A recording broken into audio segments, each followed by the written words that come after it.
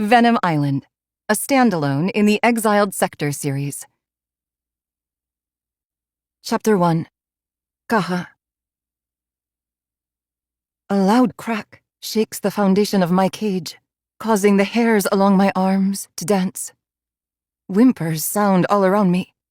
Sobs, too. I'm new to this hell, yet I've known it would be my fate all my life. My Alpha, the one whose seed gave me life, told me of my destiny long, long ago. Once you're of age, you're going to Alpha Carlos's playground. He spat at me, disgusted by my very existence. I was an Omega, useless, only worth whatever price the Bariloche Sector Alpha was willing to pay for my existence. It turns out, that price wasn't much, hence the bruise marring my jaw. I should have killed you when you were a pup, my Alpha snarled, before shoving me into this cage.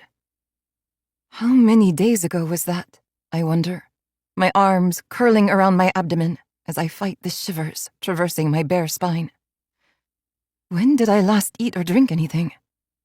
Time is elusive here.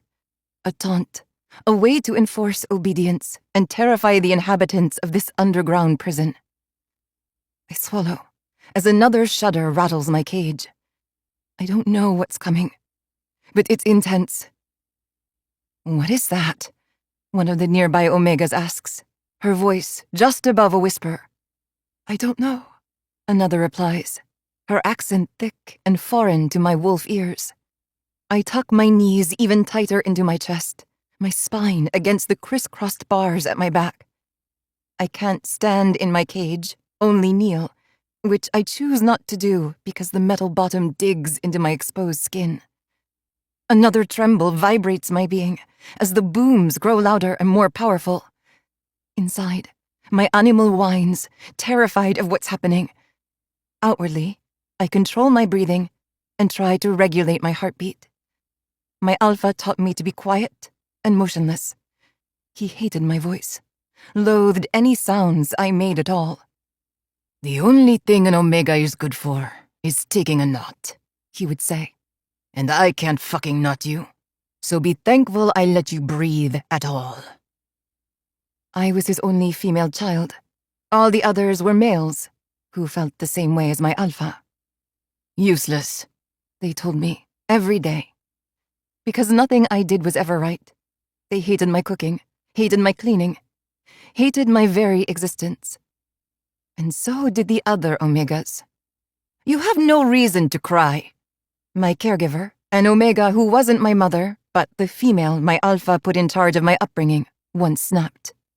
They never taught you, and they'll never knot you. So just do your damn job, Kaha, and clean up this mess. I think I was 8 then. Maybe 9? At least a decade ago, I marvel. Because it felt like 100 years ago. Thunder reverberates around me, nearly causing my heart to jump out of my chest. But I quickly school my features, determined to face whatever is coming with a calm facade. It's the best way to avoid punishment, I remind myself. Just accept fate, be quiet, and disappear into the background. Only that becomes harder and harder to do as the rumbling grows louder with each passing second. Until suddenly, silence falls entirely. I stop breathing, my ears straining to pick up on any subtle shifts in the air, any undercurrent of danger. Nothing. I exhale, inhale, listen again. Still quiet, but a burning scent trickles into the air, causing my nose to wrinkle in response. Someone whimpers again in the room, another whine, and smoke starts to thicken around us, followed by the faint echo of crackling.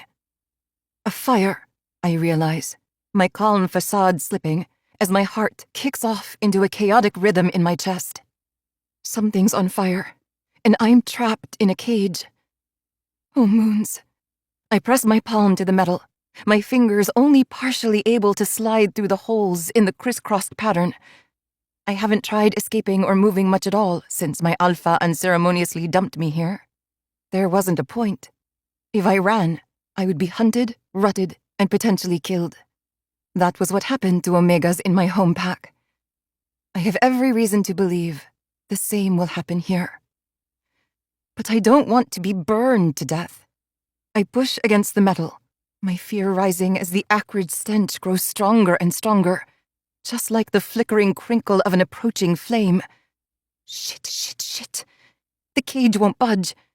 Stealing a deep breath and wincing as the smoke infiltrates my lungs, I study the edges of the cage, then the place where my alpha locked me inside. Is there a way to... Pounding fills my ears in the next instant, the reverberation of alpha growls adding a deep bass to the otherwise ominous soundtrack. I freeze, then jolt backward to hold my knees against my bare chest once more, determined to represent the epitome of submission.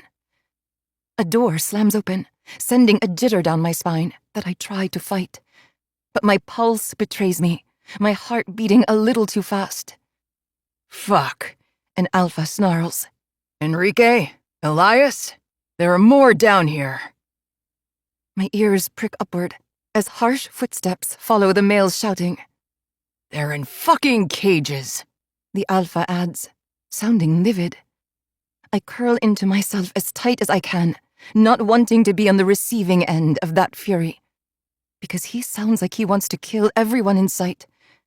And I know all too well what alphas do when furious. He skips my cage, going toward the back of the room. My shoulders fall a bit, temporary relief allowing my nerves to calm. Only for the hairs along my arms to stand on end once more as two burly shadows enter the space. Shit, One of them says. this must be a new shipment. New shipment? The third repeats. Yeah, He grouses, his irritation seeming to pour off of him in waves. alphas from all over the world trade their omegas to Carlos for all sorts of shit-used omega toys, serums, drugs, psychedelics, you name it. The third alpha snorts. Makes me wish he could die again. If only, the alpha drawls, his focus shifting my way. I've got this one. My heart stops, as does my breathing. The irritated one is coming for me. He's going to... Shh. He hushes, a strange rumble igniting in his chest as he approaches my cage. I cock my head, confused by the foreign vibration. It's a very curious growl. Or maybe not a growl at all. I'm not going to hurt you, little one, He tells me, before ripping the lock off my cage door, the action betraying his true intentions. I can't help pressing back into the wires behind me, my body instantly on high alert. But he doesn't try to yank me out of the crate. Instead, he holds out a hand, his voice lowering as he murmurs, Come on out, sweetheart. We need to go outside. Then we'll get you somewhere safe. Safe? I repeat in my head. Nowhere is safe. This world was overrun by a zombie-like plague, killing most of humankind and leaving several supernaturals dead as well. Not my kind, though. X-clan wolves are immune. Some others are too. But we're controlled by alphas, and alphas are the epitome of danger. There is no such concept as safe. Please? He asks. The word one I don't think I've ever heard used in my presence. I know what it means, because I often utter it when requesting food or water. But for an alpha to say it, to me? How utterly bizarre. Several other cages rattle as omegas are freed one by one, the other alphas saying similar things to them as this one has said to me. Up the stairs, The third alpha says to a pair of shivering females. Sven and Kazakh will show you where to go. The omegas scatter, not bothering to question the alpha's words or even hesitate before following his command. Yet I sit here very much questioning the male in front of me. He crouches a little, his face shrouded in darkness. However, a hint of yellow flashes at me as his wolf stares me down. I'm not going to hurt you, He repeats, but in Spanish this time. You can trust me. I frown, confused by his shift in languages. When I don't respond, he says something else. Only this time, I don't understand what he's saying at all, as it's all gibberish. He tries once more, his sounds more guttural and harsher in nature. Russian, maybe? The third Alpha suggests, as he comes to stand by my cage. I don't know Russian. Only English, Spanish, Italian, and German. The male hums, bending to peer into my cage. I flinch away from him, more afraid of him than the other male. I'm not sure why, but the one who spoke all the languages just seems less intimidating. We're not going to hurt you, the third Alpha says, speaking English. I'm Elias. If you sent me, you'll know I'm already mated. I'm not sure why that matters, so I just stare at him. This is Enrique. He's not mated, but he believes in consent. The third Alpha, Elias, glances at his friend. Right? Yes, the less intimidating one says, but doesn't elaborate. We're here to burn this hellhole to the ground. But to do that, I need you to leave that cage and go upstairs, Elias tells me. I blink at him. Burn it to the ground? Is that why I'm smelling fire? Enrique repeats what Elias said, only in Spanish, then switches to the other languages he knows. I understand English, I finally tell him, and Spanish. He says nothing for a long moment, his gaze seeming to search mine, despite the darkness around us. Perhaps his wolf sight is better than mine, because all I see are the shadows of his face, but I can feel the intensity of his eyes. He holds out his hand for me again, his arm having dropped when Elias joined him at the cage. Will you please come upstairs with me? He asks in Spanish, rather than English. I swallow. It's akin to suicide to deny an Alpha. I'm not sure why I haven't obeyed him yet. It was purely instinctual not to, which is strange, given how often I've followed Alpha orders over the years. Clearing my throat, I finally push forward, but slowly, because of the tight space. Enrique takes a step backward, his hands still poised in offering as I reach the open door.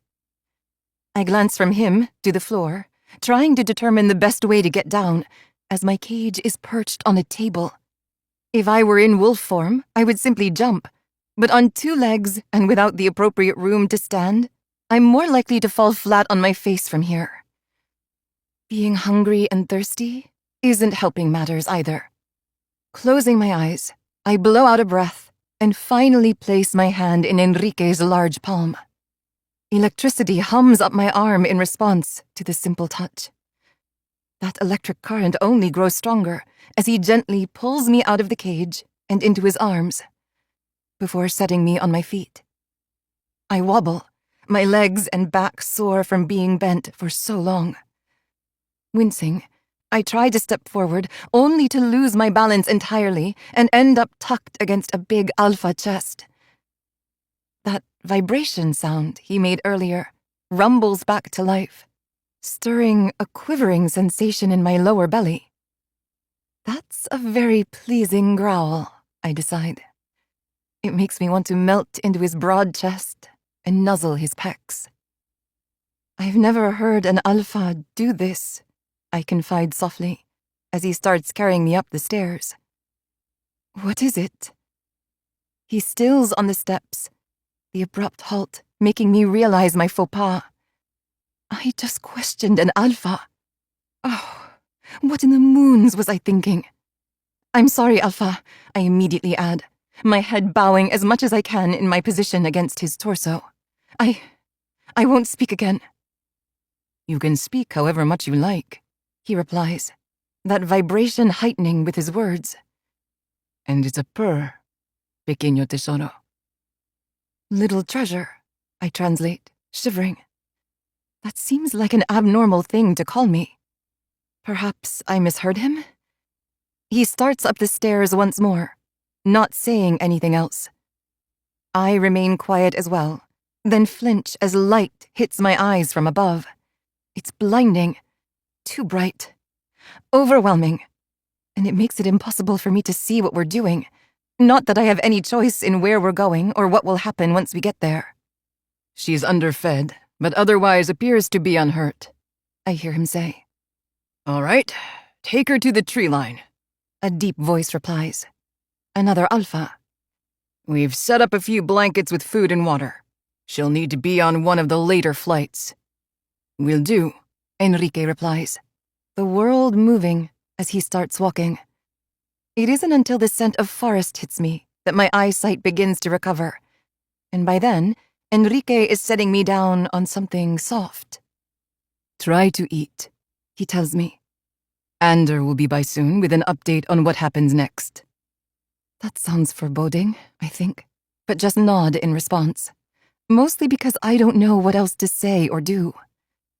His knuckles brush against my cheek, drawing my gaze up to his face, causing my breath to catch in my throat. Because, wow, tall, broad-shouldered, sexy fucking alpha. And his eyes are a beautiful shade of black that reminds me of the night. I've never seen an alpha like this. No scars, no harsh lines, no unkempt hair or spittle running down his chin. Just perfectly chiseled features. And dimples, I think, as his full lips turn upward a little. Hi, little wolf. His knuckles brush my cheek again, just as someone calls his name from behind him. Eat, pequeño tesoro. One of us will be back soon to check on you. He stands, making me realize he was crouching by the blanket before. Now that he's at full height, I can't help gaping up at him. He's positively massive. If I stood beside him, the top of my head might reach his chest. Yet, I'm not scared of him. Maybe because of the way he looks at me. Or perhaps it's his tone. Or that purr, I think, as he walks away. My gaze drops to his backside, my cheeks warming as I admire his firm ass in those tight jeans. I don't think I've ever ogled an alpha before. But this one is worthy of admiration. Do you want a blanket? Someone whispers beside me, reminding me that I'm not alone out here. Part of me already knew that, mostly because my nose notified me of the other scents. But my focus was entirely on Enrique before. Now, I glance at the 3 other Omegas huddling by the food, their eyes wide as they stare at me. A blonde with long braids holds something toward me, suggesting she's the one who asked me about a blanket. I nod and take it, wrapping the fabric around my bare skin. I've been without clothes for so long that I hardly register the warmth the blanket brings. Every part of me is cold. Or, at least, every part of me was cold. My side is warm. The side that was against Alpha Enrique's chest moments ago. It's almost as though his natural heat had bled into my skin, marking me as his. I rather like that thought. They're grouping us together in different shipments. The Omega with the braids informs me. None of us know where we're going. I look at her again, noting her blue eyes and pale skin. Very different from my dark hair, black eyes, and tan complexion. The shape of her eyes is different too. Unique. I've never seen anyone with her features.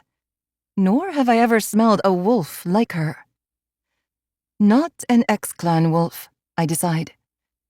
The female beside her isn't one either. Actually, I don't think the woman beside her is a wolf at all. What are you?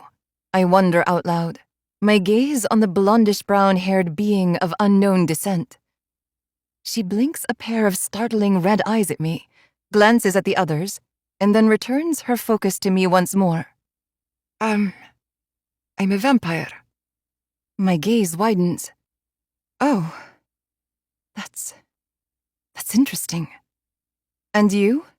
I ask the one with long braids. Alv wolf, she tells me. I see. I'm an X-Clan wolf, I say, earning a nod from the third Omega, who I can tell is the same type as me because of her scent. What's your name? The Alv wolf asks. Kacha, I tell her. You?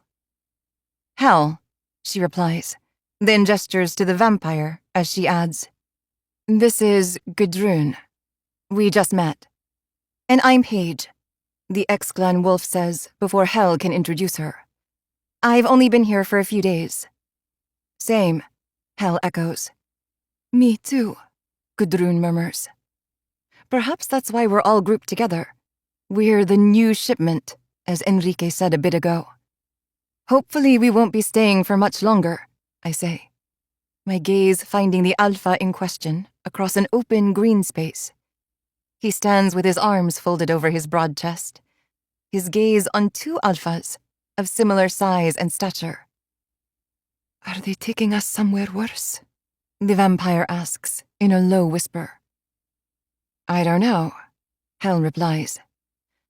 But I think we're going to find out soon. Chapter 2. Enrique. I can feel the Omega's eyes on me from across the field, her dark orbs resembling a brand against my skin. Stunning, I think, picturing her gaze with ease. Absolutely stunning. And naked. So fucking naked. Gods, it took restraint to keep my focus on her face. It was so damn wrong. She was vulnerable, clearly abused, a captive, and without a doubt the most beautiful Omega I've ever seen. I've given the others clearance to land, Ander is saying, his dominant aura ensuring all of us are listening. Once we do, we'll load up the injured Omegas that require the most medical intervention and send them to Andora's sector. Riley's already prepping for their arrival. I nod. Riley's an Omega and a doctor. I've only spent a few minutes with the little blue-haired Spitfire, but she's a force of nature. What about those who don't require immediate medical attention? Kaz asks, his dominance rivaling Ander's. They're both X-Clan sector alphas. However, Ander is the more experienced of the two.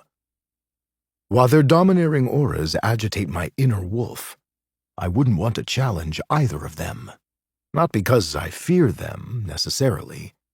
I just respect them too damn much to try to fight them. Besides, I owe them a debt of gratitude for allowing me to accompany them on this mission. Not only did I have a past to face here in Bariloche sector, but I had a brother to save. A twin who's currently being detained on one of the jets, I think, wincing. At least he's alive. Although, after seeing him in that cage an hour ago, I'm not quite sure Joseph wants to be alive. The X-Clan Omegas who can heal on their own don't need to go to Andorra sector, Ander says, addressing Kaz's question regarding the healthier Omegas. In fact, I would prefer them to go elsewhere. It'll make this less complicated. Can you take any to Winter sector? If they're willing, yes, Kaz replies. Ander nods. We can give them a choice. Andorra sector, Winter sector, or Norse sector. Because they can't stay here. What about the Omegas who aren't X-Clan wolves? I wonder out loud, glancing back at the group where I left my little Omega treasure. We'll need to reach out to some allies to provide them with options, Ander replies. Kaz grunts. Good luck finding a vampire ally. I snort, agreeing with him. Vampire alphas are fucking terrifying. Too bad Kieran didn't stick around to help with that one, Kaz adds. Or anything else, Sven mutters as he joins our little circle. He looks nothing like his brother Ander. Sven is blonde with light eyes, while Ander has dark hair and golden eyes. Sven also appears to be a bit less dominant than his older brother, yet no less intimidating. Elias is the last one to round out our group, the 5 of us having led the attack against the former Alpha of Bariloche sector. Well, technically, we had help from a few V-Clan wolves. But Kieran and his 2 elites fucked off the moment they found what they wanted in Carlos's estate, leaving the rest of us to clean up the mess. I suppose it's only fair. This is X-Clan territory, after all. And most of the Omegas in Carlos's dungeons were of X-Clan origin. Including my little treasure, I think, looking at her once more. This time I catch her staring at me, her almond-shaped eyes striking even from a distance. Ander and Sven begin discussing flight logistics, talking about who will be going where, while I hold the pretty Omega's gaze. It takes her a few beats to lower her eyes, causing my wolf to stir inside me. We like strong Omegas, ones who are not afraid to challenge our authority. Upon first meeting, I would say this one isn't the type to challenge me at all. But now I'm not so sure. All right, that just leaves us with the uninjured non-X-Clan Omegas, Ander says, drawing my focus back to him, because now he's talking about my little treasures group. Although she's an X-Clan Omega, which means he'll be offering her a pick of sectors. I wonder where she'll prefer to go, I muse. Where is she even from? Because she's not a Bariloche sector Omega. I would recognize her if she were, since I grew up here. I'll start making calls, but I need some details like names, how they ended up here, and if they have any preferences on where to go, Ander goes on. Elias? On it! The Andorra sector's second-in-command drawls. I'll help, I offer, wanting something to do that doesn't involve thinking about my brother and his catatonic mate. You don't want to accompany your twin back to Andorra sector? Ander asks, arching a dark brow. He'll be on the first flight out, which is leaving in 10 minutes. They knocked my brother out with some hefty tranquilizers after we found him in a rabid state inside his cell. Unfortunately, those drugs won't last long, and my brother needs immediate treatment. Just like a handful of other alphas who'd been imprisoned with my brother and several badly injured Omegas, including my twin's mate, Savi. Ander put the alphas on one and the Omegas on the other, wisely keeping them separated in case any of the feral alphas escape their restraints. I swallow. Do you need me to go with my brother? Or could you use my help here? I ask, holding Ander's gaze. I owe you a debt for helping to clean up this mess, and it feels wrong to leave in the middle of the process, especially when my familiarity with Bariloche sector might still prove useful. But if you need more muscle on the jet carrying my twin, that's where I'll go. The Andorra sector Alpha considers me for a long moment. You're right. You're more valuable here. But I'll understand if you need to accompany your brother. He glances at Sven before returning his focus to me. It's what I would be tempted to do in your situation. I run my fingers through my hair, my gaze flicking around the field and all the various groups of Omegas. There's not much I can do for my brother at the moment. We found him. Now he needs medical intervention. Assuming that we'll even be able to help him. His snarling face populates my mind, making me wince deep within. Joseph didn't recognize me at all. Hell, I wasn't even sure he knew his own name anymore, let alone mine. I shake my head, clearing it. There's not much I can do for him on that jet other than knock him back out, which I really don't want to do. Ander nods, understanding flashing in his golden eyes. Then you'll help here, Besides, it'll be useful having another pilot on standby should we need one. Elias claps his hand on my shoulder. Let's start with Carlos's newest shipment, he says, referring to the last group we found in Carlos's underground bunkers. They should be the easiest to question in terms of their history and how they arrived here. Then we'll work backward from there. My gaze instantly goes to the little treasure wrapped up in a blanket. Sounds good to me. I let Elias take the lead, aware that the Omegas will be more comfortable with him due to his status as a mated alpha.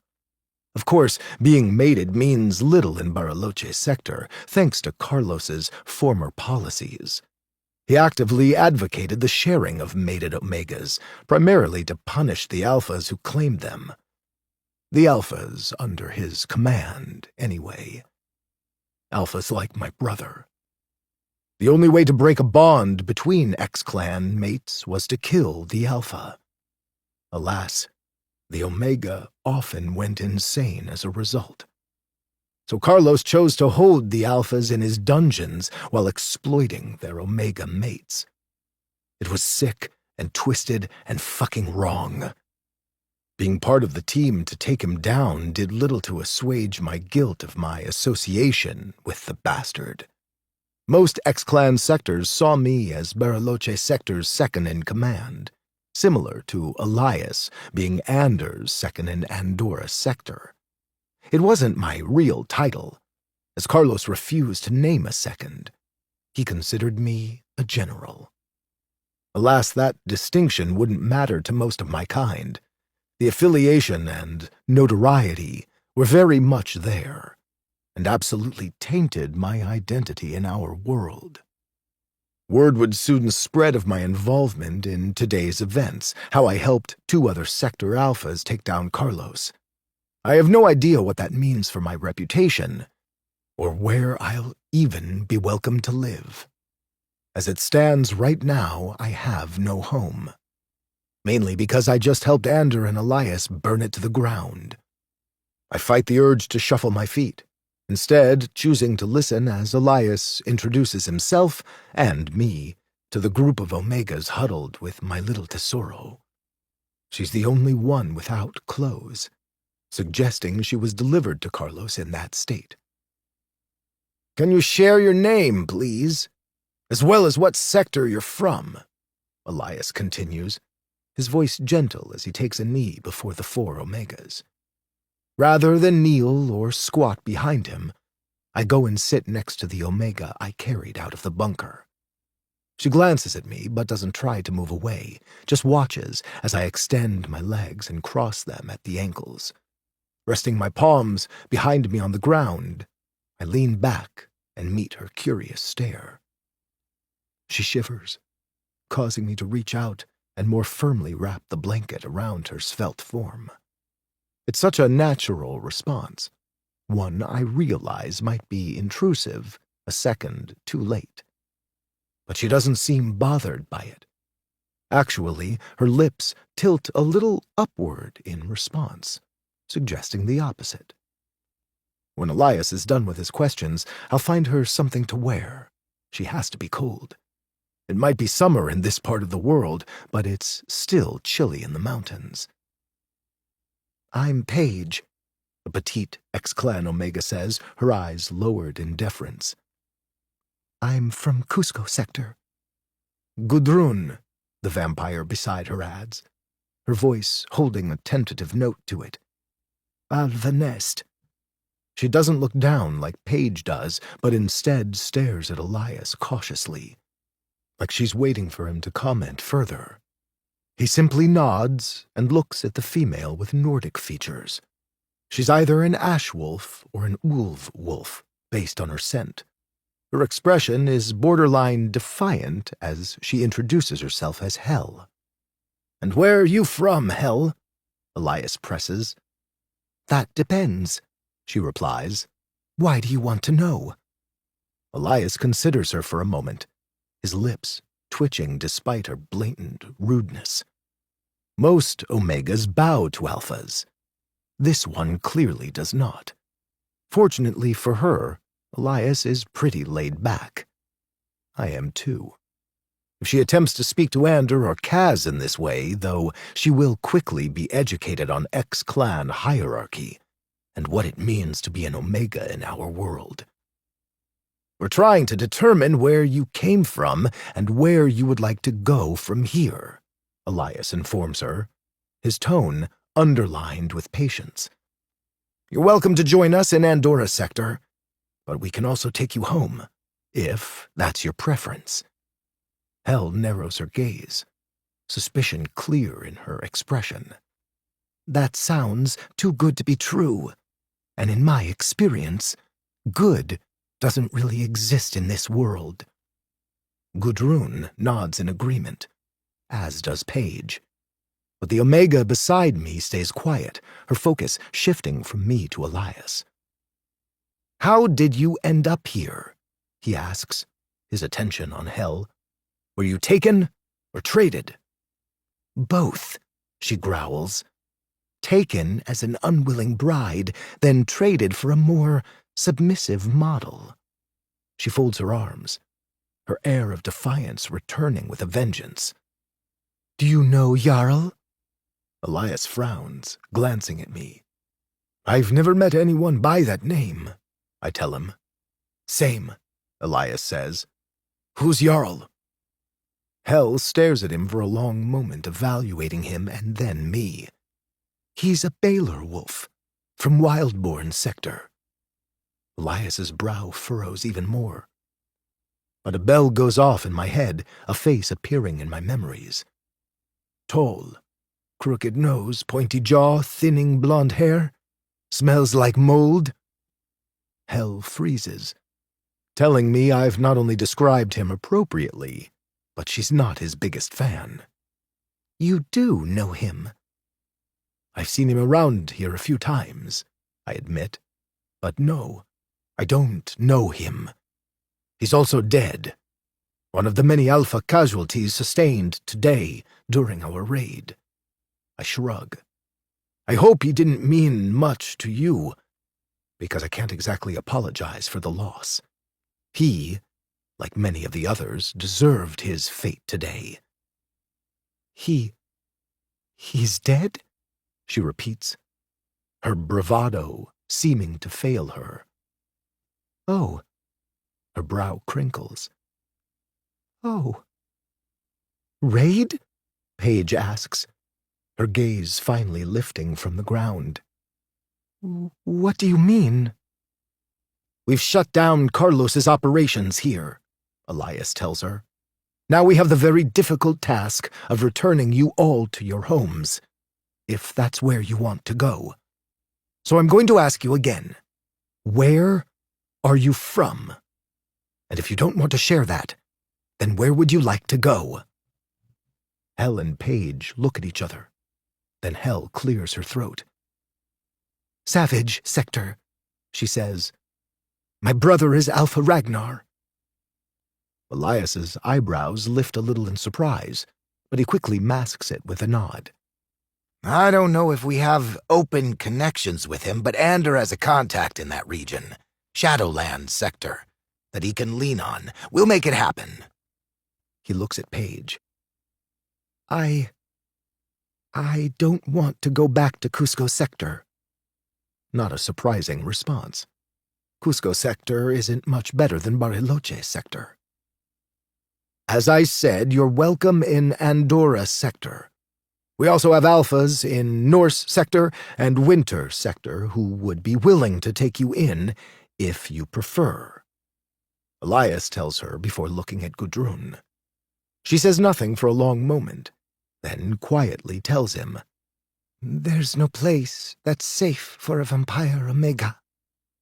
Maybe Kieran can help with this one, I suggest. Elias grimaces, but concedes with a muttered, Maybe. V-clan wolves are similar to vampires in that they need to drink blood and prefer the night.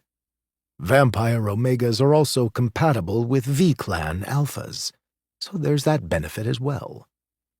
But yeah, I very much understand Elias's reluctance to reach out to Kieran.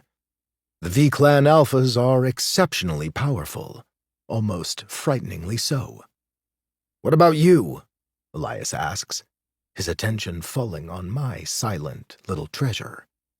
She's been quietly observing the whole conversation, her beautiful black eyes glittering with intelligence. When I found her in that cage, I mistook her for being meek. But she's not. She's calm, collected, and very aware. My name is Kaha, she says. I've always been destined for Bariloche sector, so I'm not sure where else to go. What do you mean? You were always destined for Bariloche sector, I ask her before Elias has a chance to respond. This little treasure is mine, I think. My wolf growling inside me in agreement. Elias isn't a threat. I know that. But I don't want him questioning this Omega. She's mine to question, mine to protect. Just mine. I don't care if we just met. Her scent calls to me, her beauty, her eyes. Eyes that remind me of black fire as she gazes up at me now. My Alpha always said I would end up here. That's been my primary purpose since birth. To be traded once I came of age. My jaw clenches, the notion that this beautiful Omega was only worth her value as a Bariloche sector trade grating on my nerves. What sector is your Alpha from? I ask, doing my best to soften my tone and swallow my mounting rage. She starts to reply, then stops and asks, Will I go back there? No, I answer immediately. But I may visit and kill your Alpha, I think darkly. Oh, then does it matter?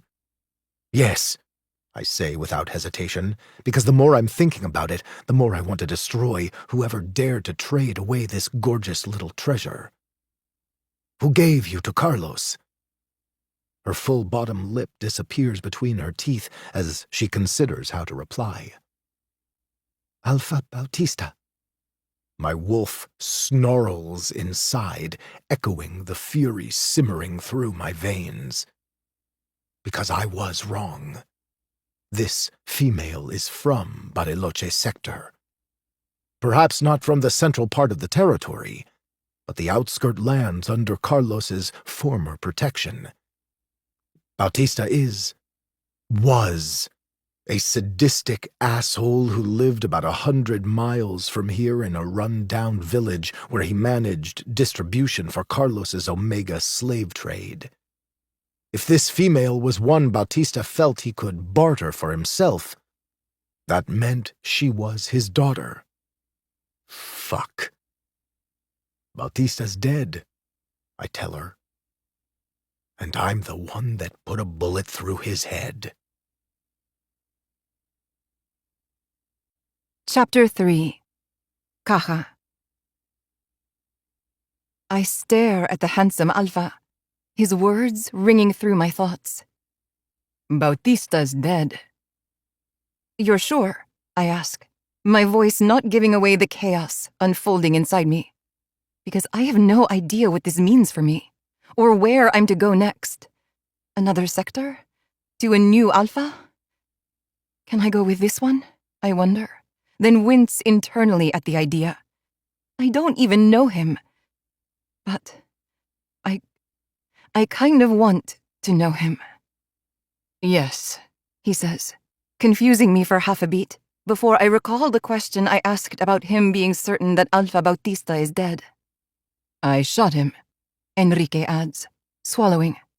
He was helping to guard Carlos and... He shrugs, somehow looking both apologetic and unrepentant at the same time. Oh, my nose wrinkles.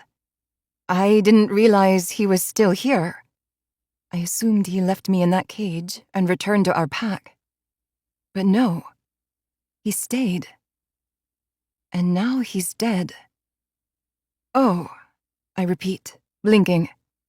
I really don't know how to feel about this information. I honestly don't feel much at all. Elias clears his throat. You don't need to decide where you want to go right now, He tells me. but I will need an answer soon. I glance at the other Alpha and nod. Okay. Although I have no idea what decision he expects me to make, I know nothing about the sectors he mentioned. My entire world is Bariloche sector, my Alpha, and Alpha Carlos. Who will I be now?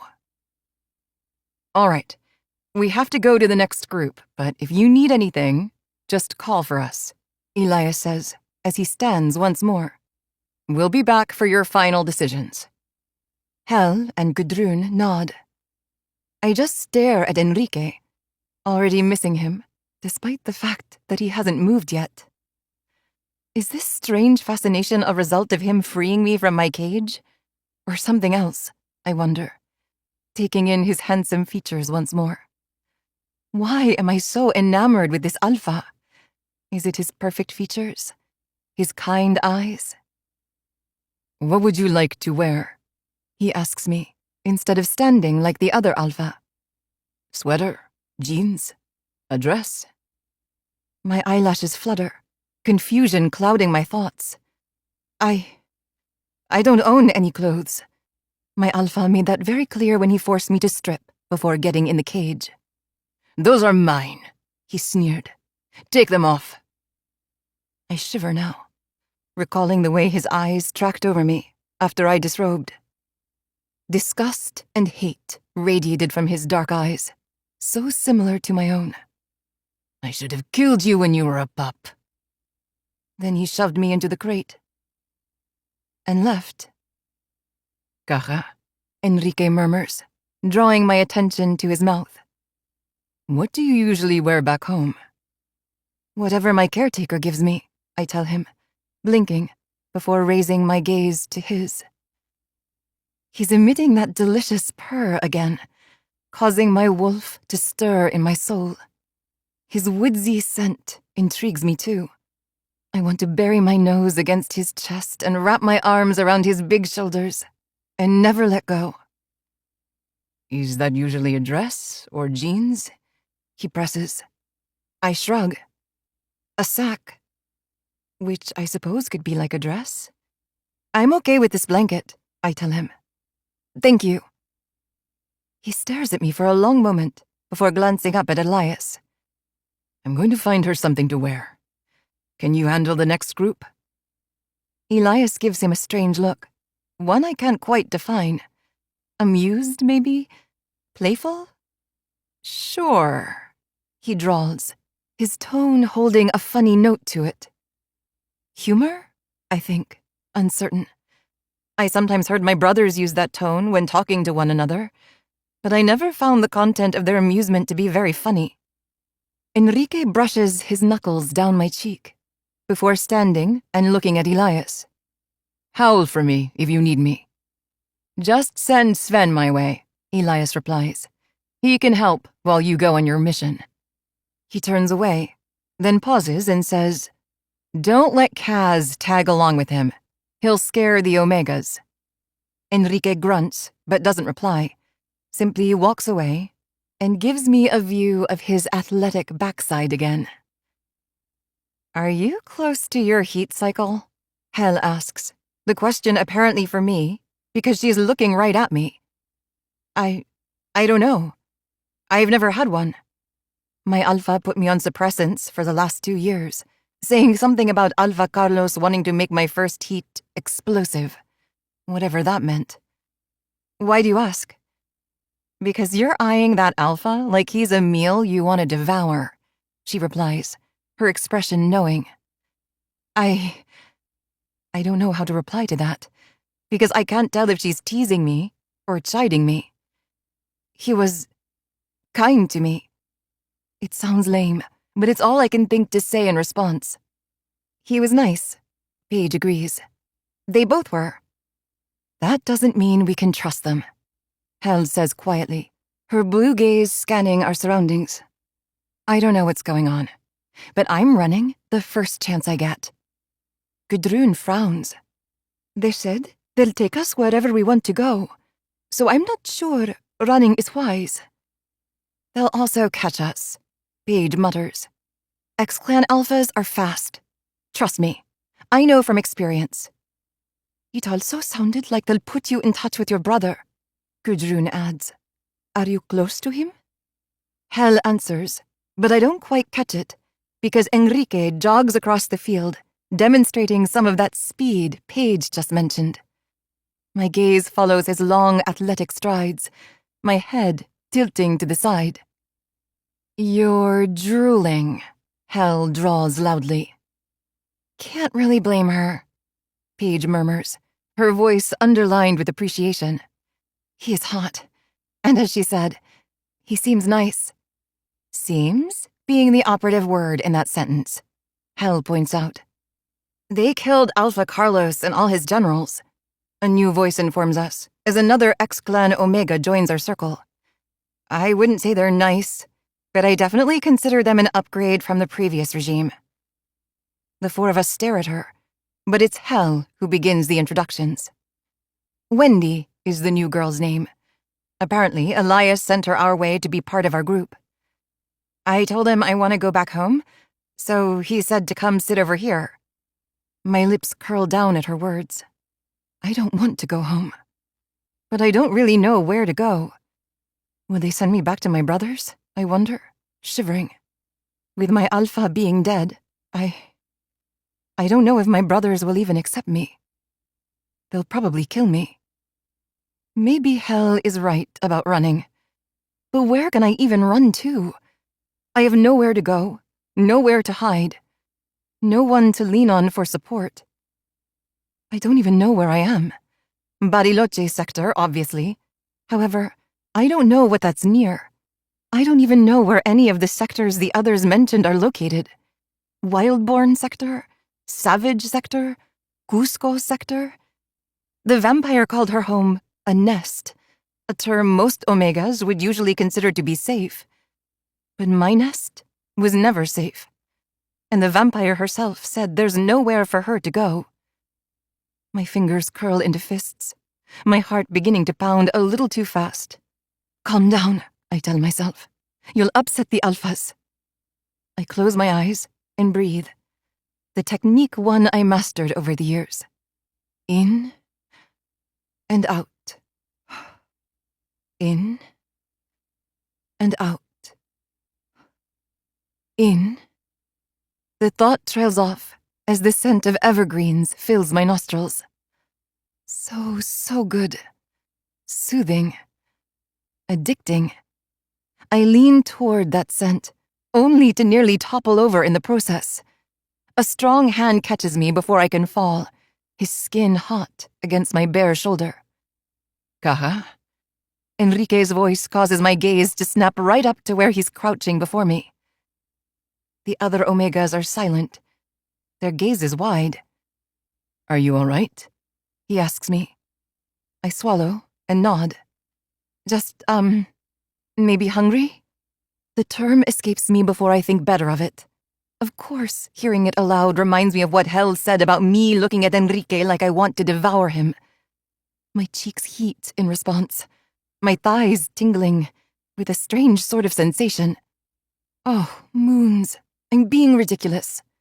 I've never acted this way around an alpha before. Although, no alpha has ever been like this one. Enrique studies me, a little crease forming on his brow. What do you want to eat? He asks me. Hell snorts, then coughs to cover her laugh. Fortunately, the alpha ignores her. I glance at the boxes of food that I haven't touched yet, and shrug. This is fine. If it's fine, why haven't you eaten it yet? Because I've been distracted, I think, swallowing again. I'm a little overwhelmed, I say instead. His expression softens as he sits on the ground next to me. That's understandable. But you're safe now. All of you, he says, looking at the others. I realize that's probably hard to believe, and it's going to take some time to trust us. That's fine. We understand. He holds out something blue for me.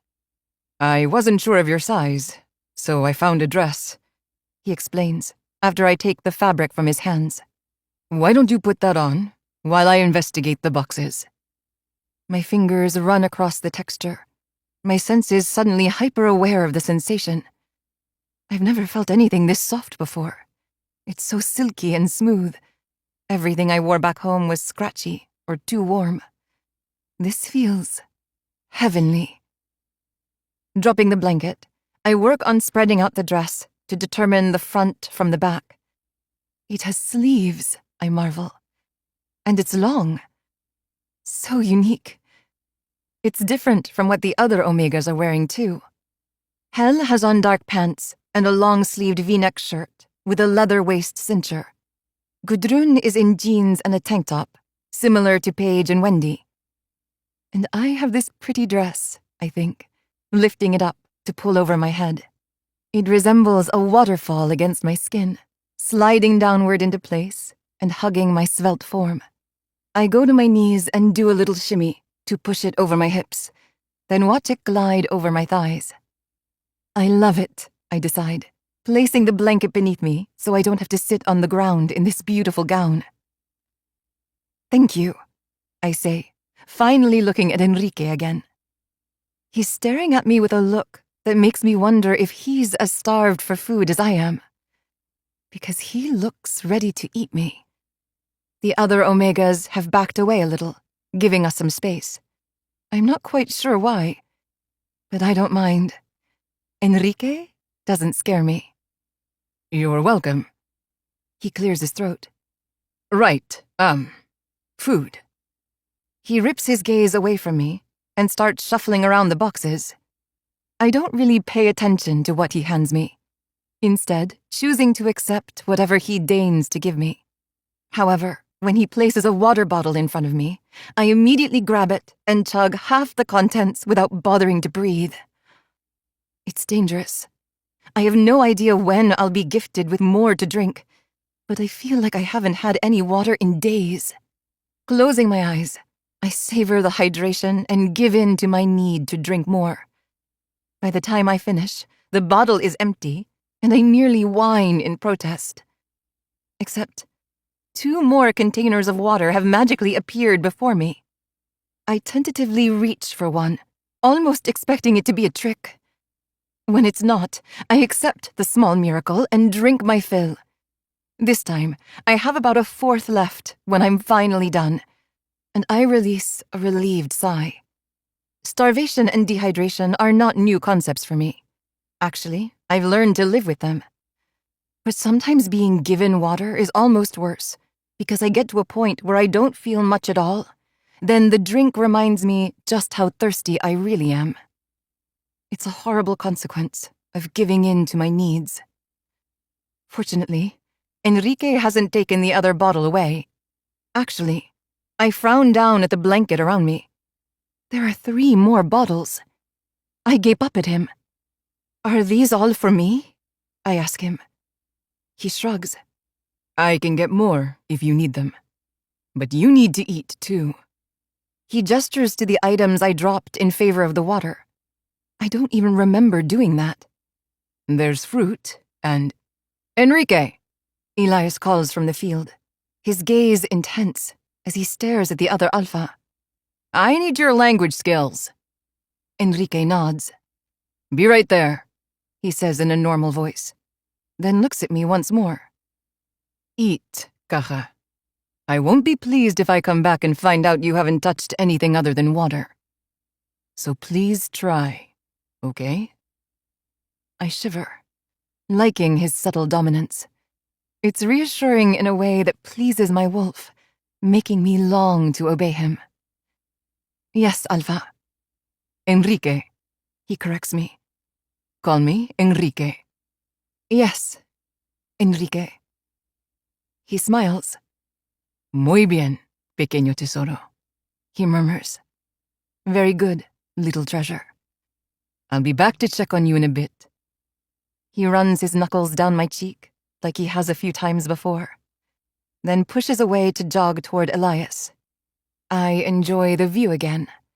Then I focus on the food, just like he requested, and hope he returns soon. Chapter 4. Enrique. Several hours later. Your brother made it to Andorra Sector okay, Anders says as he walks toward me. He's currently sedated and in a padded room. I nod, a pang of guilt stabbing me in the gut. I should have gone with him. Yet there wasn't anything more I could do for him or his mate right now. And being here helping the others clean up my former sector felt better than sitting around, waiting for a doctor to update me on my brother's feral condition. I'm not even sure if he can be rehabilitated. Being there with him would force me to face that potential fate, which I'm just not ready to embrace. So if I'm being totally honest with myself, I stayed here as a distraction. And perhaps for a certain little brunette with beautiful eyes. I admit, picturing Kaha's pretty face. I checked on her an hour ago and found her sleeping in a makeshift nest made of blankets. The other Omegas in her group were in the nest with her, all of them resting. Exhaustion mingling with relief, no doubt, knocked them all out. They likely won't sleep well, but at least they're feeling safe enough to relax for a bit. I run my fingers through my hair and roll my neck, my muscles cracking along the way. It's been a long few days. Actually, no. It's been a long few years. Playing Carlos's games for nearly a decade took a toll on my soul. But it was the only way to help my brother. The only way to try to protect his mate and her sister. The only way to beat the bastard at his own schemes. Carlos was a mastermind. His penchant for chemicals and toxins borderline genius. Unfortunately, he used those talents for nefarious purposes. To avoid being one of his victims, I pretended to enjoy his pastimes. He rewarded me with a mate, one who chose another over me, which was fine. I only went along with the mating charade because I knew Carlos would send me Carrie as a wedding gift. He thought I favored her among the other Omega playthings. In truth, I just wanted to save her, because she was the sister of my twin's mate. Everything I did was with a purpose. That purpose was finally fulfilled. So what now? I wonder, glancing around the darkened field to the few remaining Omega groups left. Where do I go from here? You all right? Ander asks, reminding me of his presence. Not that I could forget he stood a few feet away. His alpha aura basically bled into my skin. But I was a little lost in my thoughts. In the past, the future, the unknown. I clear my throat, debating how to answer him. I could lie and say I'm fine. However, I spent the better part of the last 10 years pretending to be someone I wasn't. And I am really fucking tired of putting up a false facade. Not really, I admit, my palm encircling the back of my neck as I stretch again. I have no idea how to help Joseph or Savi. I don't think I've ever really known. I just wanted to free them. But now I'm wondering if they'll ever actually be free. If I should have just let them die, I add to myself, wincing. It's a horrible thought, one I've been avoiding facing since I found my brother earlier today. Or was it yesterday? I've lost track of time. But seeing my brother in that feral state, knowing he couldn't touch his own mate without killing her. I shake my head. I knew it would be bad. I just wasn't prepared for how bad it would actually be. Ander finishes for me. I get that. I nod. As the Andorra Sector Alpha, he's probably seen a lot of shit he's never wanted to see. But as the strongest Alpha in his sector, it's his responsibility to handle everything thrown his way and lead by example. It can't be an easy job, especially when done the right way, very unlike Carlos and how he ran Bariloche sector. There's more we need to discuss, Ander tells me. I know you're dealing with some shit, but this can't wait. I nod again and fold my arms over my chest. I understand, because I know exactly what he wants to discuss. My future. He said earlier that I was welcome in Andora's sector to be with my brother. However, to do that, I have to acknowledge Ander as my superior. It's the only way he can maintain order. If I don't bow to him, I'll be seen as a challenger. And given my age, experience, and former position in Bariloche's sector, I would be considered a worthy opponent. Riley says some of the mated Omegas have missing alphas, he begins, throwing me off completely.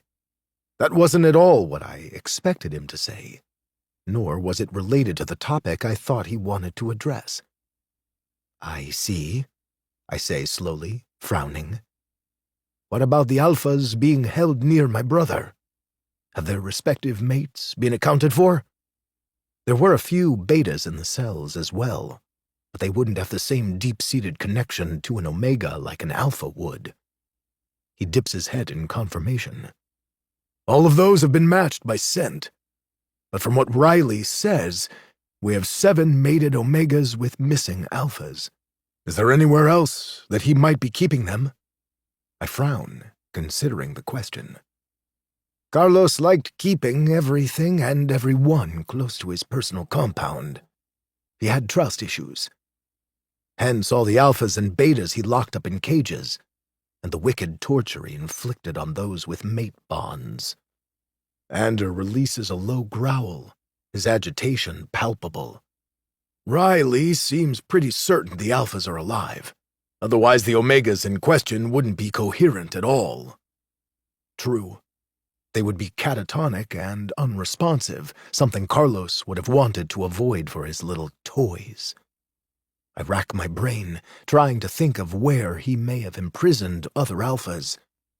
But I meant what I said. Carlos had trust issues. I was commonly considered to be one of Carlos's highest-ranking generals.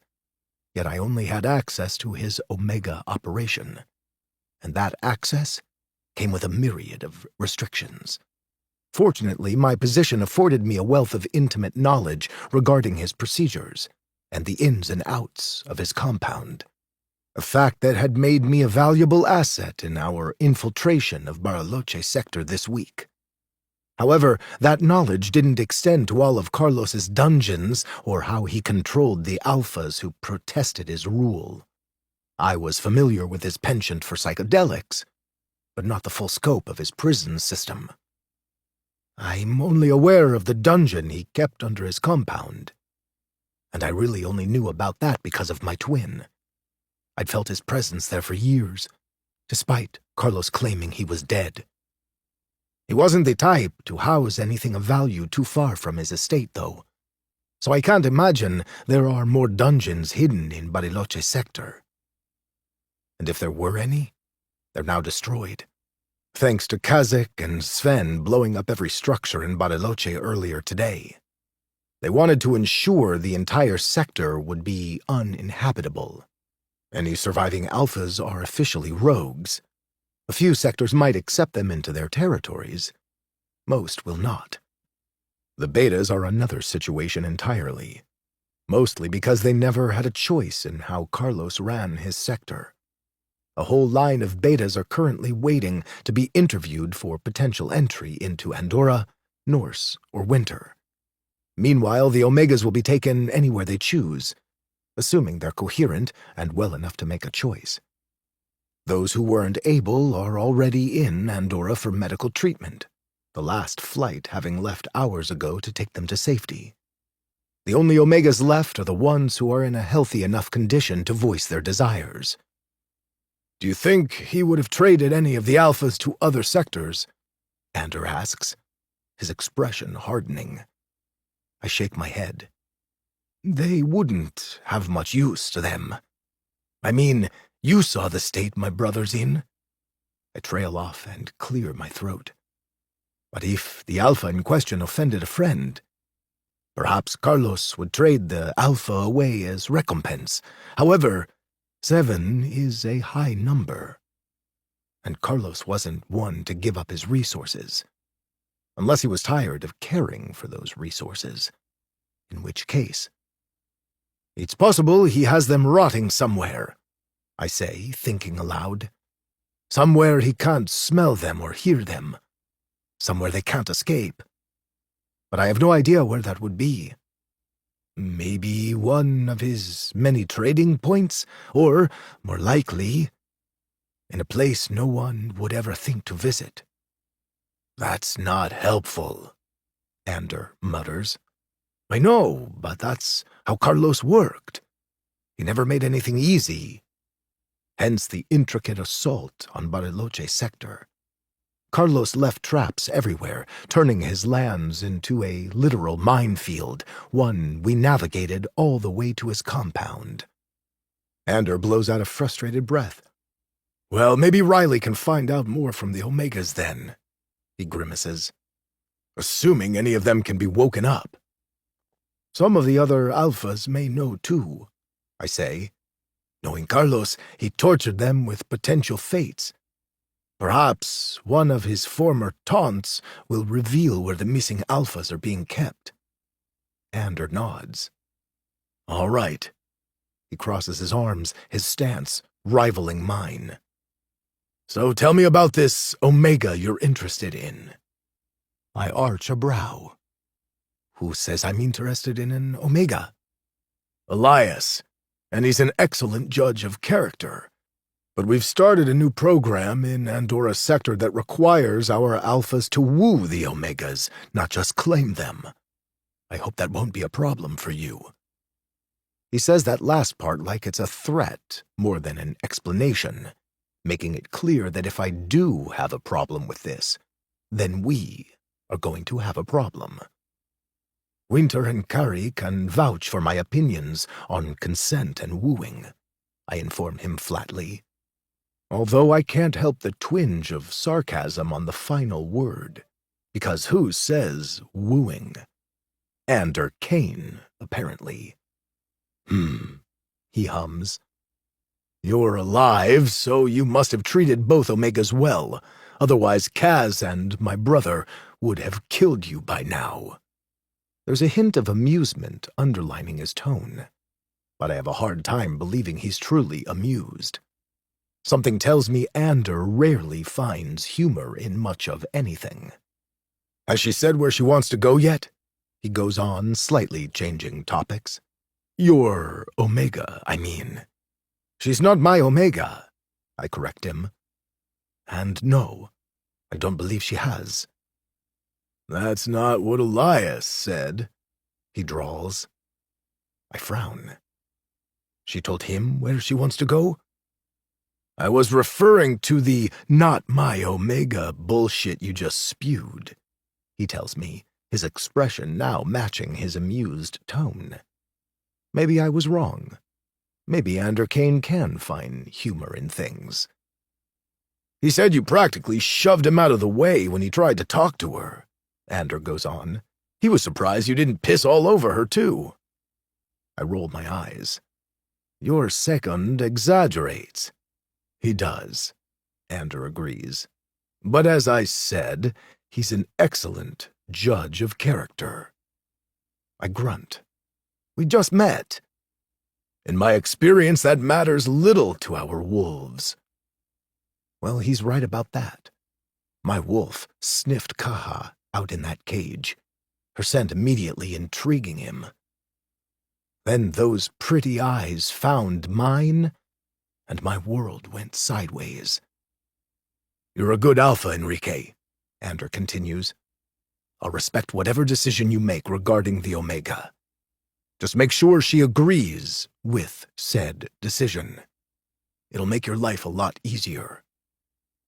That sounds like another statement driven by experience, I tell him, ignoring his comment about me being a good alpha. I'm not even sure what that means anymore. You have no fucking idea, he mutters as a message populates the air over his wrist. Dushan, he says to me. Shadowlands, Sector Alpha. I need to take this. He doesn't wait for me to reply, just steps away to pick up the call. I leave to give him privacy. Sector politics isn't my thing. I'll refer that to the Alpha in charge. And in the interim, I'll go check on Kaha, my Omega. I think, liking the way that sounds. I've been around Omegas all my life, but I've never considered any of them in this manner. Likely because Carlos's rules made it impossible to want to claim a female for my own. Perhaps that adds to my intrigue. Or maybe it's just Kaha. Regardless, I wander over to where she's sleeping and crouch down to pull her blanket back up to her chin. She leans into my touch, her lips parting on a sigh. Rest, pequeño tesoro, I whisper, as I resist the urge to stroke her cheek. You're safe now. I won't let anyone hurt you again. I promise. Chapter 5. Kaha. Growling stirs me from my slumber, the sound loud and fierce to my ears. I curl deeper into my nest, trying to escape what happens next. The screams, I think, shuddering. So many screams. I try to drown it out, to pretend I'm somewhere else. But there's nowhere for me to imagine. All I've ever known is hell. Wake up, obey, survive, try to sleep. That's my life, my solitary existence, until my Alpha takes me to my fate. Please, I pray to the moons. Please don't make it as bad as I fear. But I've heard the terror in the others' cries. I know it's even worse than I can imagine. If only I could dream of somewhere safe, if just for a moment. Murmurs fall around me, that growling sound reaching a crescendo. I hold my breath and wait, my mind searching for an escape. Dark eyes, even darker hair, a perfect nose, square jaw dusted in fine black stubble, a smile with dimples. I frown, the picture so vivid inside my mind that I could swear I've seen this male before. But where? Why? My eyes fly open as the man's name graces my thoughts. Enrique. I glance around, startled to find a brightly illuminated field. My focus shifts to the air, where a jet soars toward the midday sun. That was the source of rumbling that woke me. I've seen planes before, as my Alpha lived near an old airport. All the overseas shipments went through there, many of them carrying terrified passengers. Their screams. I swallow. Those screams will haunt me until I die. But there are no screams here, just murmurs. I follow the source of said murmurs and find several Omegas huddled nearby. Hel, Paige, Wendy, Gudrun. The other two are new. Neither of them is an X-Clan Omega either. That's from your Alpha, Hel says, gesturing with her chin toward a pack near my nest of blankets. My Alpha? I repeat, a shiver traversing my spine. My Alpha is here? Enrique, Gudrun murmurs. It's a single word, a name, and yet the profound relief that rolls through my shoulders nearly has me melting into my blankets. Not Bautista. Enrique. Because my Alpha is dead. And I'm safe. Sort of, anyway. I have no home, but my Alpha isn't here. He's gone. Forever. He brought all of us lunch, Paige adds with a dreamy smile.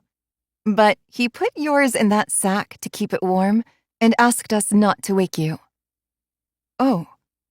I pluck at the pack and peek inside. My eyes widen at finding a banana, a sandwich, 2 bottles of water, and what looks like a cookie. Apparently one of the jets arrived with more food. Paige says, before I can ask where all this came from. Then they turned around and left with another group of Omegas. Yeah, there are only 3 groups left, Hel adds. Elias says everyone will be leaving by nightfall, so we need to tell him where we want to go. He almost woke you to ask for your choice, but your alpha stopped him. My nose crinkles. My alpha being Enrique? I ask, making sure that's who she means. Yes, the meal you're craving. I blink at her. She has a strange obsession with referring to Enrique as food. Still ignoring that, I reply, I don't know where I want to go. Then they'll take you to Endora sector by default, Paige tells me. That's what they told Gudrun. The vampire Omega shrugs. It'll give me some time to think.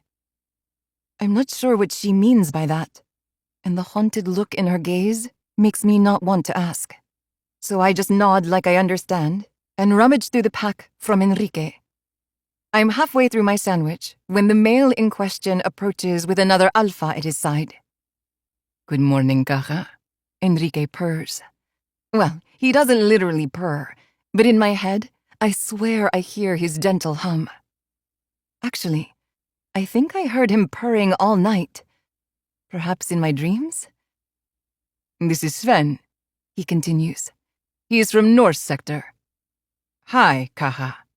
The blonde alpha murmurs, crouching. Enrique asked me to tell you about my homeland. I frown. Why? In case you want to come live in my sector, he says. I glance at Enrique. Is that where you live? I'm actually not sure where he's from, but maybe I can go wherever he is, assuming other alphas are like him. Enrique winces. No, I'm from Bariloche sector. My lips form an O shape, yet the sound doesn't leave my mouth. I'm not sure how to respond. I thought maybe he was from a land of kind alphas. Apparently not. And I don't think staying here with him is an option.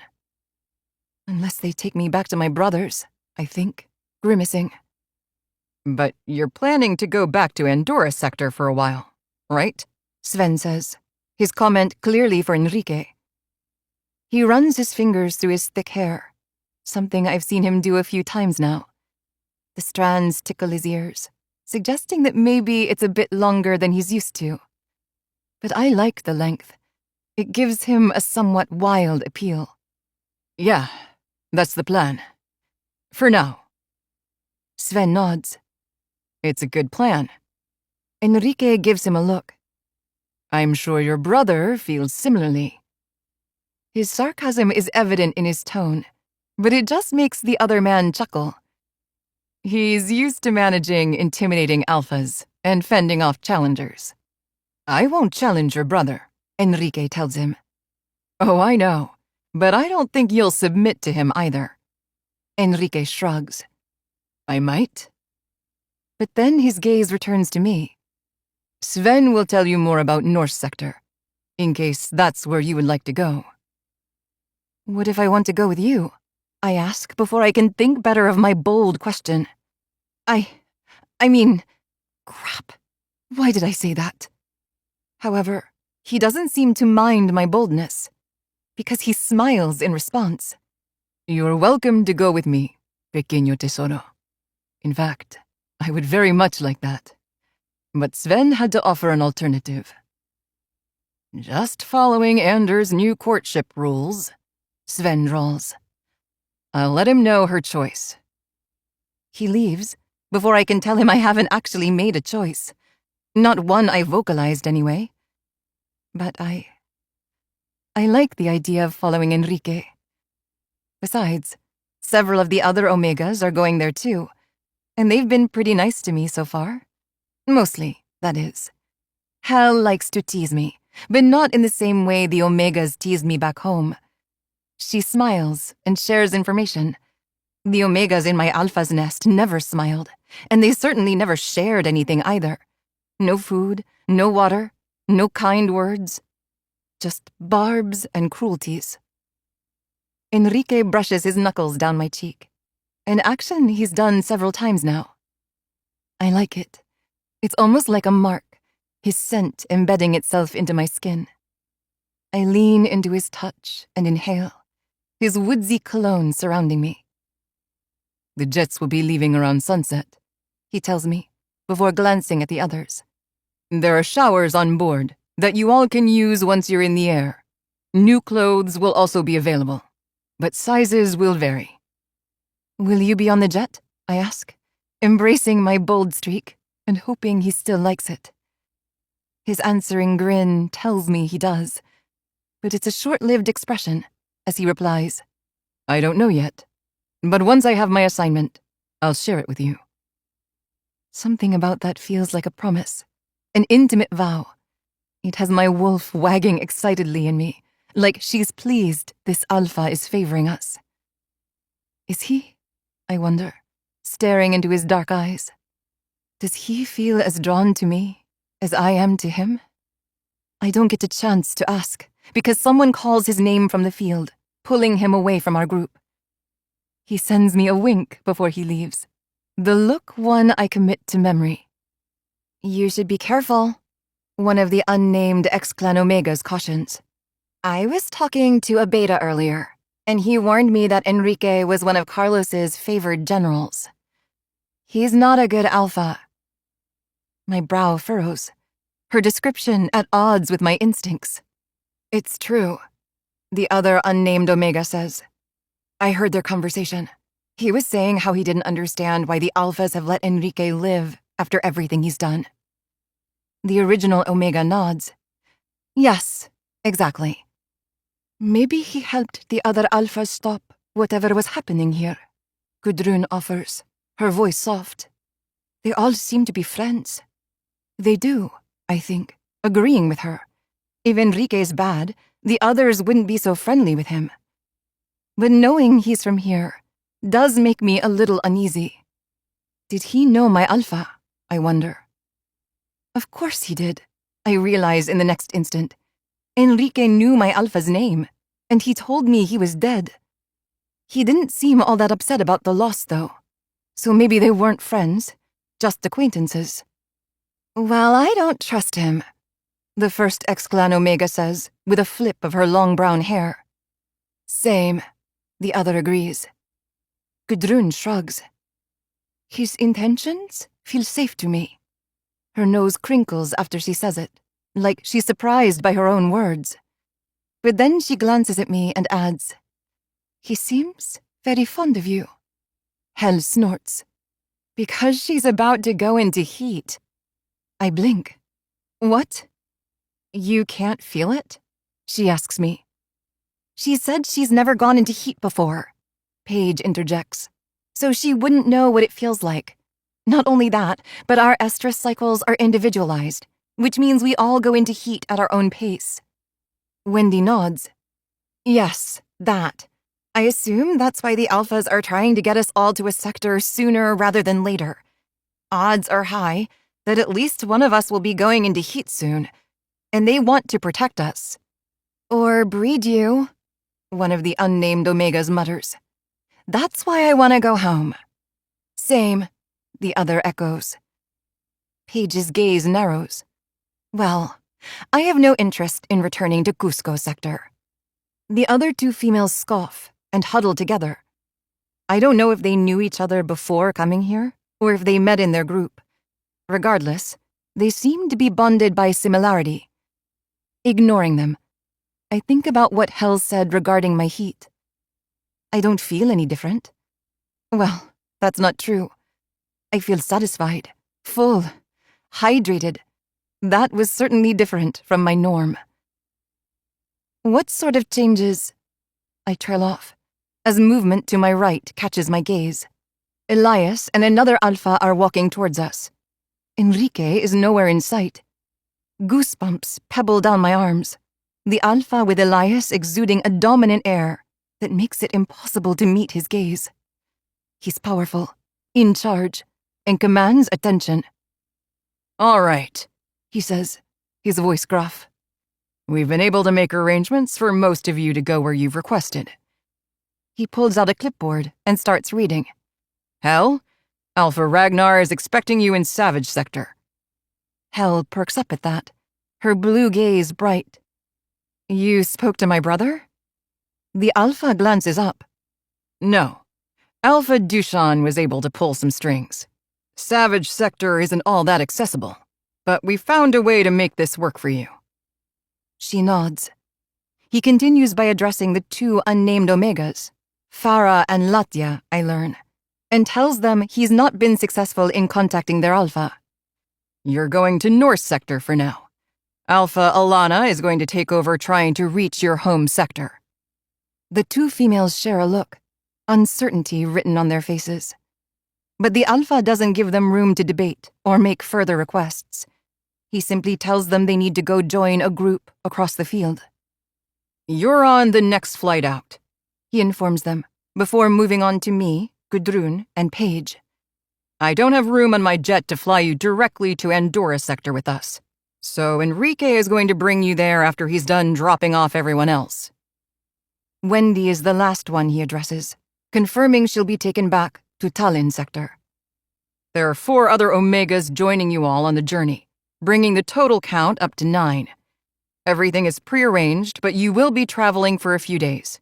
Should you need anything, Enrique is your Alpha. He'll do whatever he can to make you comfortable. Understood? Those of us who are left, Farah and Latya already ran off to the other group, nod. Good. He looks at me, Paige, and Gudrun again.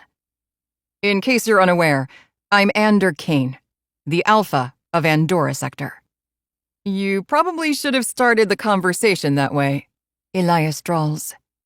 Ander ignores him and adds, We're very pleased with your choice to join us. Accommodations are already being prepared for you, and we look forward to welcoming you into your new homes, however temporary they may be. He gives a little bow of his head and turns away without saying anything else. Not bad, Kane, Elias says as he trails after him. Cat would approve. Stop goading me, E, Ander replies. Elias presses a palm to his chest. Would I do such a thing? Every fucking day of my life, the Alpha of Andorra Sector growls. Elias chuckles, their conversation quieting as they make quick work of the field with their long strides. Well, he's terrifying, Paige whispers. Yeah, Hal agrees. He reminds me a bit of my brother. I say nothing, my gaze searching for Enrique, as I recall what Ander said. Should you need anything, Enrique is your Alpha. Enrique is going to be our escort to Andorra Sector. He's our Alpha. My Alpha. Farah and Latya's warnings play through my mind, eliciting a shiver down my spine. Can I trust him? I wonder. I want to trust him. Because the notion of him being my Alpha is quite appealing. Perhaps a little too appealing. Maybe I am about to go into heat. I just hope it doesn't happen on the plane. Chapter 6. Enrique. You good? Elias asks as I do a final check in the cockpit. I nod. Yeah, like riding a bike. Only easier, honestly. Andorra Sector's technology is leagues ahead of the rest of the world. Well, most of the world. The V-Clan wolves have their own fancy shit empowered by their voodoo magic. But in terms of X-Clan tech, Andorra Sector is top-notch.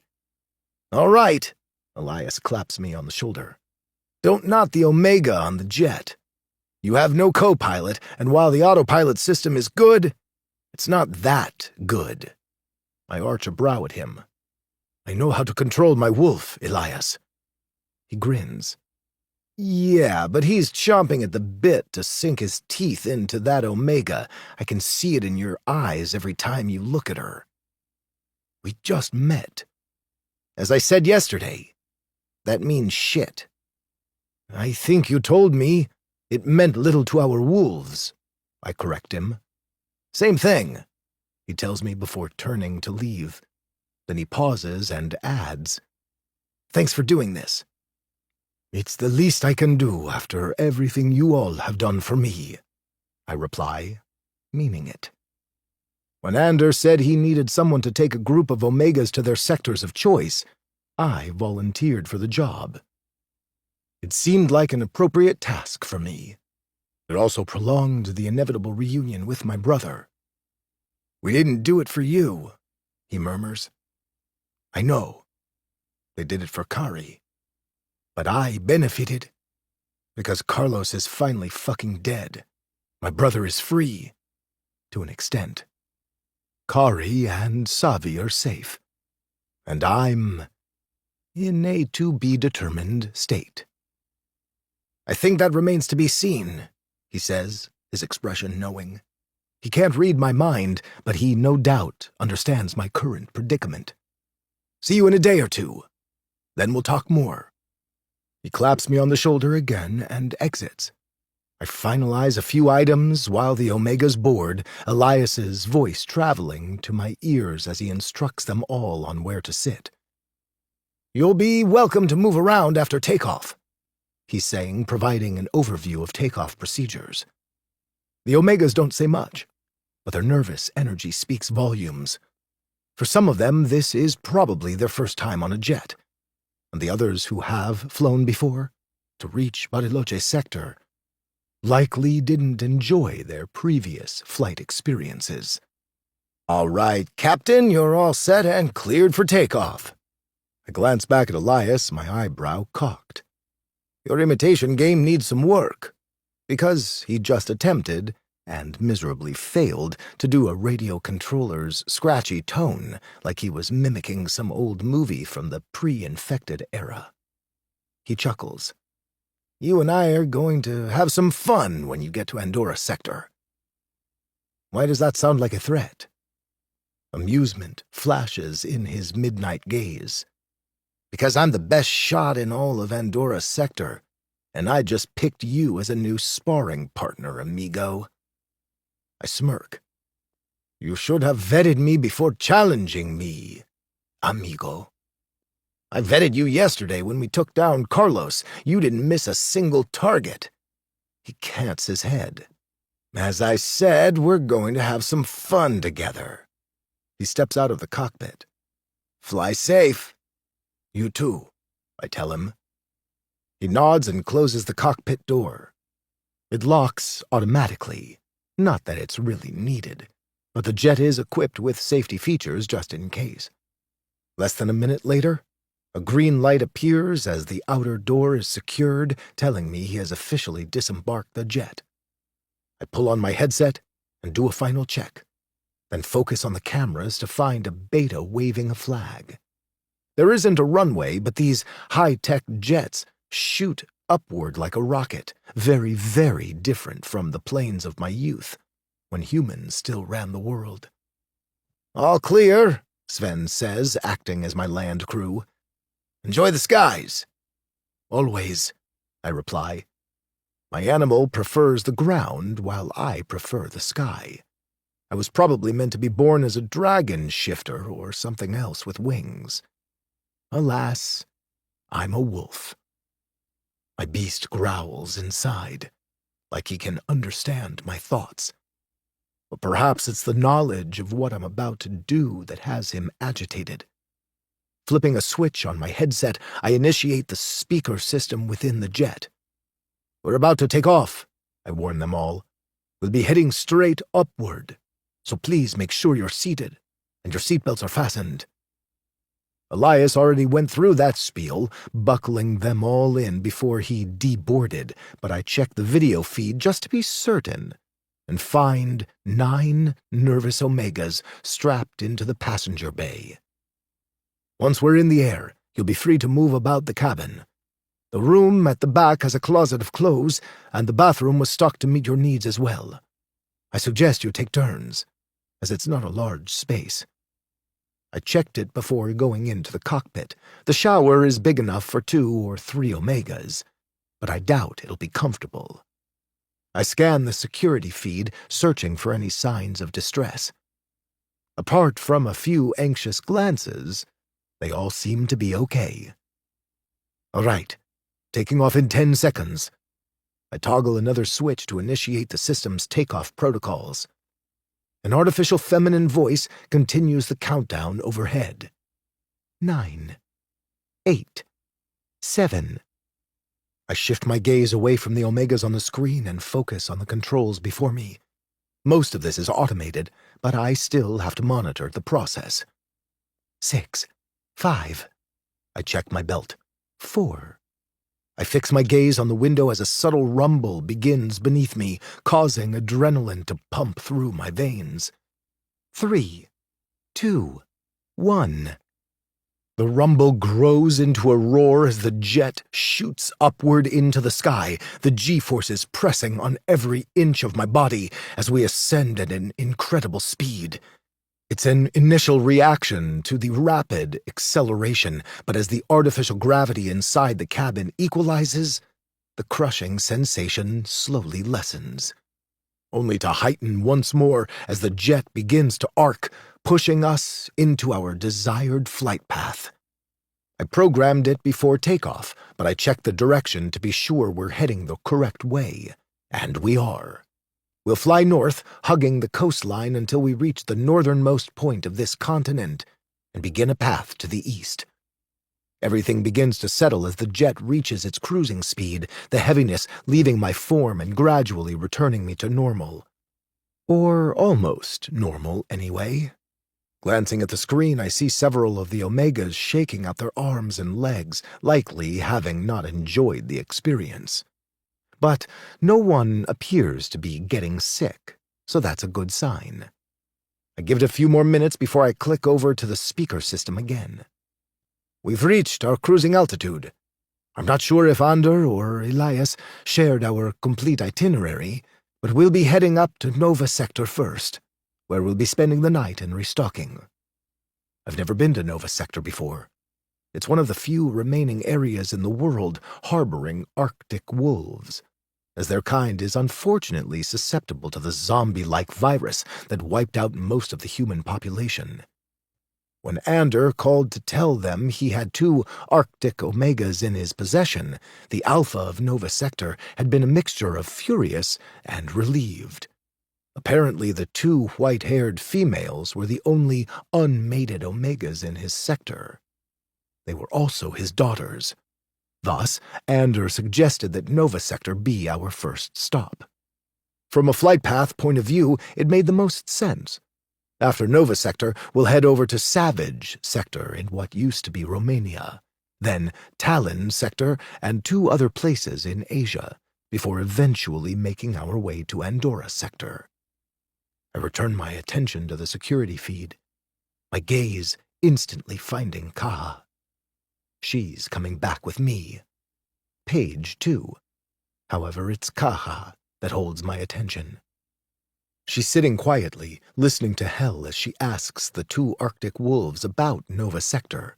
The wolf sounds nervous, which is interesting because she's come off as one of the more confident omegas, although right now she almost looks ill. Probably from takeoff, I think, noting a few other pale omegas on the security feed. Kaha seems okay, though, just concerned. However, as the Arctic wolves continue describing their home, she and a few of the others start to relax. I follow suit, leaning back in my chair and checking the controls again. We'll be in the air for several hours. While these jets move quickly, they can't exactly teleport. Alas, we'll be here for a bit. More than long enough for all the omegas to shower, change, rest, and eat. I roll my neck, my muscles tight from what feels like years of stress, and it's not going away any time soon. Sighing, I stare out the window. It's a clear night, the nearly full moon illuminating the dark sky. Perfect flying weather. Checking the radar, I don't see any storms in our path, and none on the horizon. Should be a fairly straightforward flight. I unbuckle my harness and stand to stretch my arms. I haven't slept in days. Not that I really need it, but I can't fight the urge to yawn. Because fuck, I'm tired. So fucking tired. And there's no end in sight.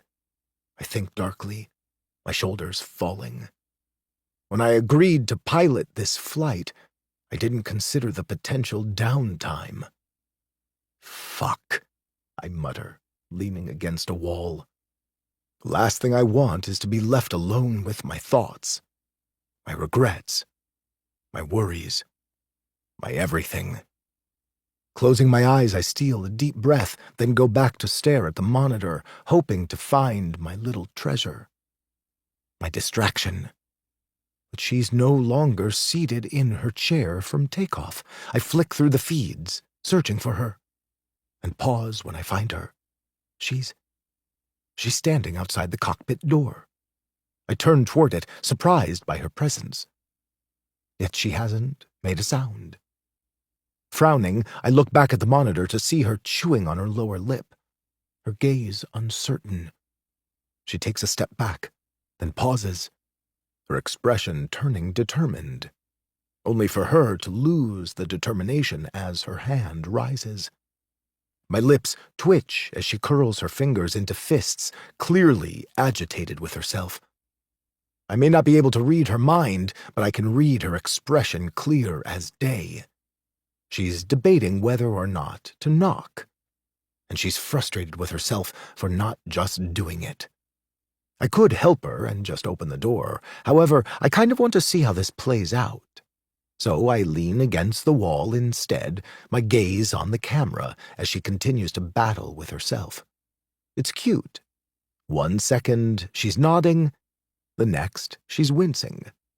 I swear I hear her growling through the door as she spins around to storm off toward the main cabin. I'm about to go after her when she turns right back toward the cockpit and practically runs toward me. Her knock is abrupt. 1 quick pound, then she jumps back with a look of horror in her expression, like she can't believe she just did that. I chuckle in response, more amused than I think I have been in a long time.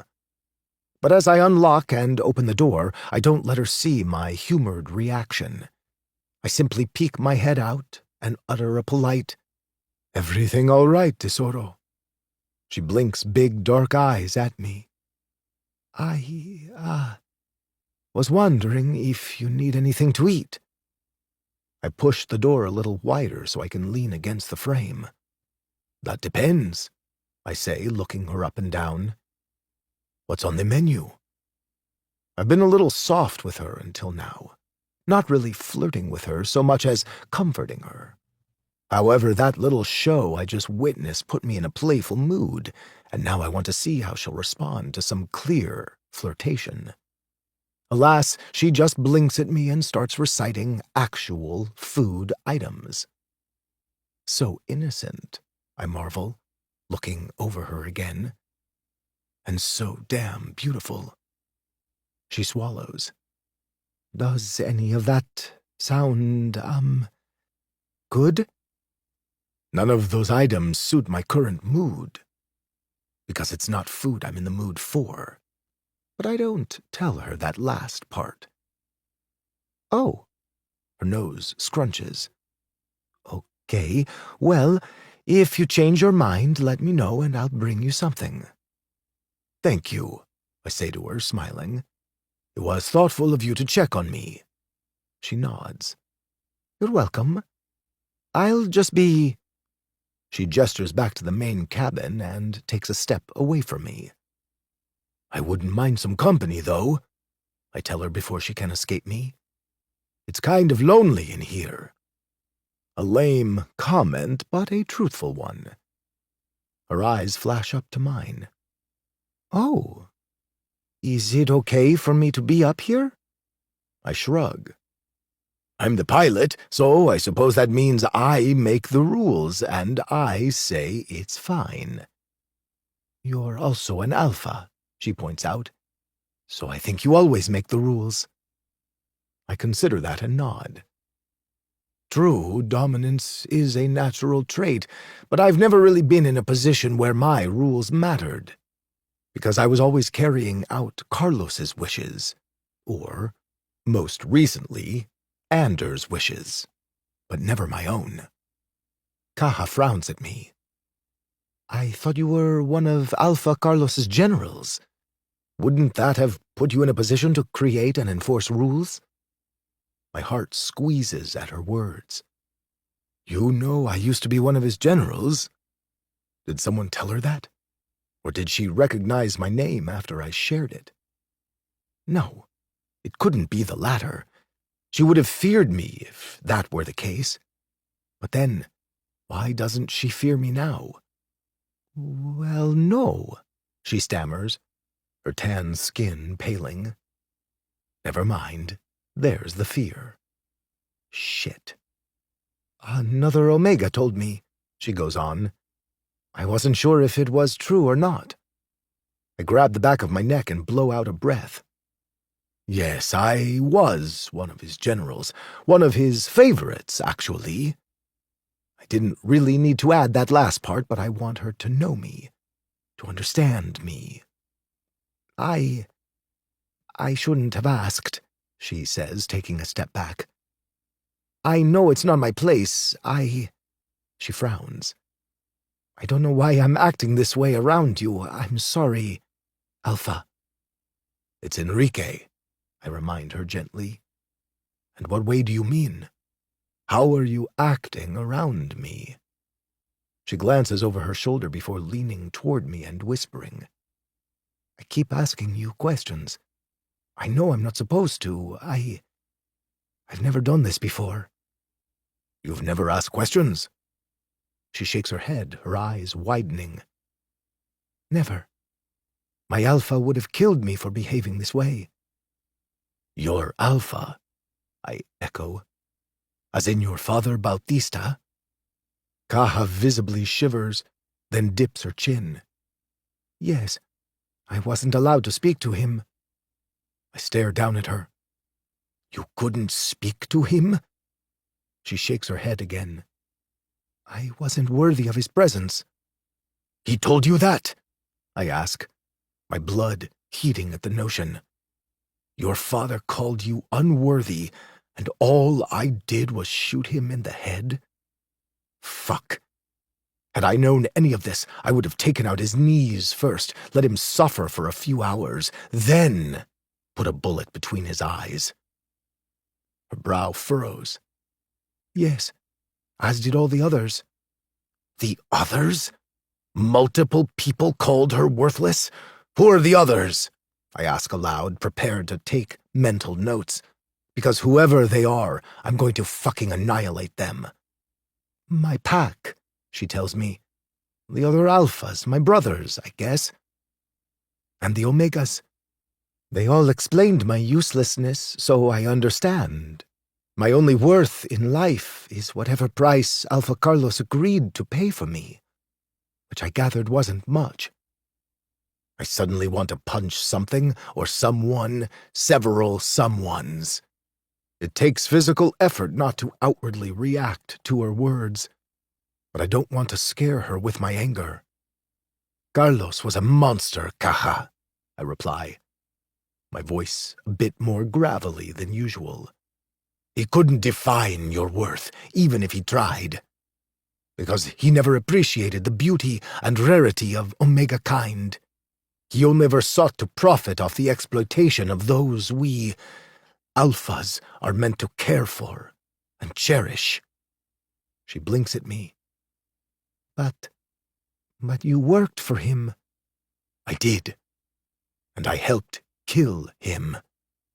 Why? Because I hated him.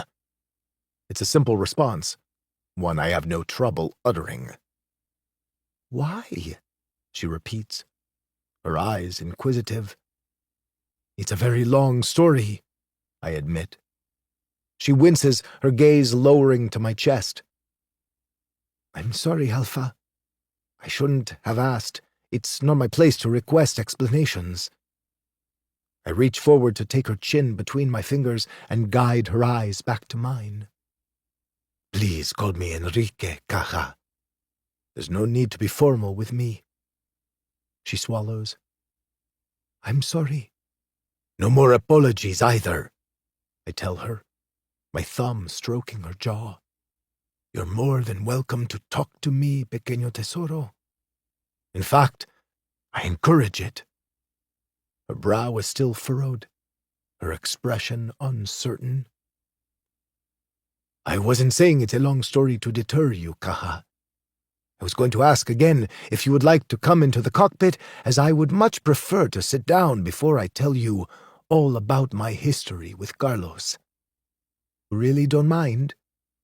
I really don't, I tell her softly. Actually, it's the opposite. I would love for you to join me. I release her to gesture to the chairs behind me. There are even 2 seats, and the view up here is pretty awesome. She glances around me to see the large glass windows, her eyes round at the sight. Wow. I know, I murmur. So what do you say, Caja? Want to keep me company while I fly the plane? Her bottom lip disappears between her teeth as she considers me once more. Then ever so gradually she nods. Yes, please. I smile and step to the side. Then come on in and make yourself comfortable. Chapter 7. Caja. I listen as Enrique tells me all about his twin brother Joseph and his brother's mate, Savi. Then about her sister, Cari. About all the things Carlos did to them. How he tortured Joseph and Savi for mating one another. How Carlos tormented any alpha for claiming an omega. But he was particularly cruel to Joseph because Savi was Carlos's daughter. He didn't take kindly to Joseph claiming her, Enrique says. But it was irreversible once done. So Cari, Carlos's other daughter, took the brunt of his anger and frustration. Enrique describes what some of that means without going into too much detail. But it's enough. The whole situation is complicated and heartbreaking. He continues by telling me about having to agree to marry a beta to help firm up an alliance with another sector. Carlos offered it like it was a gift for being so loyal to him. But I knew better.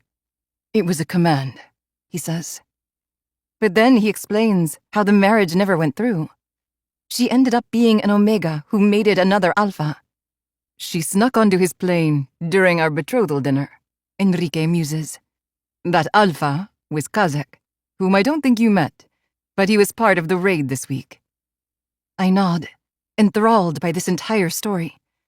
It gets even more interesting as he tells me that Cari was also on that plane because Kazek's friend kidnapped her from the party, or rather, saved her. I ended up going to North Sector to meet with them under the guise of looking for my former betrothed. But really, I just wanted to find Cari. His lips twist into a smile. Turns out, she didn't need rescuing. The alpha who took her from the party, Sven, did that for me. How? That's their story to tell. But they're mated now, and she seems happy. He clears his throat. But to help condense a very long tale, Sven wanted to take down Carlos as a way to avenge Cari. I offered to help. We succeeded, and here we are. Wow. I'm not only stunned by his story, but also by the fact that he just shared all these details with me. Were you upset about your betrothed mating another alpha? I wonder aloud, somewhat caught up on that point of his history. He was engaged to another woman, an omega in disguise. My wolf growls inside me, clearly agitated by this discovery. Or maybe she can just sense my own discomfort with this knowledge.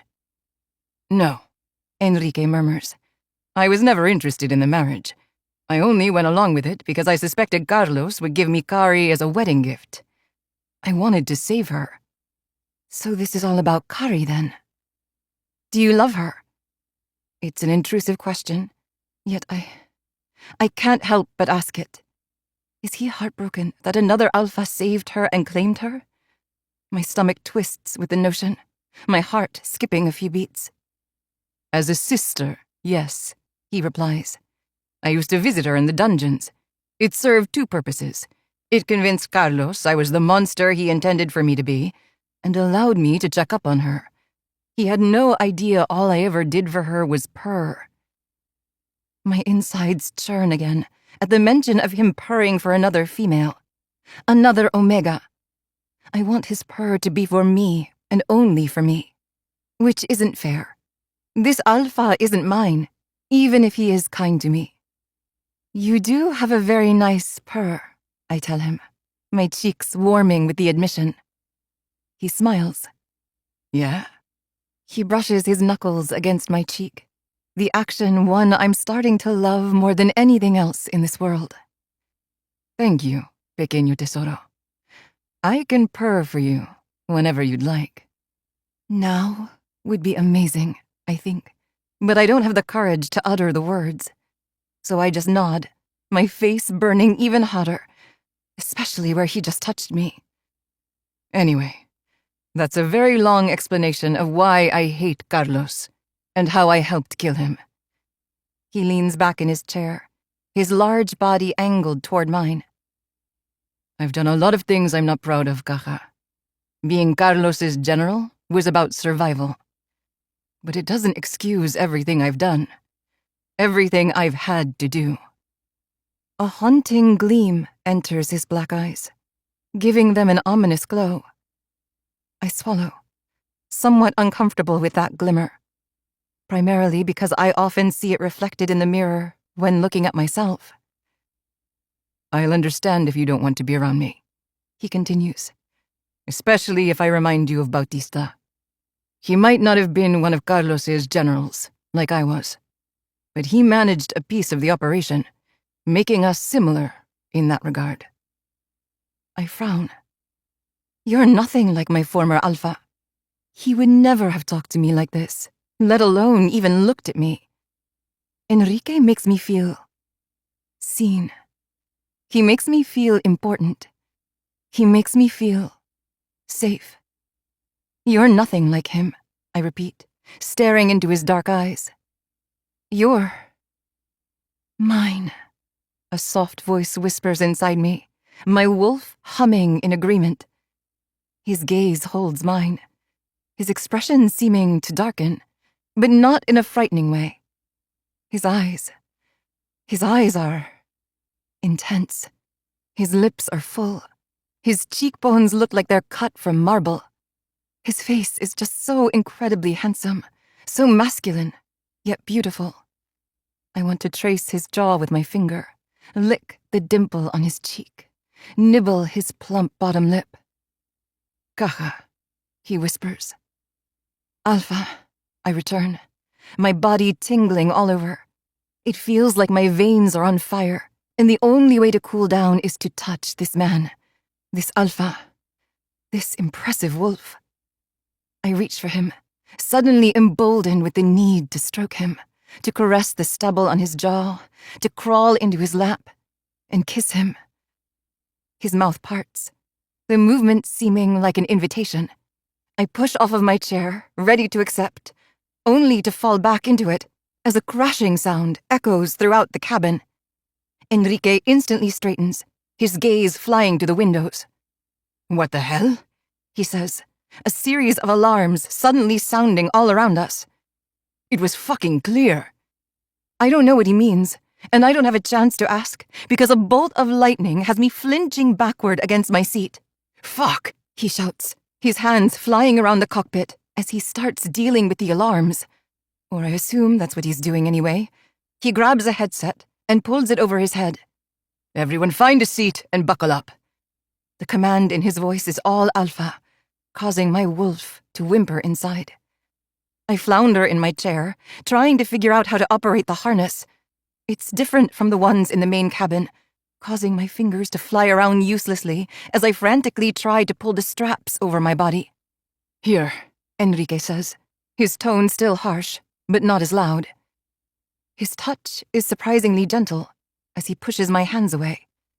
He leans over and tugs the various buckles into place, the snapping sounds barely registering over the thunderous claps shaking the jet. I have no idea where this storm came from, he tells me. It's like it just magically appeared out of no... Boom. My hands fly to cover my ears, my body trembling as violent vibrations jostle me in my seat. Enrique curses and starts pulling up various screens showing infrared camera feeds. I try to see what he's seeing, but I don't understand it. However, I grasp that we're in trouble when he freezes at whatever he finds. He clicks his headset. Sven? My wolf hearing engages, yet nothing but static reaches my ears. Elias? Ander? Kazak? Can anyone read me? More static. Fuck. We're going down, he whispers, the words seeming to be more for himself than for me. Activate escape pods, he says before I can comment, the demand sending a chill down my spine. Shit. He yanks off his harness. Stay here, Kaja. I'll come back for you. I blink. What? But he's already out of the cockpit and shouting orders at the Omegas in the back. You take Pod A, he tells one of them. You go to Pod B. There's no time for me to provide directions. Just follow the instructions inside. It's all automated, and from what I can tell, the pods weren't impacted by the lightning strike. Lightning strike? I repeat, another shiver traversing my spine. I'm so sorry, I hear Held say. I don't know what happened. I frown. Why is she apologizing? She mutters something else I don't hear because another boom echoes in my ears. I wince, my sensitive hearing not doing me any favors right now. Can you control it? Enrique asks her, his voice a distant rumble that I can barely make out over the reverberations in my head. I've clearly missed some key part of their conversation, though, because I have no idea why he's asking her that. No. Then you're going in Pod A, he replies. We can't risk another bolt to the jet, and we need you far away from the others so they have a chance of surviving. My eyes widen. Does that mean Hell did this? Is that why she looked so off earlier? I noticed her paling complexion after takeoff, but thought maybe it was just the plane or the fear of the unknown bothering her. Was it something more? Okay, she agrees, as another sequence of deafening explosions rattle the cockpit. I try to look behind my chair to see what's happening, but the straps cut into my chest, preventing my movement, and I have no idea how to unfasten them. Trembles rack my body at the realization that I'm trapped. Enrique left me here. No, he's coming back. He won't leave without me, right?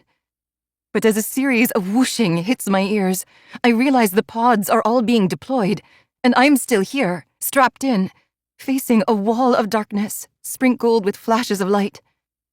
A storm. And there's blaring happening all around me, too. Alarms, screens flickering with exclamation points, an automated voice issuing a countdown. Oh gods. I'm going to die here. I'm going to... Kaja. Enrique's growl rumbles through my mind, jolting my focus up to where he stands beside me. I have no idea how much time has passed, but he has on some sort of backpack, as well as a pair of goggles on his head. We're going to have to jump. I blink at him, sure that I heard him wrong. But as I look out the window, I realize we're no longer in the storm cloud. It's clear again, the moon high up in the sky. Except it's too high, and we're angling downward. The jet is going to crash, he goes on. That freak storm Hell created took out a... He stumbles as the cockpit rattles, the vibrations near violent. We have to go right fucking now, he snarls, diving forward to rip the restraints off me. He yanks me out of the seat before I have a chance to move and starts wrapping more straps around me. Only these ones are connected to him, not the chair.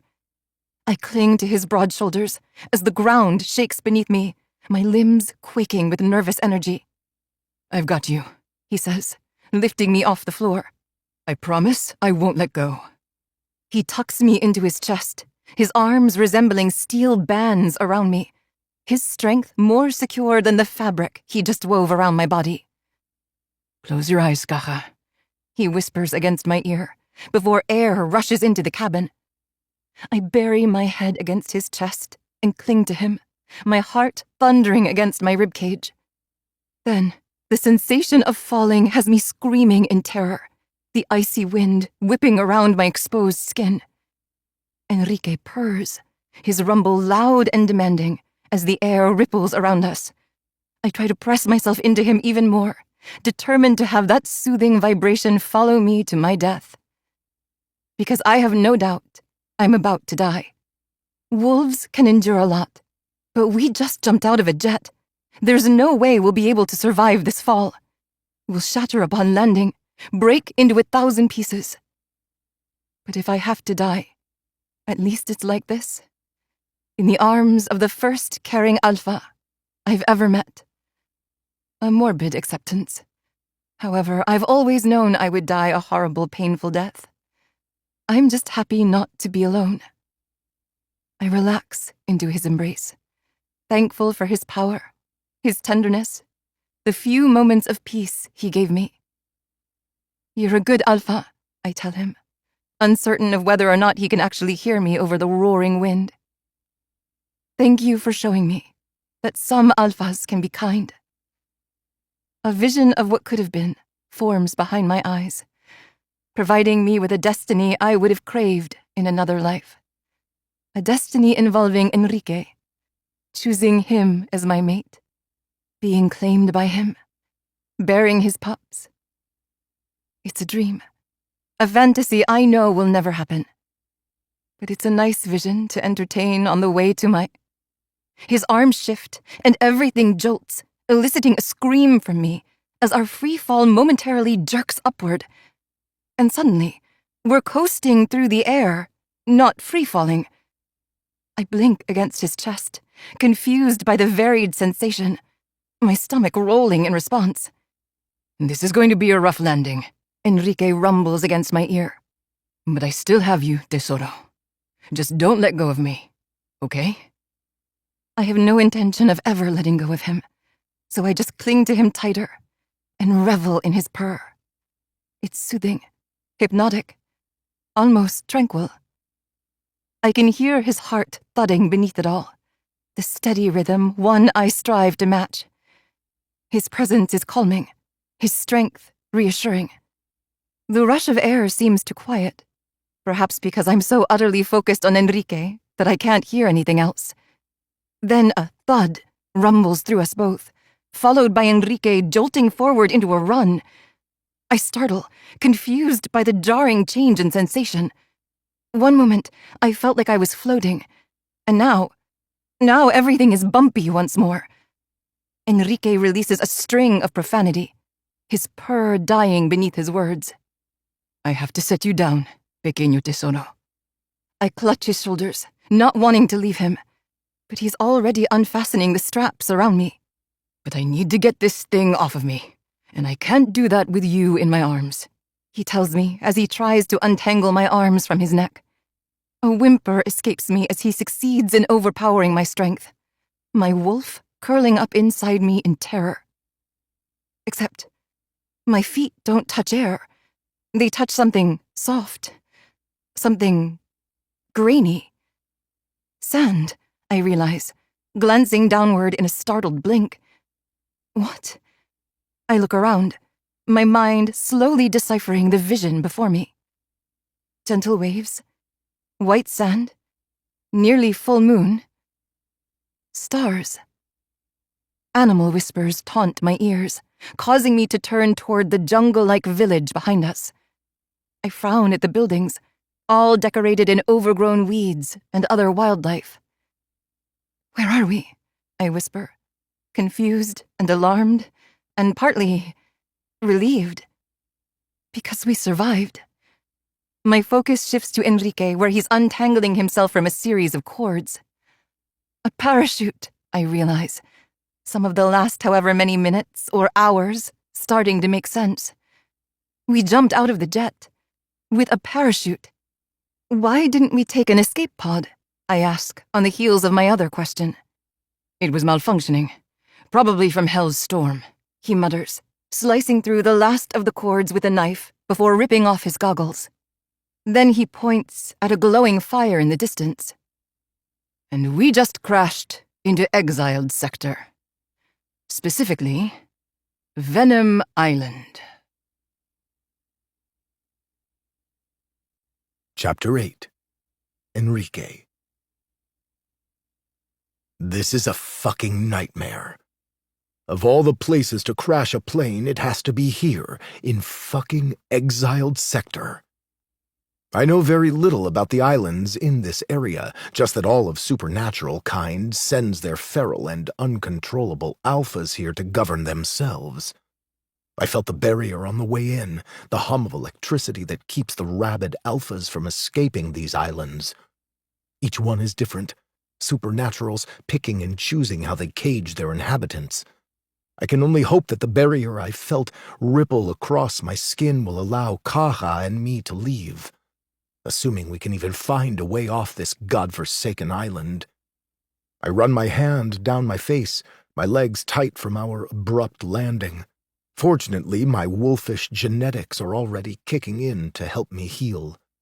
It's been a long time since I used a parachute, and it was only supposed to be me jumping out of the jet after I placed it on a self-piloted course for Venom Island. My original plan was to crash the jet as a distraction so I could land safely on the opposite side of the island, find Kaha's escape pod, then locate a place for us to hide while we waited for help. But the final escape pod jammed, thus changing the plan to me jumping out of the jet with Kaha in my arms. The slight delay placed us a lot closer to the crash site than I originally anticipated. Kaha is still staring at it with wide eyes, utterly oblivious to the dangers waiting for her here.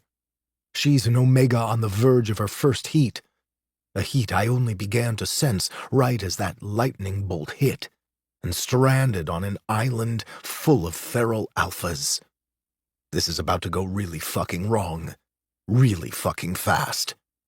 I check my watch. No signal. Of course there's no fucking signal.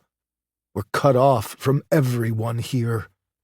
Our only saving grace is that Ander will soon realize we never made it to Nova Sector. Then, hopefully, he'll activate his tracking system on the jet and the pods and send a rescue team after us. If his team can cross that barrier anyway, I think, frowning. Ander's wolves won't be able to come get us if that magical barricade functions as a one-way entry system. This place is meant to keep the inhabitants inside of it, for good. But maybe there's a backdoor method I don't know about. I've never been a Sector Alpha, so I don't know the nuances of this place. I just know I've never wanted to come here. Well, too late for that, because we're fucking here now. And we need to run, I tell Kaha. Take off your clothes and shift, because she will very likely need her teeth and claws. Her dark eyes blink away from the distant flames to look at me. Shift? Yes, now, Kaha. There's no time for me to be gentle or to explain. She just needs to do what I ask and let me lead. I squat to cut another strand, freeing the bag I packed back on the jet. It's full of firearms, grenades, flares, and a few essentials. All of the escape pods should have been stocked with similar items, but there wasn't time to check each one individually. I could only point to the escape pod's automation system, then shut them inside, and pray they all landed safely. My gut twists at the idea of all those other Omegas being lost among these islands. I basically just transported them from one hell to another. Kaha called me a good alpha while in the air. She has no idea how wrong she is about that. I just lost 8 Omegas. 8. That's not the mark of a good alpha. I should have been paying better attention, realized something was going on, and helped Hell before her power imploded. Granted, I have no idea what I should have been looking for. She was an Ulv wolf. I didn't even know they possessed the ability to control the weather. Shit. I scrub my face again, then shake my head. There isn't time to dwell on this. I may not have been able to save all the Omegas, but I do have one I can protect. and I'm going to do everything in my power to ensure she survives here. I spin toward her, and still as I find her jet-black wolf sitting on the beach, gazing up at me obediently.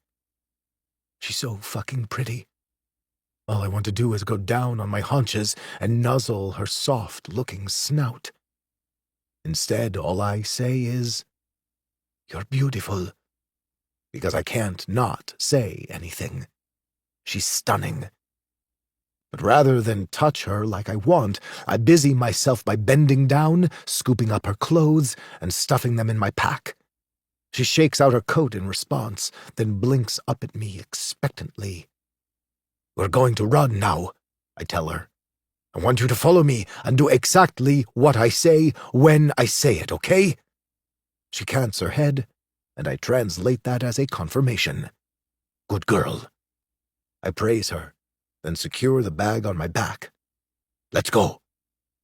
Kaha trots along beside me while I scan the coastline, my senses on high alert.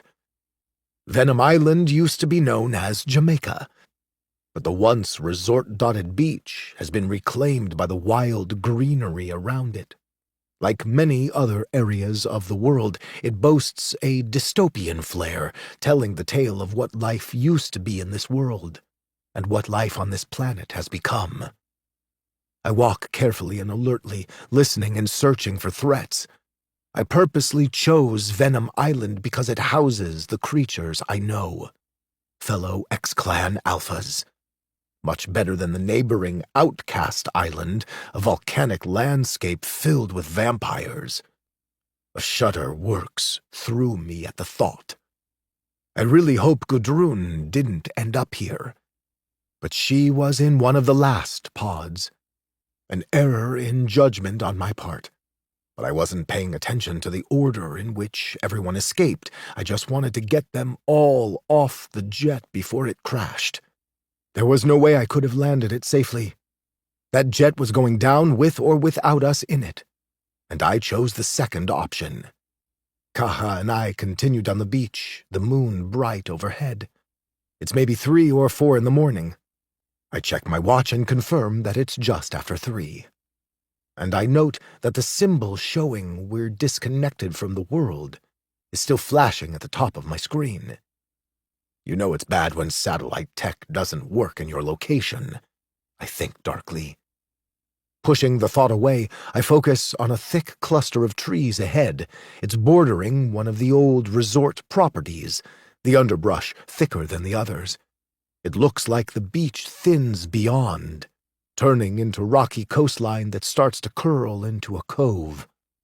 I pause when we reach it, noting the rapidly increasing elevation. Most of the cove is shrouded in cliffs, not beach, the terrain hillier than I expected for being so close to the water. But that gives me an idea. The closer we are to water, the easier it'll be to mask Kaha's scent. It's why I've been hugging the coastline, in case Kaha needs to dive in and wash off her alluring perfume. "Stay here for a minute," I say, darting into the trees to see if there's a good path to the rocky coastline.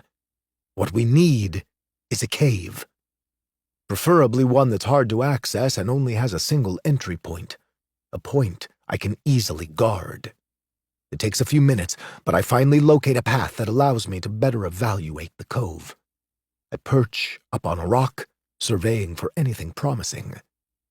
The water bathes the stones, then draws back to the sea, only to rush forward again. Nothing catches my gaze as a potential hiding place. However, I know there has to be something. I sit and observe, all the while counting minutes in my head. Kaha isn't far behind me, her scent slithering through the air like a fucking beacon. My cock hardens more and more with each inhale, her heat fast approaching. We're just going to have to gamble, I decide, picking a darkened location in the distance that appears to have a sunken facade in the rocks. If it's not a cave, we'll... A howl in the distance as the hairs dancing along my nape. That sound one I know too well. It's an alpha alerting his pack, an alpha on the hunt, an alpha who just scented a fertile omega. Fuck. I sprint out of the woods to where Kaha is cowering by the water, her wolf's tail between her legs. This way, I tell her urgently. She doesn't hesitate, her wolf leaping to my side to follow me through the underbrush. It's a literal jungle in here, the rocky ground a lot harsher than the sandy beach.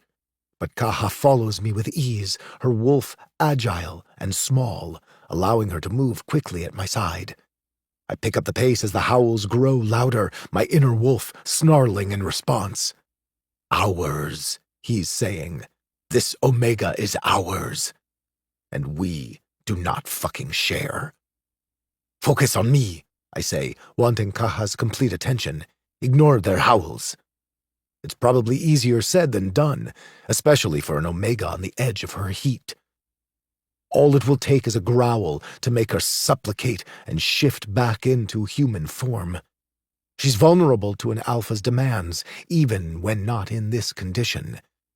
Add in her estrus, and she's helpless to our call. She'll roll onto her back and spread her pretty legs, then beg for a knot.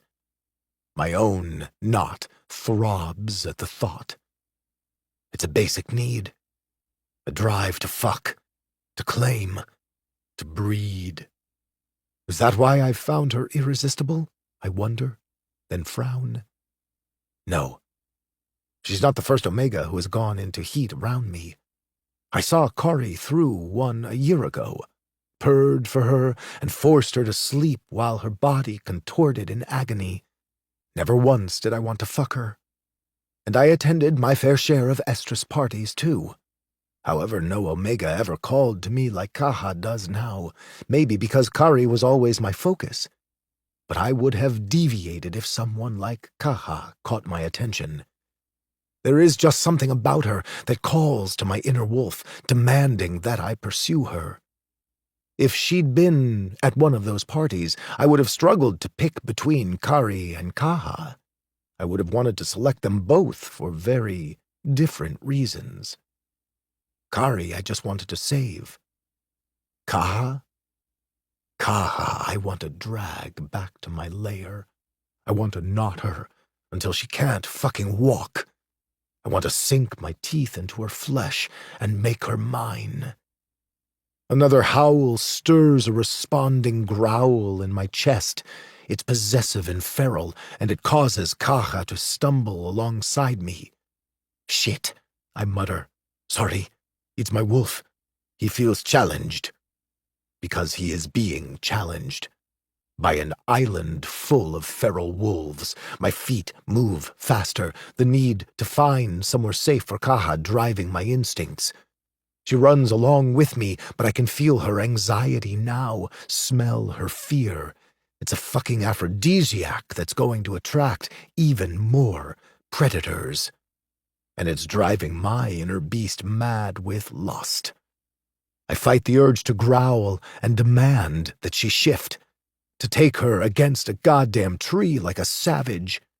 The crashing of the water against the rocks is the only sound that grounds me in the present, forcing me forward as we run along the interior of the cove. We're on an incline, jogging upward and toward more trees situated along a cliff's edge. There are no buildings here, just lush trees and jagged underbrush. I pause to glance out over the coast, my gaze seeking the space I noticed while searching the area earlier. Almost there, I think, taking off again. But the howls are loud now, the sounds scattering goosebumps down my arms. Faster, I tell myself, fucking faster. Kaha sprints alongside me, her terror mounting. Then I freeze as an unwelcome scent hits my senses. Alphas. A growl tightens my chest. Run! I tell her, taking off away from the coastline and abandoning the cave plan. Kaha follows on my heels, her wolf panting with the effort. I have no idea where we're heading now, just away from the alpha sense, away from the howls, just away. I leap over a fallen log, and she does the same. Then I sprint toward the sound of rushing water. It's inland, suggesting it's either a creek or a waterfall, but maybe it can help hide Kaha's scent. Oh, who the hell am I kidding? Her perfume is like a damn beacon that's screaming, "Fuck me." Twigs and leaves snap behind us, confirming we're being pursued. Of course, the snarls and howls already told me that. Most of them are in wolf form, giving them an advantage over my human body. But I can't fire a gun with my paws. I duck under a low-hanging branch, then come to a screeching halt as I realize we've just hit a dead end. Or rather, another cliff. In the form of a waterfall. I quickly survey the area, my night vision allowing me to see every detail. We can't jump, there are too many rocks down below. While we would absolutely survive the fall from this height, thanks to our enhanced genetics, it would take a while to heal. Shit. Kaha brushes against me, her body vibrating with nerves. I place my palm on her nape, then cock my head to the side, silently telling her to follow me once more. We travel the cliff's edge until we find what looks like an old, overgrown path. I start down it, then think better of it and whisper, "You go. I'll meet you down there in the water." Her eyes tell me she doesn't like this idea, her energy humming with alarm. But like a good wolf, she starts the trek while I crouch to open my pack and pull out a few helpful items. Most wolves fight in animal form. In any other situation, I would. But pride is irrelevant tonight. Survival is all that matters. Kaha's survival. Slipping the bag back into place over my shoulders, I move to hide behind a tree and wait for the alphas to come out to play. Chapter 9. Kaha. A gunshot rings through the night, the sound one I recognize from home. Sometimes Omegas escaped, but it was always only temporary. I duck down on the path, my wolf's ears flattening, as I tried to determine where the sound came from, only to hear another soon after, then a ferocious growl, and howls. So many howls. I shiver, my fur standing on end. Where's Enrique? Bullets can't kill our kind, just momentarily debilitate us. But that debilitated state could be long enough for someone to cut off a head and permanently kill a shifter. Is Enrique hurt? I pause on the steep slope to look up to where we parted ways, uncertainty twisting my gut. Should I go back? Does he need me? How could I help? I wonder in the next breath, my stomach twisting at the thought. I have claws and teeth, but I've never fought anyone, and I won't stand a chance against an alpha, let alone a pack of them. No. I need to keep going and do what Enrique said. That's what he told me from the beginning, to do what he says, when he says it. And he said to go down to the water and hide. Swallowing, I continue my trek, my wolf's paws digging into the earth to help me balance on this severely angled decline. It's not a cliff, but it's bordered by one. My wolf peeks over the edge, eliciting a tremble deep within. I've never experienced a height like this before, but I'm not a fan. Another shot rings out, the echo of it skittering down my spine. Or that's what it feels like anyway. Moons, please let Enrique be okay. I force my wolf to move, our paws quivering against the ground. I'm nearly to the bottom when an explosion rings out, causing me to freeze. Roars follow. Then a shadow appears at the top of the cliff. It's a massive wolf with dark fur and bright gold eyes. Those eyes lock on me as his lips pull back in a menacing snarl. I hear it as clear as though he were next to me. Then he tips his head back and howls. Oh, gods! My insides quiver, my stomach clenching even harder. I scramble the rest of the way down toward the water, suddenly needing to cool down, because my veins are on fire, And my wolf wants to let go, to force me back into human form. No, no, no, I repeat as I sprint into the lagoon. The chill does little to dispel the heat overwhelming my nerve endings. It's like an inferno is eating through my very being. I roll around, trying to calm the roaring flames, but they're all consuming. And the growls, gods, the growls. I whine, my wolf disappearing as my human form forces its way out. A scream rips through my throat, the pain of the shift leaving me helpless and useless in the water. What's happening to me? Move, Enrique snarls, his mouth suddenly at my ear as his hands grab my hips. I try to obey him, but I can't. It's too much. The howls, the growls. A vibration overtakes me as something warm cradles my head. Enrique, he's purring. He's here. He's alive. But the world is spinning, moving too fast, and I'm still too hot, too overwhelmed. The purr intensifies, Enrique's arms resembling muscular bands around my torso. Or I think those are his arms. Before I can truly determine the source of the bands, they're gone, and the purring disappears too. I'll be back for you, I hear him say. I open my mouth to reply, but a boom rattles through every inch of my body, making it impossible to speak. The world goes completely dark. Then glitters of moonlight peek at me through the ceiling. Where am I? I marvel, twisting as much as my stomach will allow. It turns out not to be much because a spasm rings through me, causing me to curl into a ball once more. Ow! Tears form in my eyes, watering my vision. Water, I think, clinging to that word. There's water beneath me. I seem to be on some sort of slippery rock. My hand trails along it, the cool texture a welcome reprieve against my hot fingertips. Some of the flames seem to be dying off, my chest no longer burning with unspeakable heat. I sigh, my eyes falling closed as I draw indiscernible objects against the rock. Time passes. Minutes, hours, I'm not really sure. I'm lost in a daze, my limbs falling numb. Then another pang hits me in the stomach, stirring a moan from deep within. Gods, it hurts. Every part of me aches, breathing new life into the fire inside me. A scream lodges in my throat, my hand covering my mouth. Then I bite down on my palm in an attempt to hold it all in. I've experienced agony before. I know how to silence myself. But gods, this is unlike anything I've ever experienced. I roll off the rock, then flail as my body is submerged in chilly water. A gurgling sound bubbles around my ears, my arms moving wildly while my hands search for something to grab onto.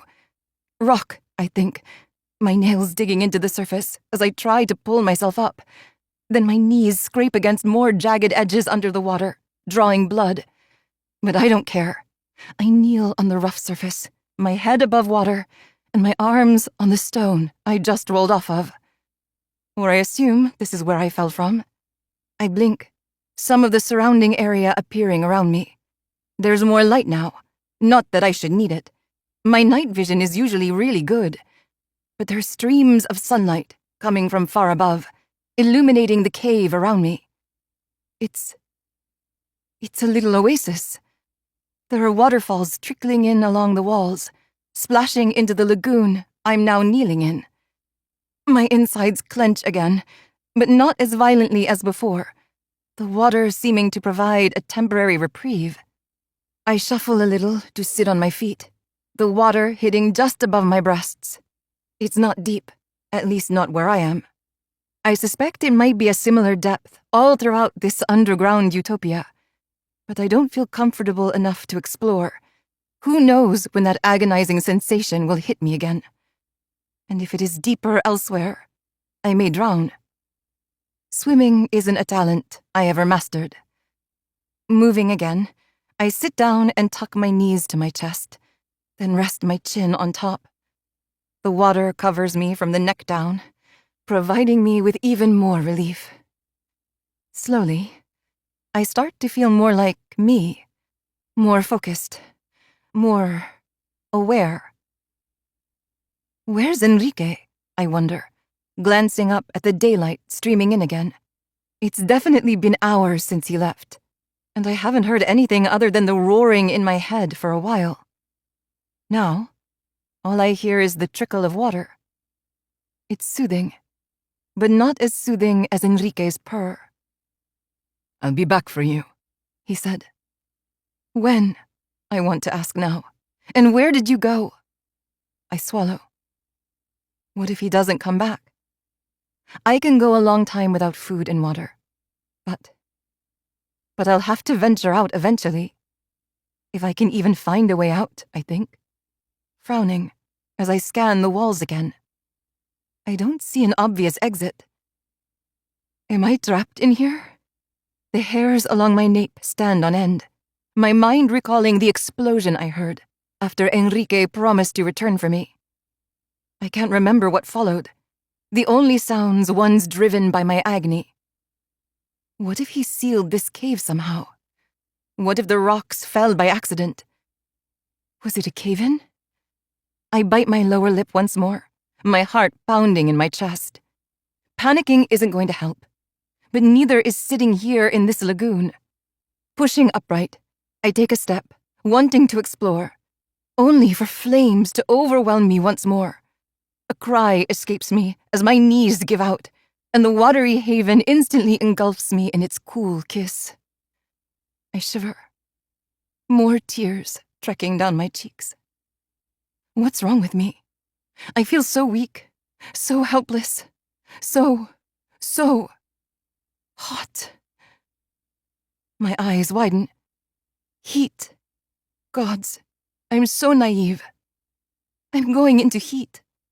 My Alpha stopped the suppressants earlier this month with the anticipation of delivering me to Alpha Carlos. He wanted my heat to be explosive. And now? Now it's finally happening. In a cave. On an island in the middle of nowhere. Filled with growling and howling alphas. I curl my legs into my chest and press my forehead to my knees, my breath fanning across the water, right below my face. I'm going to die here, I realize. Because there's no escaping my fate. Once my estrus hits, I'll be a mindless mess. And those alphas are going to knot me to death. Unless Enrique returns for me. If he's even alive. Chapter 10. Enrique.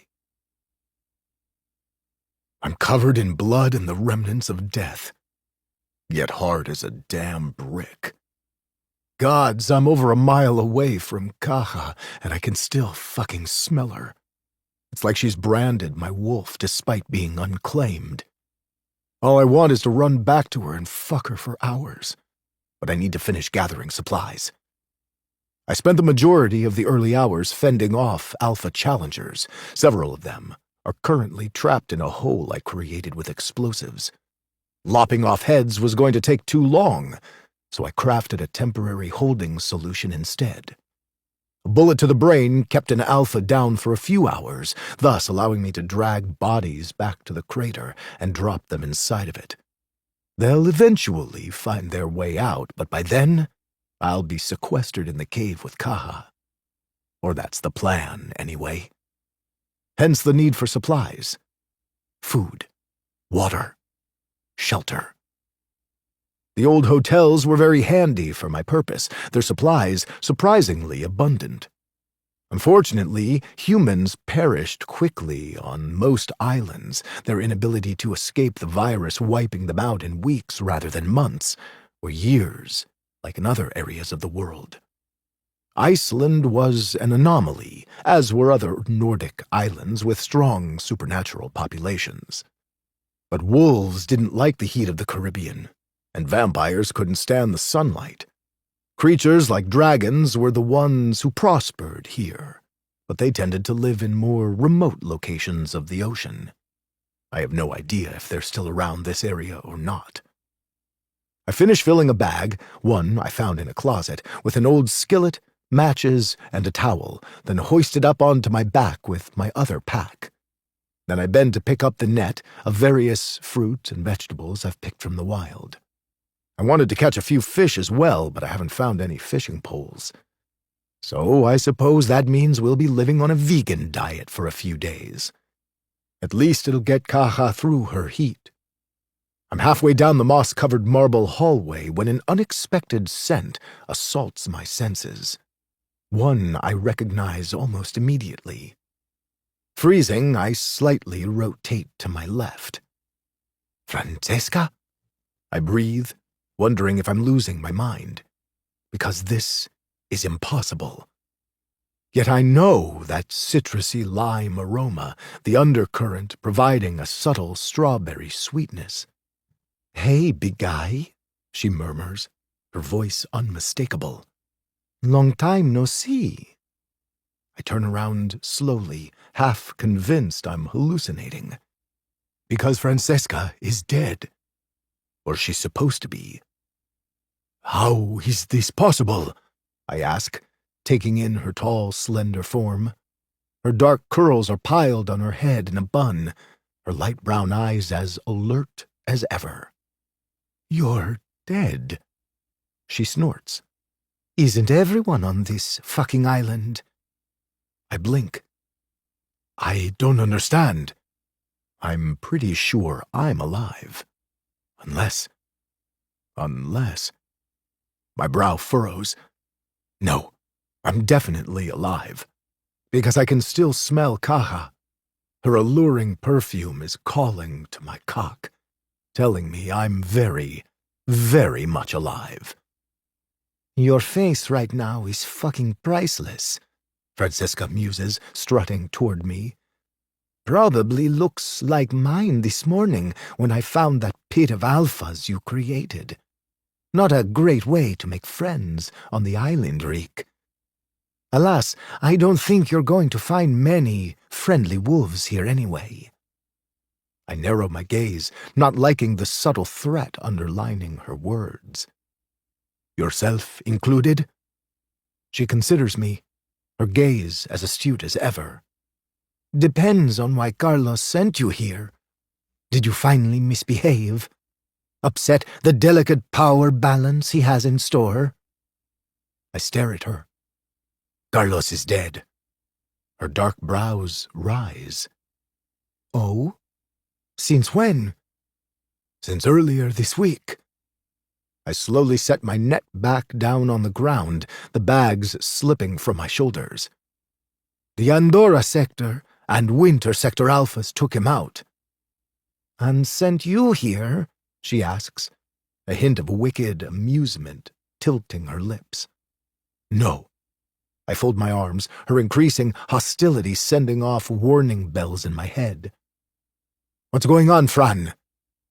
We used to be friends. More than that on occasion, actually. But I'm definitely not getting friendly vibes from her right now. It's also been well over a decade since I last saw her. All these years, I thought she was dead. Has she actually been here the entire time? "You tell me, Rick," she counters, her gaze narrowing. "Why are you here?" "Did you happen to see the jet I crashed last night?" I offer, not wanting to give her any other details, especially since we're not alone. I've picked up 2 more approaching scents, both of them familiar, but I can't quite place their identities.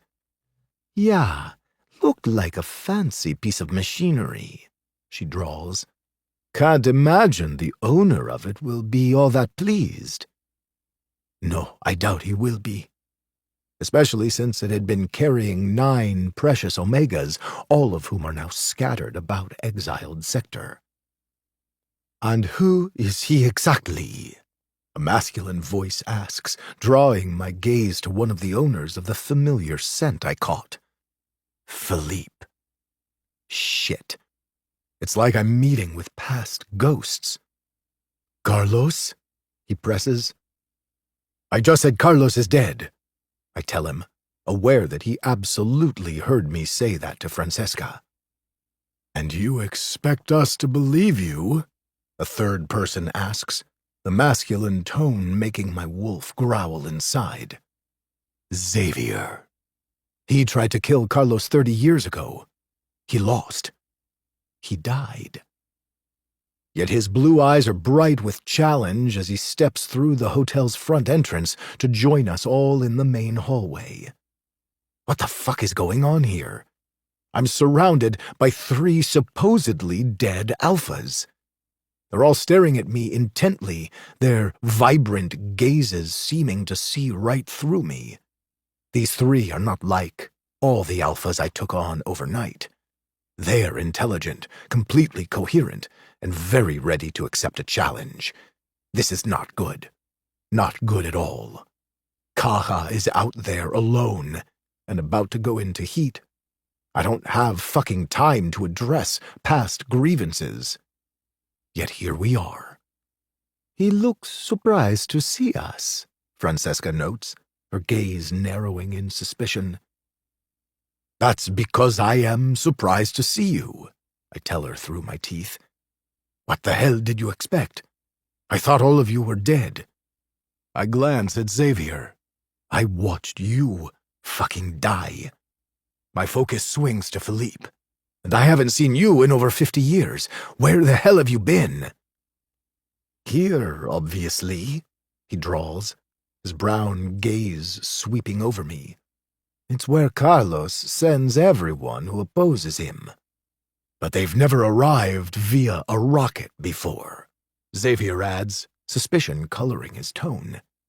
It's a jet, I correct him, from Andorra sector. One black brow lifts. From Andorra sector, he repeats. I unfold my arms. If you search the remains, I'm sure you'll find something that confirms where it's from. He says nothing, just continues to study me. Why do you smell like an Omega? Francesca asks, having moved closer to me without me realizing it. She's only a few feet away now, her lithe form more cat-like than wolf-like. Philippe steps forward, his nose twisting. It's the same scent I caught on the beach. Matches the one on the jet, too. But there were more on the jet, Xavier says, taking a step forward. You'd better start talking, Enrique. Or what? I challenge, my wolf snarling inside. Xavier might be an impressive alpha, one who almost bested Carlos. But I've grown since we last met. I'm strong. And I won't go down easily. Especially with Kaha in the balance. There are over 30 alphas on this island from Bariloche sector, Francesca interjects, her startling sentence causing my eyes to widen as I return my attention back to her. What? I gape at her. How is that even possible? A lot of alphas opposed him, Philippe says, sounding bored. But you never fell into that category, General. I snort. You were a general too, at least until he fell for an Omega and tried to claim her. His eyes narrow. Why did he send you here? Maybe he bit one of the Omegas, Francesca suggests. That would explain why he smells like one. Let him answer, Xavier interjects, his stance widening as his folded arms flex across his chest.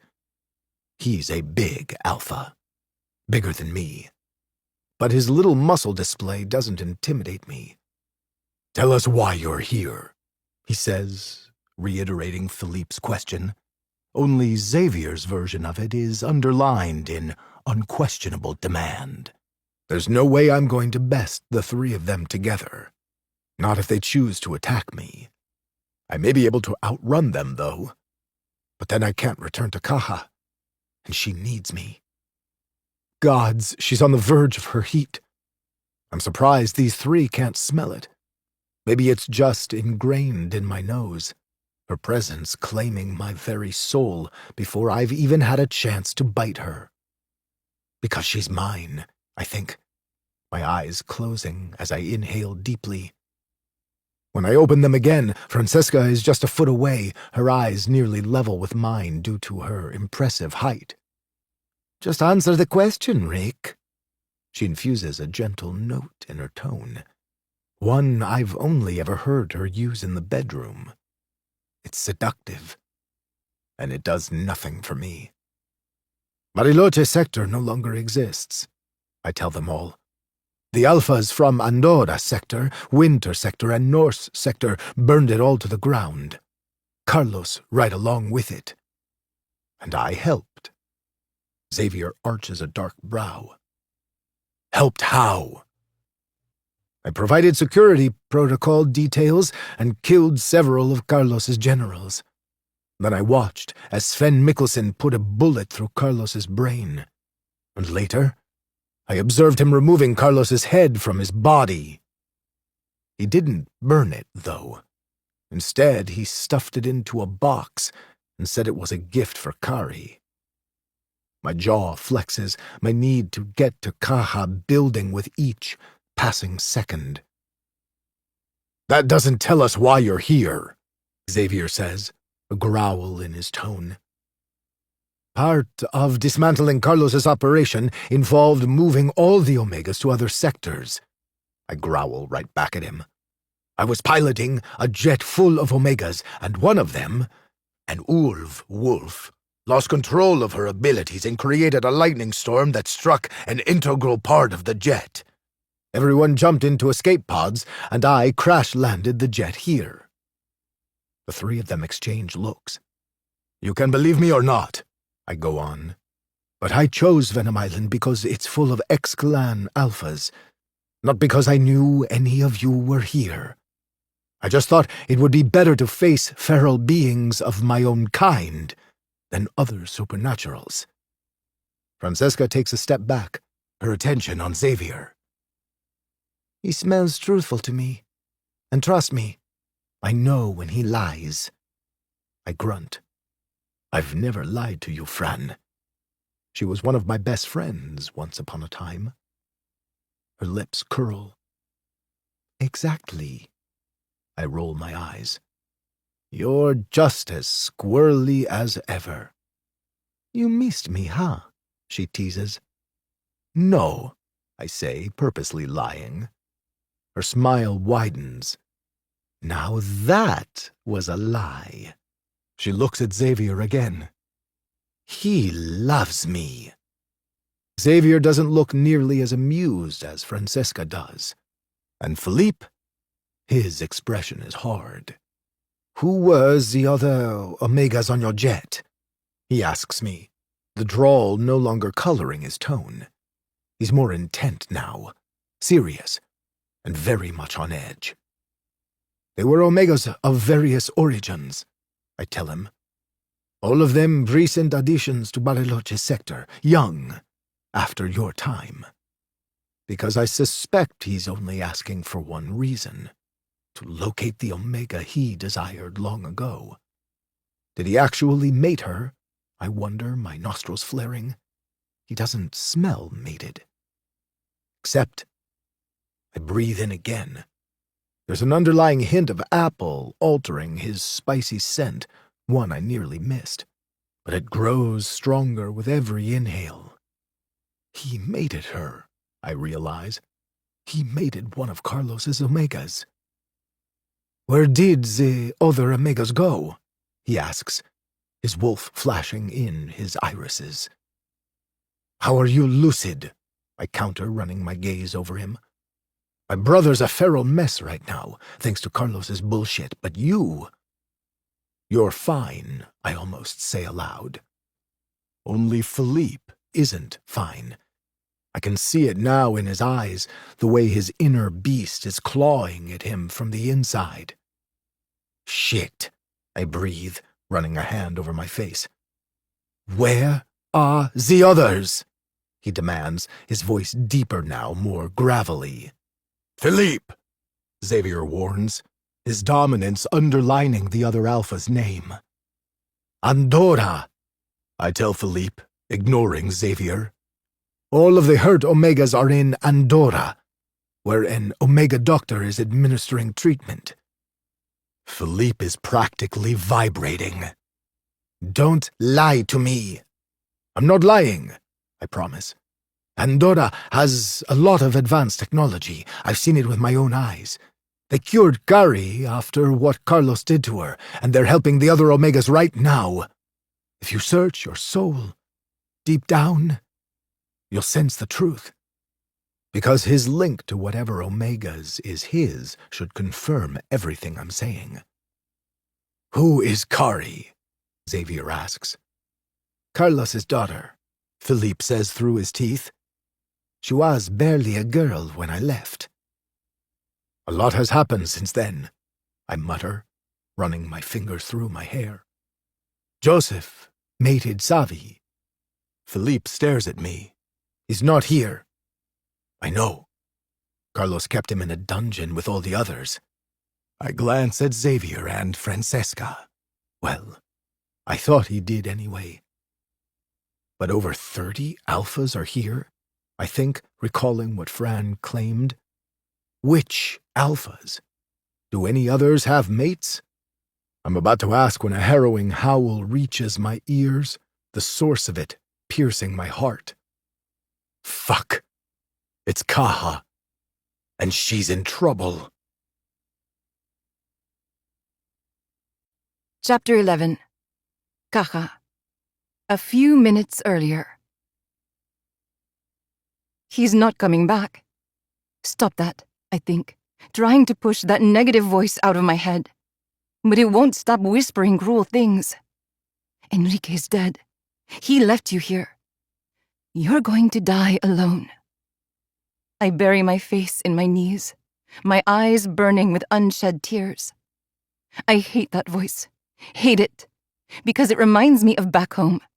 Back with my Alpha, when he would forget about me for days, leave me in the basement, withhold food and water. Enrique isn't Bautista. I know this. I'm certain of it. But I don't know if Enrique is alive. I'll be back for you, he promised. He wouldn't say that if he didn't mean it. However, that doesn't mean he can come back. Oh, gods. I run my fingers through my hair, yanking on the strands. The water around me has started to feel warmer, my body seeming to exude heat. Or maybe it's the streaming sunlight, warming the lagoon. Please keep me cool, I beg. Please don't let me burn. My prayers go unanswered, as a wave of hot lava sears me from head to toe, my body trembling violently in response. I bite back a cry, my insides churning with foreign energy. Gods, it burns. I can't. I sink my teeth into my palm, determined not to make a sound. But it's too much. It's all-consuming. And I'm alone. Enrique isn't here. He isn't coming back, that evil voice whispers. Shut up, I yell at it. Shut up, shut up, shut up! The final word leaves me on an agonized scream, one that echoes off the cavern walls.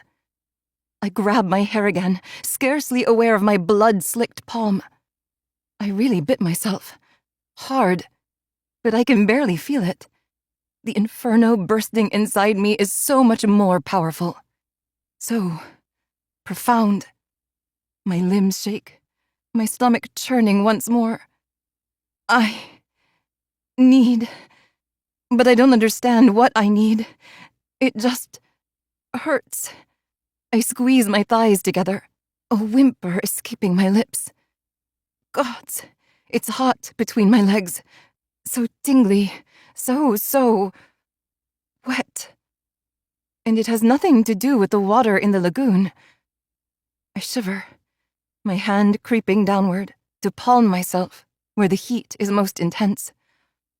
I moan at the contact, my little bundle of nerves practically pulsating beneath my touch. I never do this. I was always told not to, that I wasn't allowed to stroke myself.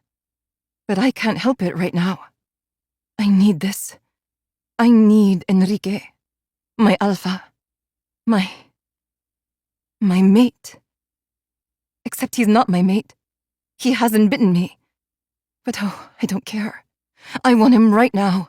My wolf is practically demanding his presence. She forces my jaws to open, and a guttural howl escapes my throat. It's so loud, so terrifying, so needy. Please, I beg Enrique with my thoughts. Please come back. Another howl leaves me, this one filled with agony as I tumble to my side in the water, only to splash around as I try to resurface again. Gods, I'm a mess. I can't stay here.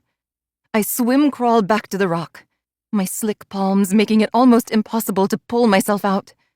But somehow I manage, my body instantly burning up without the water. I curl into a ball, every inch of me engulfed in flames. Enrique, Alpha, please. Cries litter the air, the sounds mingling with moans, and followed by growls. I freeze. Those growls don't belong to Enrique. They belong to other alphas. Oh, gods. I can hear them coming for me, howling, prowling nearby. I can smell their intrigue, their masculine traits, their dominance. My thighs clench. No. I want Enrique. But I can barely picture his face now, all my instincts demanding satisfaction. I'm not an alpha. No, I whisper. No. More howls, intense growls, silent whimpers. Some part of me knows I need to be quiet, to hide, but it hurts so much to move. Back to the water, I think dizzily. Drown my scent. It hurts to move, to roll, but gods. Coolness splashes over me, causing me to still once more. Can they hear me? I wonder, as I submerge myself in the water. It's a temporary reprieve, granting me momentary sanity as I push back up to the surface. It won't last long. I can feel the alphas coming for me, hear their claiming howls. They're going to rip me apart, I realize, curling my legs up to my chest like I did before. Gods, Enrique, if you're alive, please come back for me. I close my eyes, determined to see him in my mind, to picture his perfect face. We only had a few minutes together, but they were enough. They have to be enough. I tuck my head and breathe, focusing on him and his scent, all while listening to the males outside. They're searching, hunting, but they haven't reached me yet. It's only a matter of time. I cover my mouth with my palm, refusing to cry out, refusing to give in to the urge to howl. I have to be strong. I have to wait. He's coming for me, I tell myself. He's alive, and he's coming for me. Just be strong. Hold on. And don't make a sound. Chapter 12. Enrique.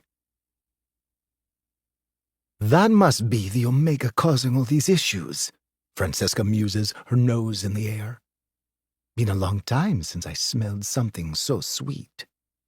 Who is she? Xavier demands, ignoring Francesca's commentary, his gaze on me. Mine, I tell him, ready to tear right through him if I need to. He inhales, his lips curling with challenge. Not quite, Enrique. You haven't claimed her yet. I growl, low and deep. She's mine. and I'll fucking shred him apart if I have to. Now move! Because he's blocking my way. Hell, they're all blocking my way. Francesca at the front, Xavier to one side, Philippe on the other. I could run backward, but the hallway leads deeper into the hotel, and I want out. Kaha screams again, causing my blood to go cold. I take a step forward, only to be shoved back by Francesca. "Who is she?" she demands. "Bautista's daughter," I snarl at her. "She's not even 20. You don't know her." "And she's chosen you?" Xavier asks, his tone exuding incredulity. "Or did Carlos choose you for her?" I growl again. "He's fucking dead. And yes, she chose me. She's calling for me right fucking now." I can feel it in my soul, my wolf dying to go to her, to help her, to protect her. God, she's too far away, and these assholes won't fucking move. "Prove it," Francesca dares me. "Prove all of it." "How the hell would you like me to do that?" And she'd better not suggest I take her to Kaha. No one is going near her but me. Although, another howl has me worried someone else has already found her, because that howl doesn't belong to Kaha, but to another wolf. I used a grenade to create a cave-in near an entryway within the cavern I left Kaha in overnight. The crumbled rocks blocked the path to her location inside. My plan was to dig my way in after returning, which someone else could do if they knew where to look. Just the thought of it has me taking another step, only to be shoved back again. "Colandora sector," Fran tells me. I gape at her. "What? How the hell would you like me to do that?" She points to my watch. "With that." I lift it up for her to see. "There's no connection." She grins. "Yeah, I can fix that." She looks at Xavier. "Flip it on." "I don't answer to you, Fran." She rolls her eyes. "Just do it, X, if Reek here is telling the truth." She lets the sentence hang, the two of them engaging in a battle of wills between their gazes. All while the howling grows in the distance. Definitely alpha male howls. "I don't have fucking time for this," I snarl, pushing past Francesca, something that's easy to do this time since her attention is on Xavier. Except she grabs my arm, her claws digging into my flesh. "Don't," she warns me as Philippe steps into my path. "Kaha needs me," I say, my voice lethally quiet. "I'm going." "Make the call," Xavier says to my back. I spin toward him. "For the last fucking time, He grabs me by the neck and shoves me into a wall, his weight pinning mine as he slowly repeats, "Make the call." I push him off of me, my wolf itching for a fight. My fist sails through the air in an arc toward his jaw just as my wrist begins to buzz, causing me to falter mid-punch. My knuckles still make contact, but not with as much force as I intended, and I jerk my hand back to look at my watch. Xavier comes at me, but Fran body slams him before he can make a connection. Philippe steps forward like he's about to take over for Xavier, but he freezes as a screen populates the air before me.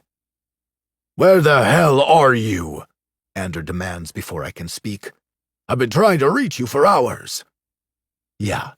And somehow his call just came through. Probably because of whatever Xavier flipped on. "Venom Island," I mutter, somewhat surprised he doesn't know that already. His jet should have provided my coordinates. "Venom Island?" he repeats incredulously. "Why the fuck are you on Venom Island?" I blow out a breath, my wolf pacing inside me with the need to get to Kaha. But I can't do that if these assholes won't let me fucking leave. So I'll give them the proof they want.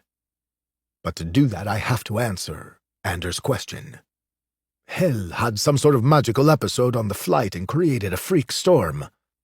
He stares me down over the screen, saying nothing. The Omegas took the escape pods, I add.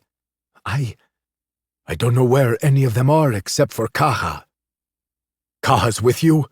He asks after a beat. I trail off.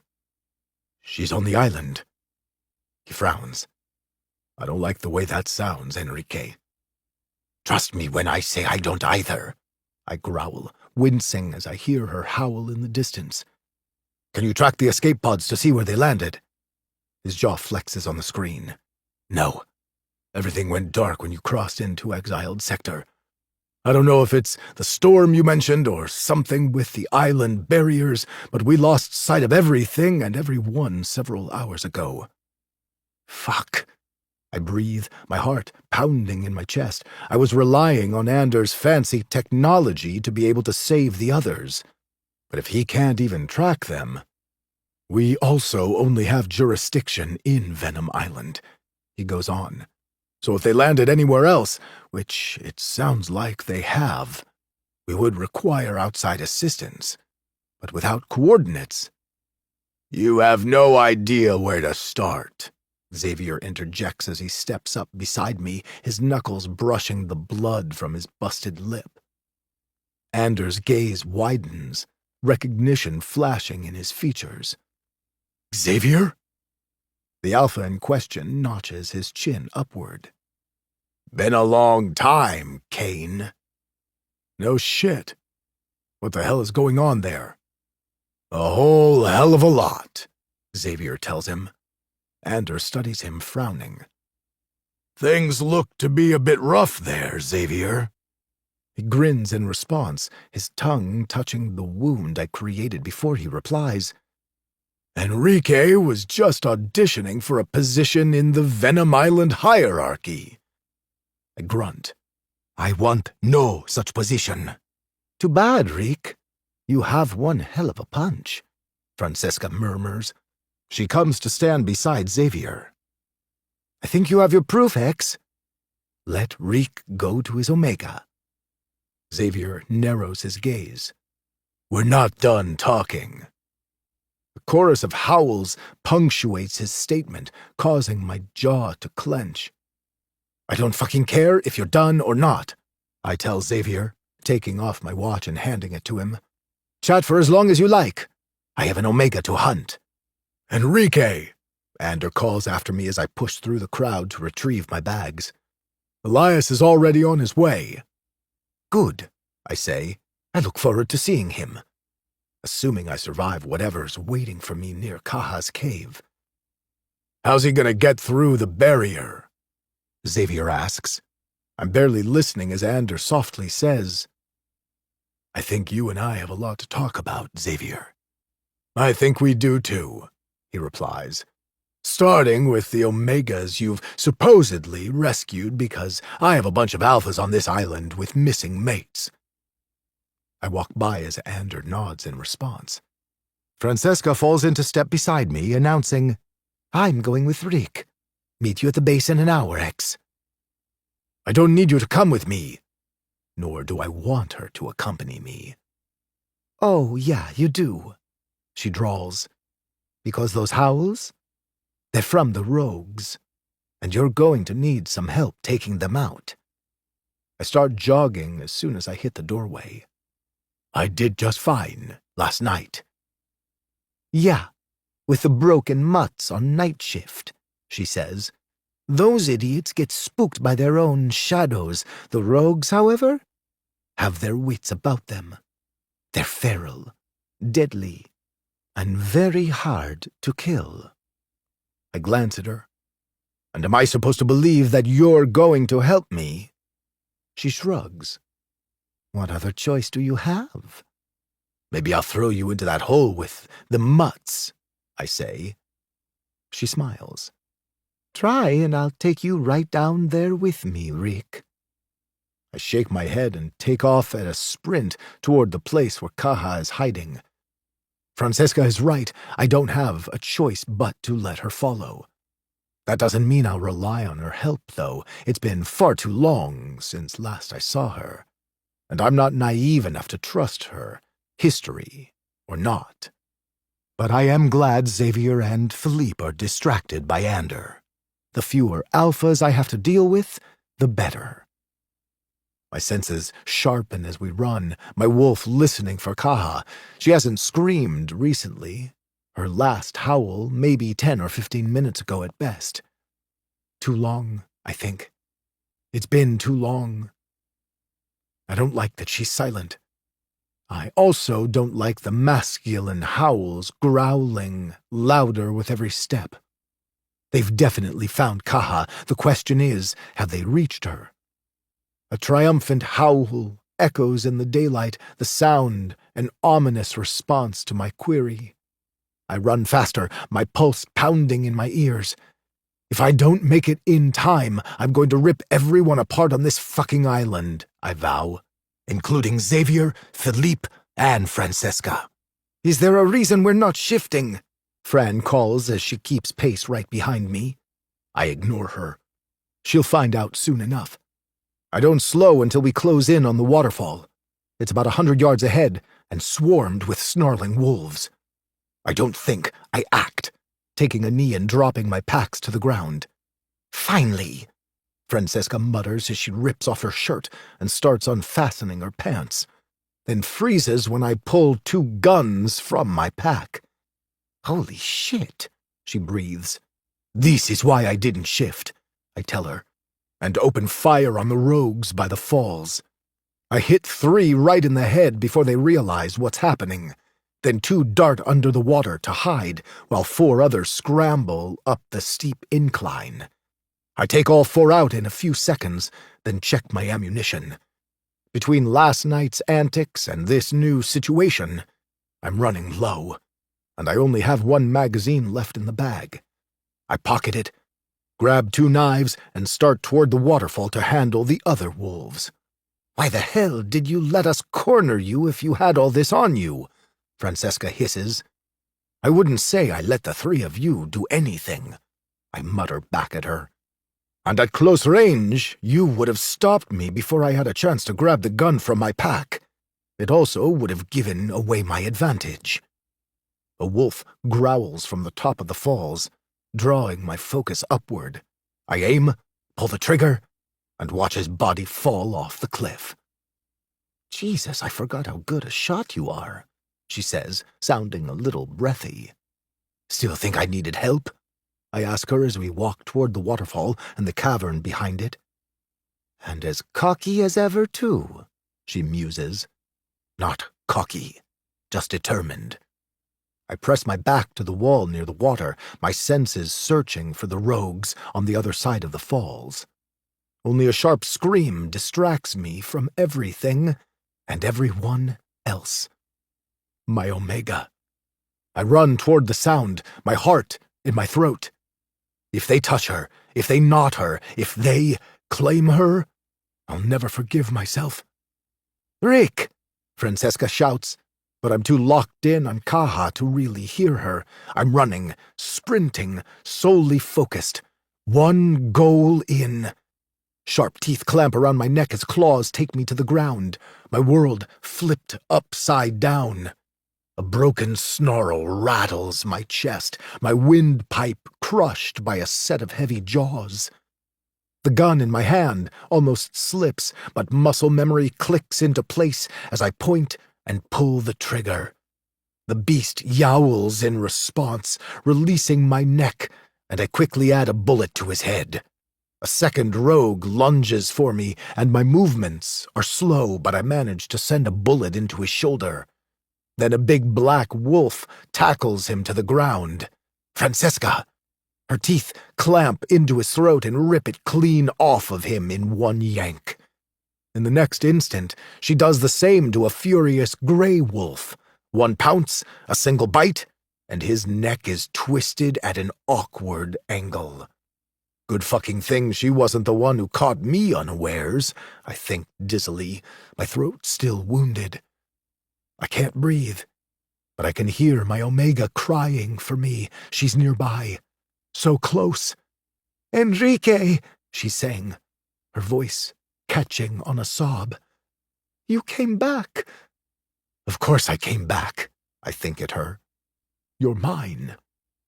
I try to find her with my gaze, but everything around me exists in shades of black. Fuck. I'm losing consciousness. It'll be temporary. I'll heal. I just hope it'll be fast enough. Chapter 13. Caja. A big black wolf stares at me through the rubble, its head cocking to the side. The gray wolf that was digging through the rocks has disappeared. He was almost through, the hole he created more than big enough for me to squeeze through. But I don't move, because that big black wolf is still studying me. It smells different from the others, less hostile. I frown. Feminine. I've never met an alpha female, but I'm pretty sure that's what this wolf is. She confirms it by changing back into her human form, her skin the same color as her wolf's coat. Caja? She asks. I swallow. Who are you? My voice comes out scratchy. Francesca, she says, an old friend of Enrique's. I blink at her. She knows Enrique? I can see him just beyond her, his eyes closed, his throat covered in blood. Is he okay? I wonder, then whimper as my stomach clenches with discomfort. Everything still burns. Terror overcame me for a few minutes when that gray wolf almost made it through, helping to allow sanity to take hold. But it's slipping again. Gods! Enrique, I breathe. He's my anchor, my alpha, my choice. He's been so kind to me. And he came back. But he's no longer conscious. Caja, Francesca says again. Can you come out of there? We can't stay here. I blink at her and shake my head.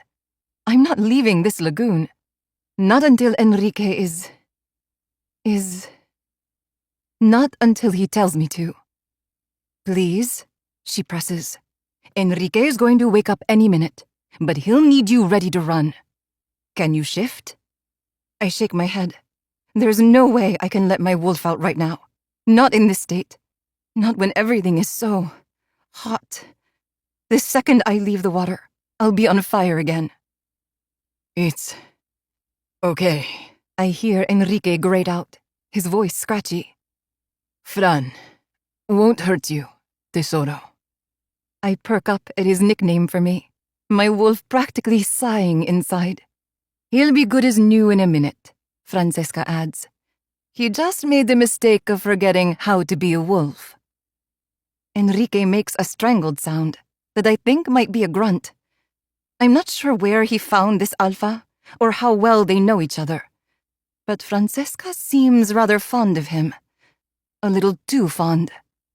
My wolf grumbles inside, sensing potential competition. I don't like it. I don't like it at all.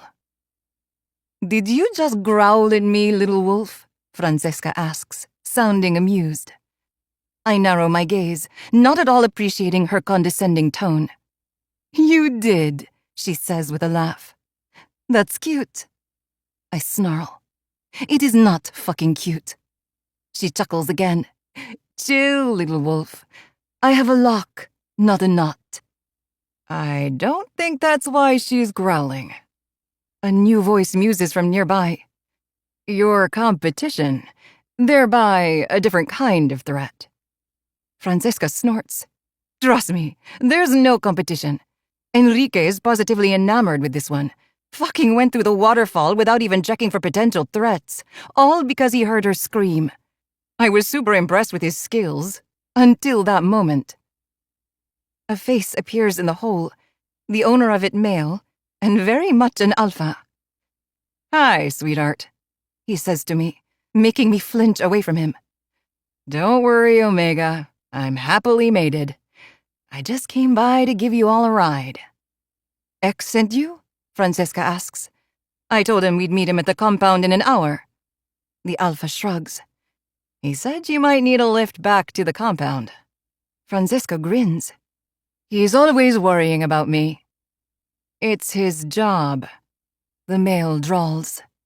So he says, she replies, standing up. By the way, Enrique, this is Hawk. He is from Cusco sector. Hawk, the shy beauty in there is Caja. I shiver as he looks at me again, his eyes seeming to shift color with every movement. Or maybe it's the flickering light above. Another tremble works through me as my stomach convulses, my insides stirring a fresh wave of heat. I swallow a moan, my eyes falling closed. I hear Hawk rumble out something, but the words are lost to the roaring in my ears. My forehead falls to my knees as the tang of blood hits my senses. I've bitten my lip, yet I don't even feel the residual ache. All I sense is the growing inferno inside me. The intense need clawing at me from within. Caja? Enrique's dominance surrounds me in a warm caress, the command in his voice demanding my attention. I lean toward him, my gaze opening to find his. Only, he's behind that wall of rocks. Crawl to me, pequeño tesoro, he purrs. Crawl to me, and I'll give you what you need. My wolf whines. He's teasing us, making us work for his affection. Mean Alpha. But a growl from him has me longing to obey. Gods, I'm on fire again. I need him, want him, crave him. I'll crawl anywhere he demands, so long as he'll touch me. I must say that aloud, because he replies, Show me, Caja. Show me how good you are. His words inspire a desire to please him, to win him. He wants me to show him how good I can be? Oh, I'll show him. I'll make him want me as much as I want him. Make him lose his mind, the way I'm losing mine. The rocks bite into my palms as I pull myself out of the water, but I barely feel the sting. My knees are next, the ground no doubt scraping my skin. Yet all I can focus on is Enrique's darkening gaze. He's watching me like a predator observes his prey, like he wants to devour me. I quiver, liking the way he's staring me down. His wolf is very much present. I see him lurking in his eyes, regarding me with undeniable interest. Mate, my inner animal seems to pant. Ideal mate. Francesca says something, her feminine voice an unwelcome interruption that causes me to growl. I swear she laughs again. But Enrique doesn't even acknowledge her. His gaze is solely focused on me. I preen, pleased with his attention, and make my way through the small opening in the wall in an attempt to reach him. He growls as I succeed, his hands instantly finding my hips as he yanks me up into his body. You're so fucking beautiful, Caja, he tells me. And so fucking mine. My body tingles in response to his vocal claim. But I need more. So much more. You can't knot her here, that female says, making me want to claw her eyes out. She has no part in this discussion, no part in this anything. This is my Alpha, not hers, and I proceed to demonstrate that by sinking my teeth into his neck. I only belatedly realize he's covered in blood. His blood. Because his throat... Oh, gods. I recall watching that wolf attack him earlier. I couldn't see much through the small hole, but Enrique's essence is all over his neck and shirt. Tears well in my eyes. He was hurt, and now I bit him. What is wrong with me, I wonder, shuddering against him. A pang shoots through my lower body before I can form the apology I meant to voice. Instead, a moan escapes me. One Enrique silences with his mouth on mine. He's kissing me, I marvel. Oh, moons. He's kissing me. And for the first time in what feels like a lifetime, I can breathe. I wrap my arms around his neck and cling to him as he explores my mouth with his tongue. He's growling, purring, vibrating. All alpha male. All mine. His strong arms band around me, holding me to him as those vibrations tremble through both of us. But it's his mouth that truly captivates me. His tongue, his lips, his teeth. He's kissing me to my very soul. Gods, I've never experienced anything like this. Never even knew it was something I wanted. I've seen alphas kiss omegas before, but never like this. Enrique is tender, giving, sensual. The alphas of my past took. This alpha gives. Those other omegas always looked lifeless when my alpha kissed them, like they were dolls, not wolves. But this alpha, Enrique, makes me feel alive, animalistic, feral. I want more. I want him.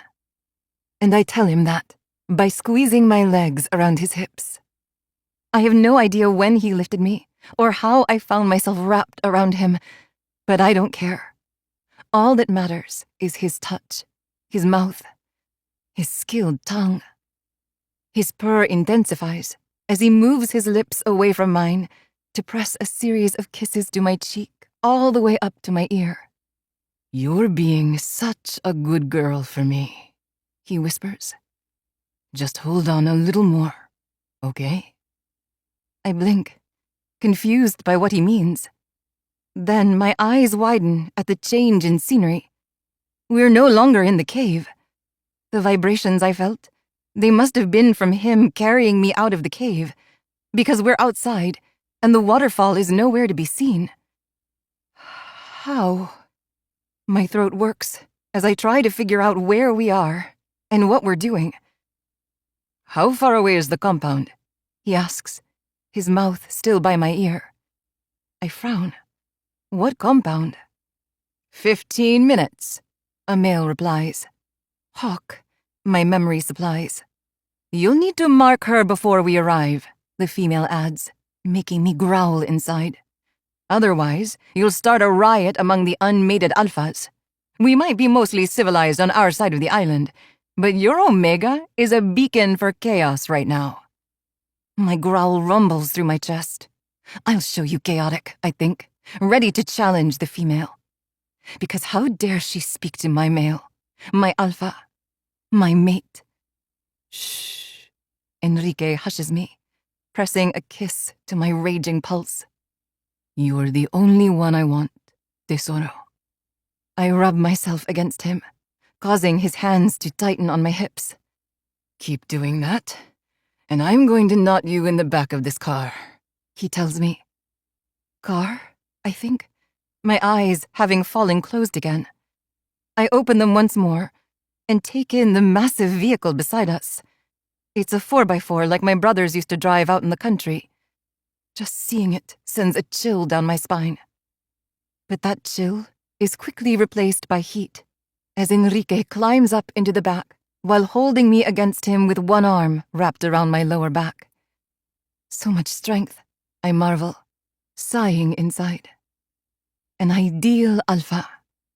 He sits down, with me astride his lap, and releases his hold on me. I whimper at the loss, then lean firmly into his touch as he cups my cheek. "I need to bite you, Caja." There are no words necessary, no form of acceptance I could possibly utter. I simply arch my neck and offer every inch of me for him to claim. I'm his. I have been since he pulled me out of that cage. My wolf knew her mate. I recognized him too. And now he's going to accept that bond, confirm it, solidify it. The vehicle roars to life, but I ignore it, my focus entirely on the alpha beneath me. Gods, I can't believe you're about to be mine, he says, a hint of wonder in his voice. I don't deserve you, pequeño tesoro. But I'm going to spend the rest of our existence ensuring I'm good enough for you. He leans forward, his mouth finding my neck. Then he moves lower to my breasts, causing my nipples to harden in expectation. Yes, I think. Oh, yes. Everything is so sensitive. I want his mouth on me, his knot inside me, his teeth. I scream as he bites down just above the areola of my right breast, his claim searing and overwhelming, and so amazing. My blood hums in response, my wolf sighing at the fullness touching our soul. Claimed, owned, possessed, protected. This alpha is ours. This alpha chose us. This alpha desires me. I can feel his knot pulsing beneath the zipper of his jeans, his body primed and ready to take mine. The notion of it terrifies and excites me at the same time. I've seen alphas rut. I know how dangerous they can be. But I trust this alpha not to hurt me. His mouth finds mine, my blood a lingering taste on his tongue. I suck it off, then kiss him with a vengeance. I have no idea if I'm doing it right. I don't even care. He's mine. He'll teach me if he feels I need to be taught. He'll make me his in every way.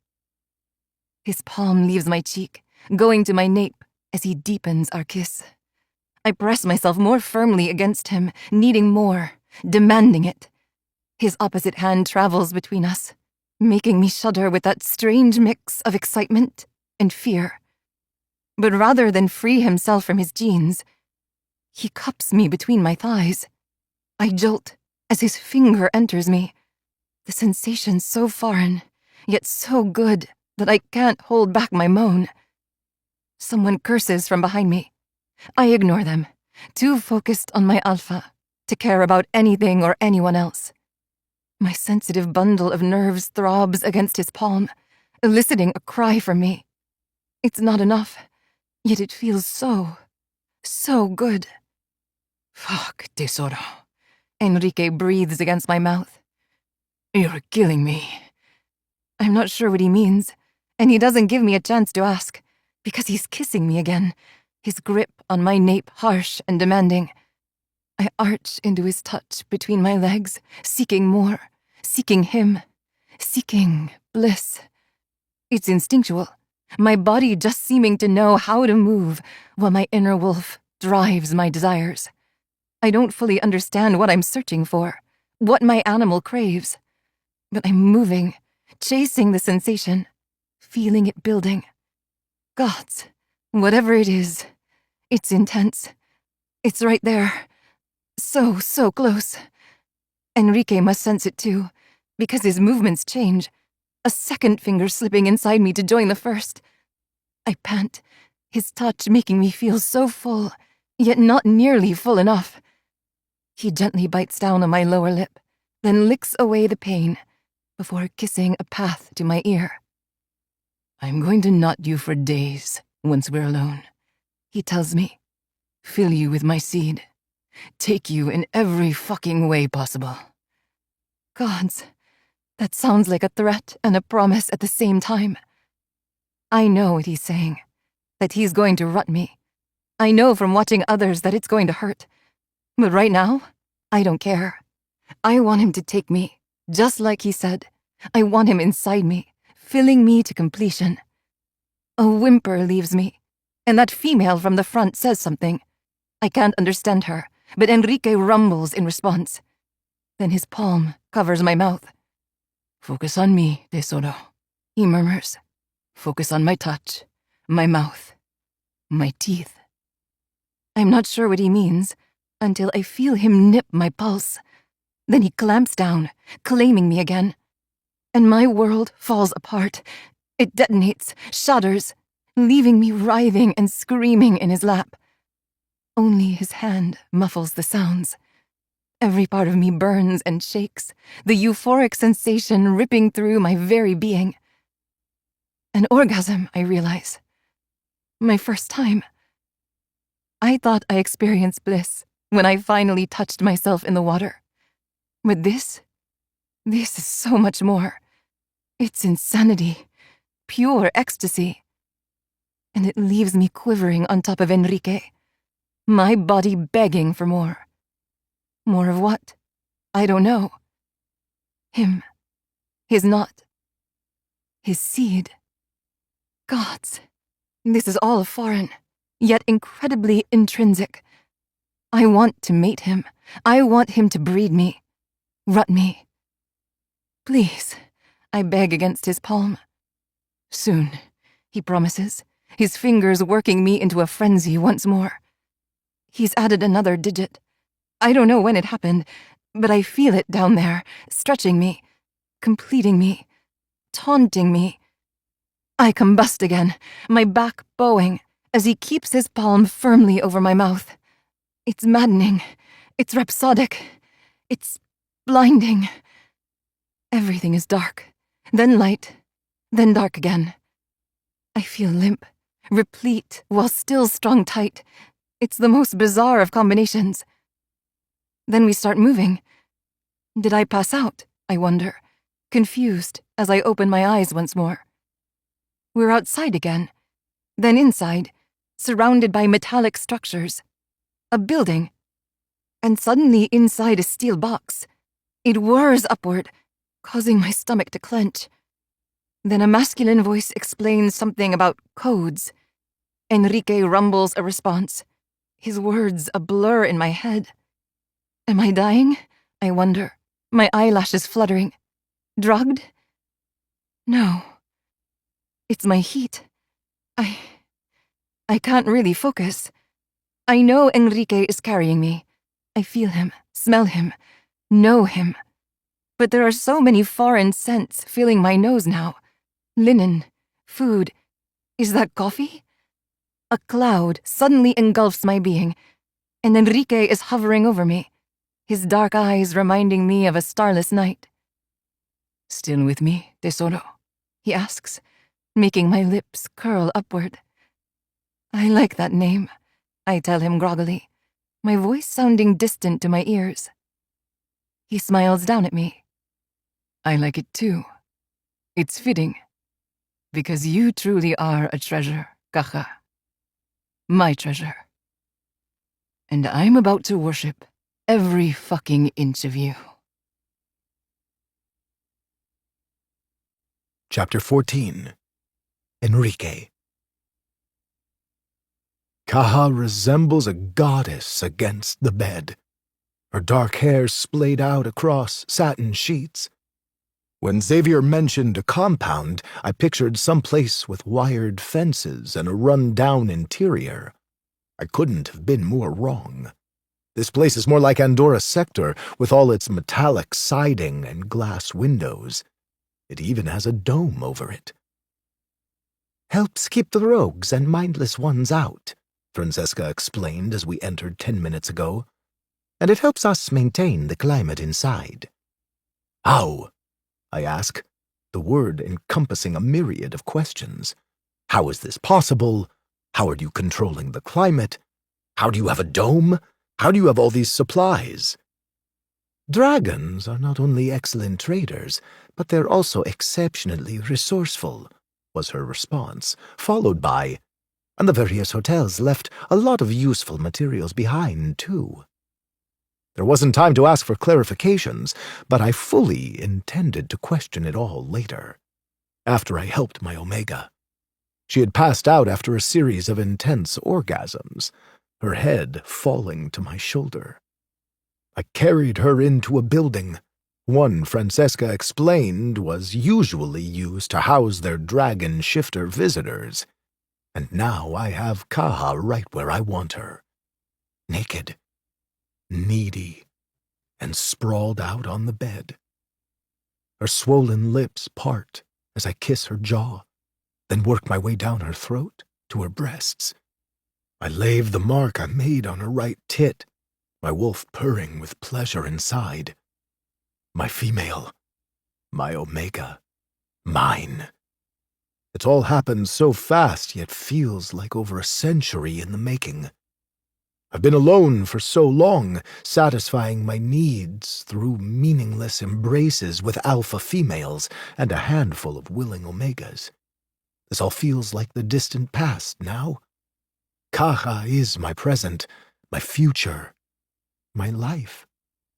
I can't believe she's mine, that this beautiful creature desired me as much as I desired her. I'm so not worthy of her appreciation. But I'm going to make damn sure I live up to her expectations, just like I told her I would. And I'll start by making her come again with my tongue. She moans as I suck her nipple into my mouth, her body arching off the bed. I push her back down by settling between her thighs, my elbows braced on either side of her abdomen, while I continue sucking on her tits. Her fingers weave through my hair, her moans vibrating my mouth. Unintelligible words leave her plump lips, the breathy tones exciting my inner beast. I did that. I made her pant. Now I'm going to make her well and truly scream. I'd silenced her before because we were approaching the compound, but Francesca made sure to tell me that these rooms are soundproofed and secure. I set the code just inside the door, ensuring no one can enter without permission. A good thing, because if anyone disturbs us now, I'll kill them. I don't even care if we're guests here. My Omega needs my knot, and I'm going to fucking give it to her. Hard, without restraint, over and over again. She shudders, her grip on my hair tightening as I switch breasts. When I nibble her stiff little peak, she yelps and then moans, her body vibrating with want. So I do it again, this time hard enough to draw blood, because I want to mark her everywhere, ensure my claim is clear. It's a masculine need, a savage desire, but I embrace it. She practically pants beneath me, my little wolf enjoying my version of pleasure and pain. Every time I nip her, she jolts. Then she groans when I lick her, cries out when I suck, screams for more when I start all over again. By the time I reach the sweet apex between her thighs, she's a mumbling mess of desire-filled pleas. I lick her delicious slit, sliding my tongue between her slickened folds, and taste every inch of her soaking wet cunt. It's fucking heaven, and I tell her that, my wolf very much in my voice as I utter each word. I'm going to lick you for hours, I warn her. Eat you for days. Because there's no way I'll ever get enough. You taste so damn good, Kaha. If innocence had a flavor, it would be this. All vanilla and cream with a touch of residual smokiness. The type of smokiness inspired by a heat. God's tesoro. I groan against her clit. It's like you were made for me. And maybe she was. Maybe I was made for her. I don't fucking know, nor do I fucking care. I suck her bundle of nerves deep into my mouth and smile when she shatters for me again, her poor little body so primed and ready that it no longer takes much to turn her into an orgasmic mess of pants and screams. So fucking good, Kaha, I praise her. You're so fucking good. And I want to reward her, which is why I keep licking her, sucking, nibbling, taking her over the edge again and again while my fingers work their magic inside her, stretching her, ensuring she can handle me because I don't want this to hurt. I want her to feel good, to take my knot with pleasure that never ends. By the time I'm satisfied with her blissed-out state, she's practically unconscious from the ecstasy rippling through her veins. However, her eyes come alive as I crawl over her and remove my shirt. She reaches for me, but I push her hand away. "You can touch me after I knock you," I tell her. "Otherwise I'll explode in your hand, and that's not going to work for either of us." I'm almost as keyed up as she is, my dick so damn hard that I have to work to ensure I don't accidentally hurt myself as I unzip my pants. The fabric is coated in blood, as am I, but Caja doesn't seem to notice or care, so I don't care either. I just want to be inside her, rut her, fuck her. She whines as I leave the bed to finish shedding my clothes. I growl in response, making her even wetter between her legs, all while reminding her that I'm in charge here. I'm her alpha. And as her alpha, I will take care of her. When I kneel on the bed again, she gazes up at me with eyes that are obsidian in color. I see her wolf. I see Caja. I see everything. And in kind, she sees me, my pronounced length, my throbbing knot, my tightening muscles. She takes me all in, then licks her lips and spreads her legs in invitation. I know this is her first time, her first heat, but my tesoro is a natural in bed. She knows exactly how to entice me. Or maybe it's just her, my little treasure. "Gods, I can't wait to be inside you," I tell her as I crawl over her prone form. "It'll hurt, tesoro, but only for a moment. Then I'll make you feel so fucking good that you'll forget your own name." She stares up at me, her trust-filled gaze making my heart feel like it's about to explode. This female has fully embraced our mating, relying entirely on her wolf to guide her. And something about that is so fucking endearing that I can't help but pause and admire her inner strength. I press my lips to her, praising her with a silent kiss. "Very good, mi tesoro," I think at her. "You're so damn good." She can't hear me, our bonds don't work that way, but I know she can sense my emotions, can feel the pride bursting inside me every time I look at her. My admiration, my devotion. And I can sense her returning each emotion in kind. She trusts me, trusts this, and it's the most precious fucking gift that I can't help but thank her with my tongue. Her nails dig into my shoulders as I kiss harder, then she stills as my cock nudges her entrance. I can't imagine how big I feel to her, my bulbous head nearly the size of her fist. But her body is made for this, for me. "You'll be okay," I tell her, pressing into her tight entrance. "Just hold on, tesoro. Hold on to me and scream." Her claws draw blood as I thrust forward, forcing her to take me. I could go slow, but it would prolong the agony. This will allow her to accept the burn all at once, to feel my girth as I push myself inside. She unleashes her suffering against my mouth, her scream ripping me apart and making me still inside her as I allow her a few minutes to just breathe. I'm not all the way in, but I'm close. Tears mar her pretty eyes, her cheeks flushed red with exertion. "Shh," I hush her, my lips ghosting across hers. "It's okay. You're okay."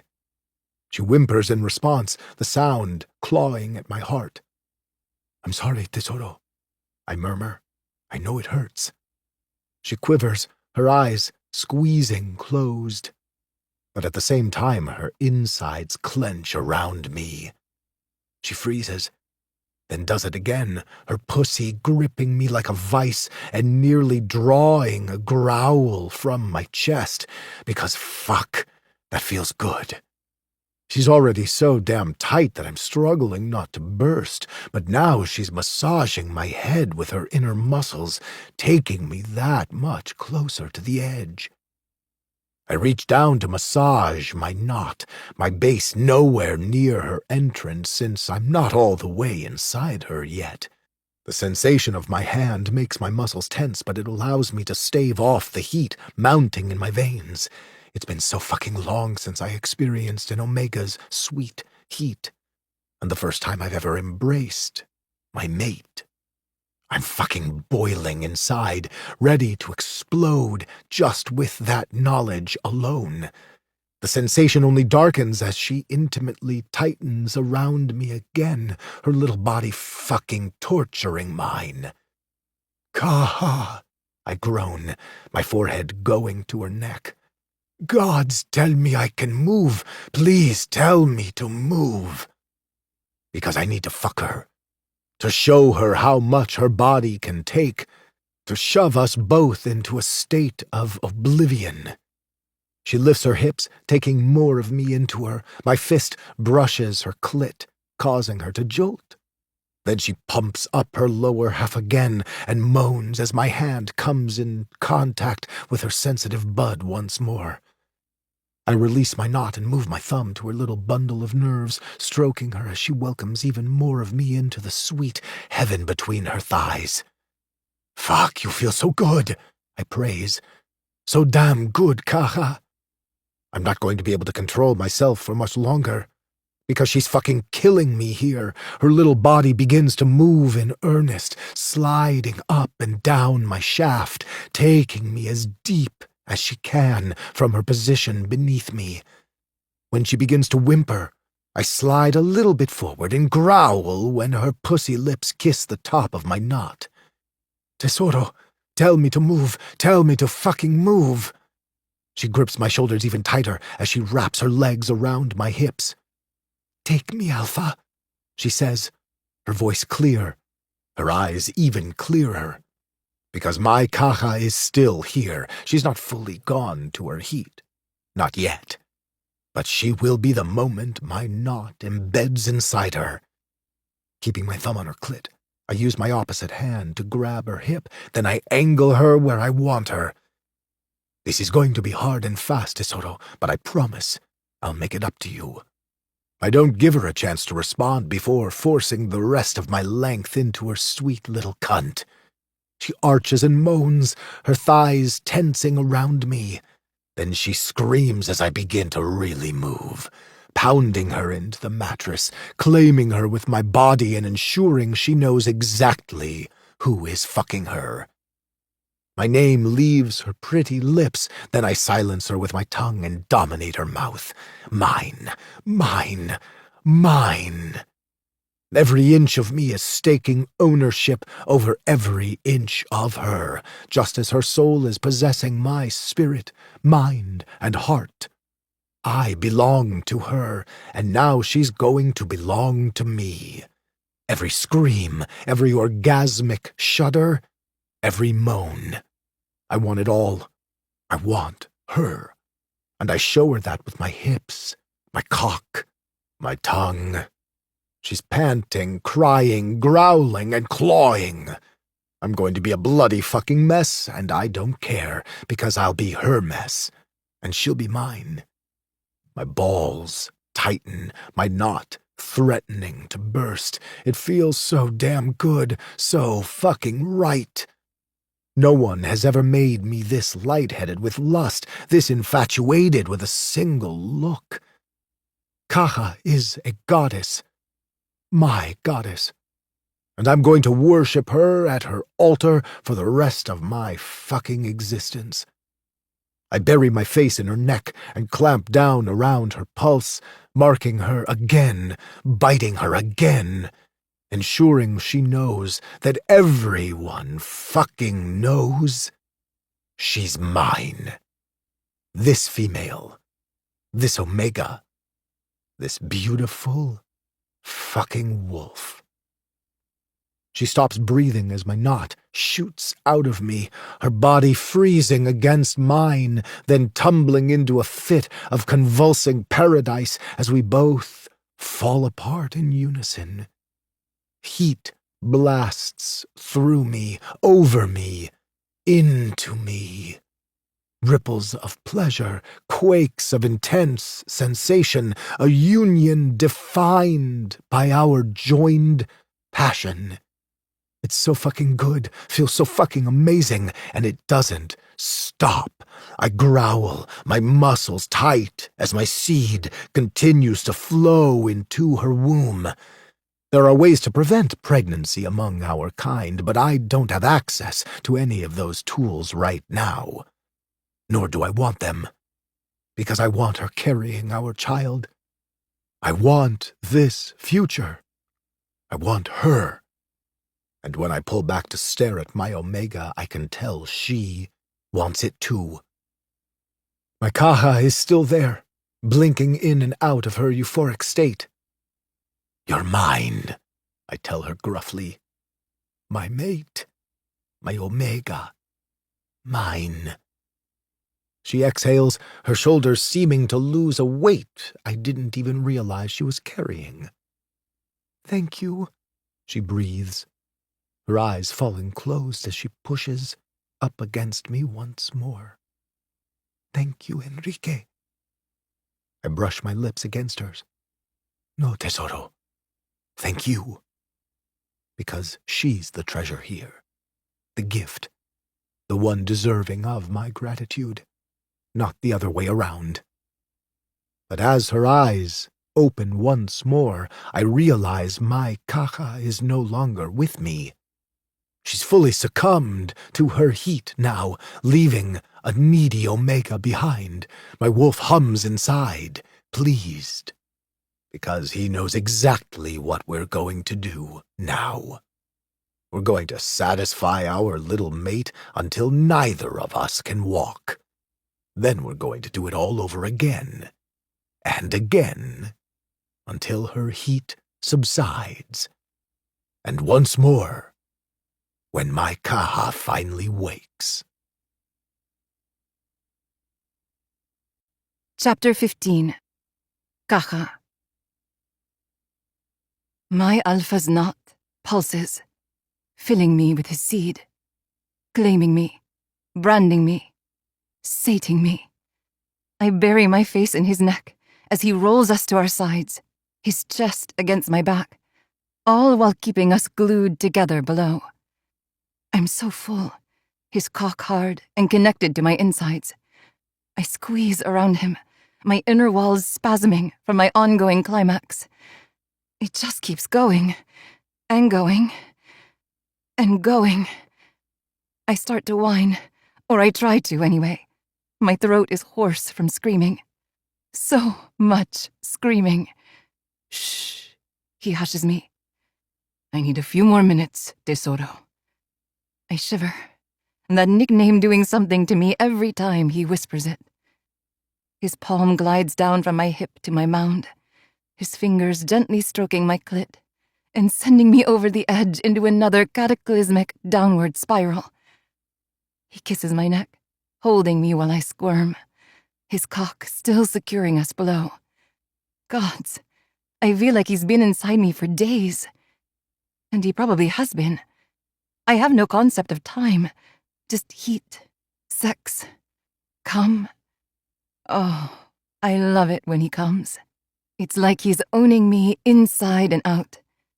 His teeth sink into my tender skin, not hard enough to draw blood, but enough to make me feel possessed, claimed, utterly dominated, and safe. This Alpha protects me. He cares for me. He holds me. He fucks me. His tongue traces a wet path up to my ear, where he nibbles the lobe and breathes. Mine. I shudder, loving that word. Yours, I agree. Yours, yours, yours. He hums. Such a good girl you are, my sweet little Omega. Do you want a reward? I'm practically panting, ready for him to take me again, despite his not remaining inside me. Yes, I hiss, arching back against him. Please, Alpha. More. His finger brushes my clit again, sending me spiraling from that single touch alone. It's like I'm a bundle of nerves, utterly consumed by the pleasure only he can bestow upon my body. He groans as I clamp down around him, a curse leaving his lips as he buries his head in my neck again, his muscles clenching against my back. Fuck, Gacha, he growls. You're making me want to fuck you again already, and I'm still inside you from our last round. I wiggle against him, all for his suggestion. But he stops me by cupping me between my legs and pressing his palm against my sensitive knob. This time, I don't fall apart, yet I'm close.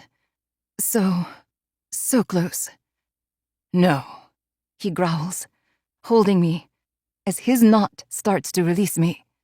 I snarl back at him, not liking his denial. Gacha. He nips my raging pulse. You need to eat. The last thing I want right now is food. I just want your knot. And you can have my knot after you eat some fruit, he says, his cock slipping out of me. I whimper at the loss, my insides already burning up in response to being empty. I need more. I need him. I need my Alpha's knot. Food, he reiterates. We've been fucking for 3 days, Gacha. You need energy and water. He pulls away from me, leaving me pouting on the bed and eyeing his backside. He has a seriously nice ass, I think, taking in his naked form. So sexy. He glances over his shoulder. I think that's the first time I've ever heard you curse, Tesoro. I frown. I must have said all that out loud. Oh well, it's still true nonetheless. And I think you're sexy too, he says, winking at me before disappearing from view.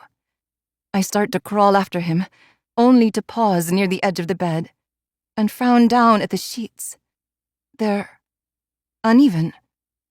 No, that's not quite right. They're just not in the correct place. I run my palm over them to smooth out the texture, but that doesn't seem to help. Rolling off the mattress, I untuck the sheets and try remaking the bed. A growl escapes me when that doesn't fix it either. This is maddening, I think, furious with the bedding. Why are you so lumpy? I yank everything off and onto the floor, then begin again. I'm in the middle of smoothing the edges once more, when I feel my Alpha enter the bedroom. My inner animal vibrates with excitement, ready for our Alpha to pounce. But I hold up a hand, because I need to fix this first. We can't play in this mess. It's all wrong. Another growl rumbles through me as I kneel on the mattress and start tugging blankets all over it, trying futilely to fix the wrinkled edges. My Alpha says nothing, but then he dares to come near this catastrophe, and I round on him with a snarl, only to see that he's holding a set of linens in his hands. I blink at it, then reach out to run my fingers over the silky texture. My lips purse. No, it's too something. I don't like it. He nods and leaves me to my task, which is completely hopeless because these sheets are... What about these? He asks, while I'm in the middle of rearranging the bed again.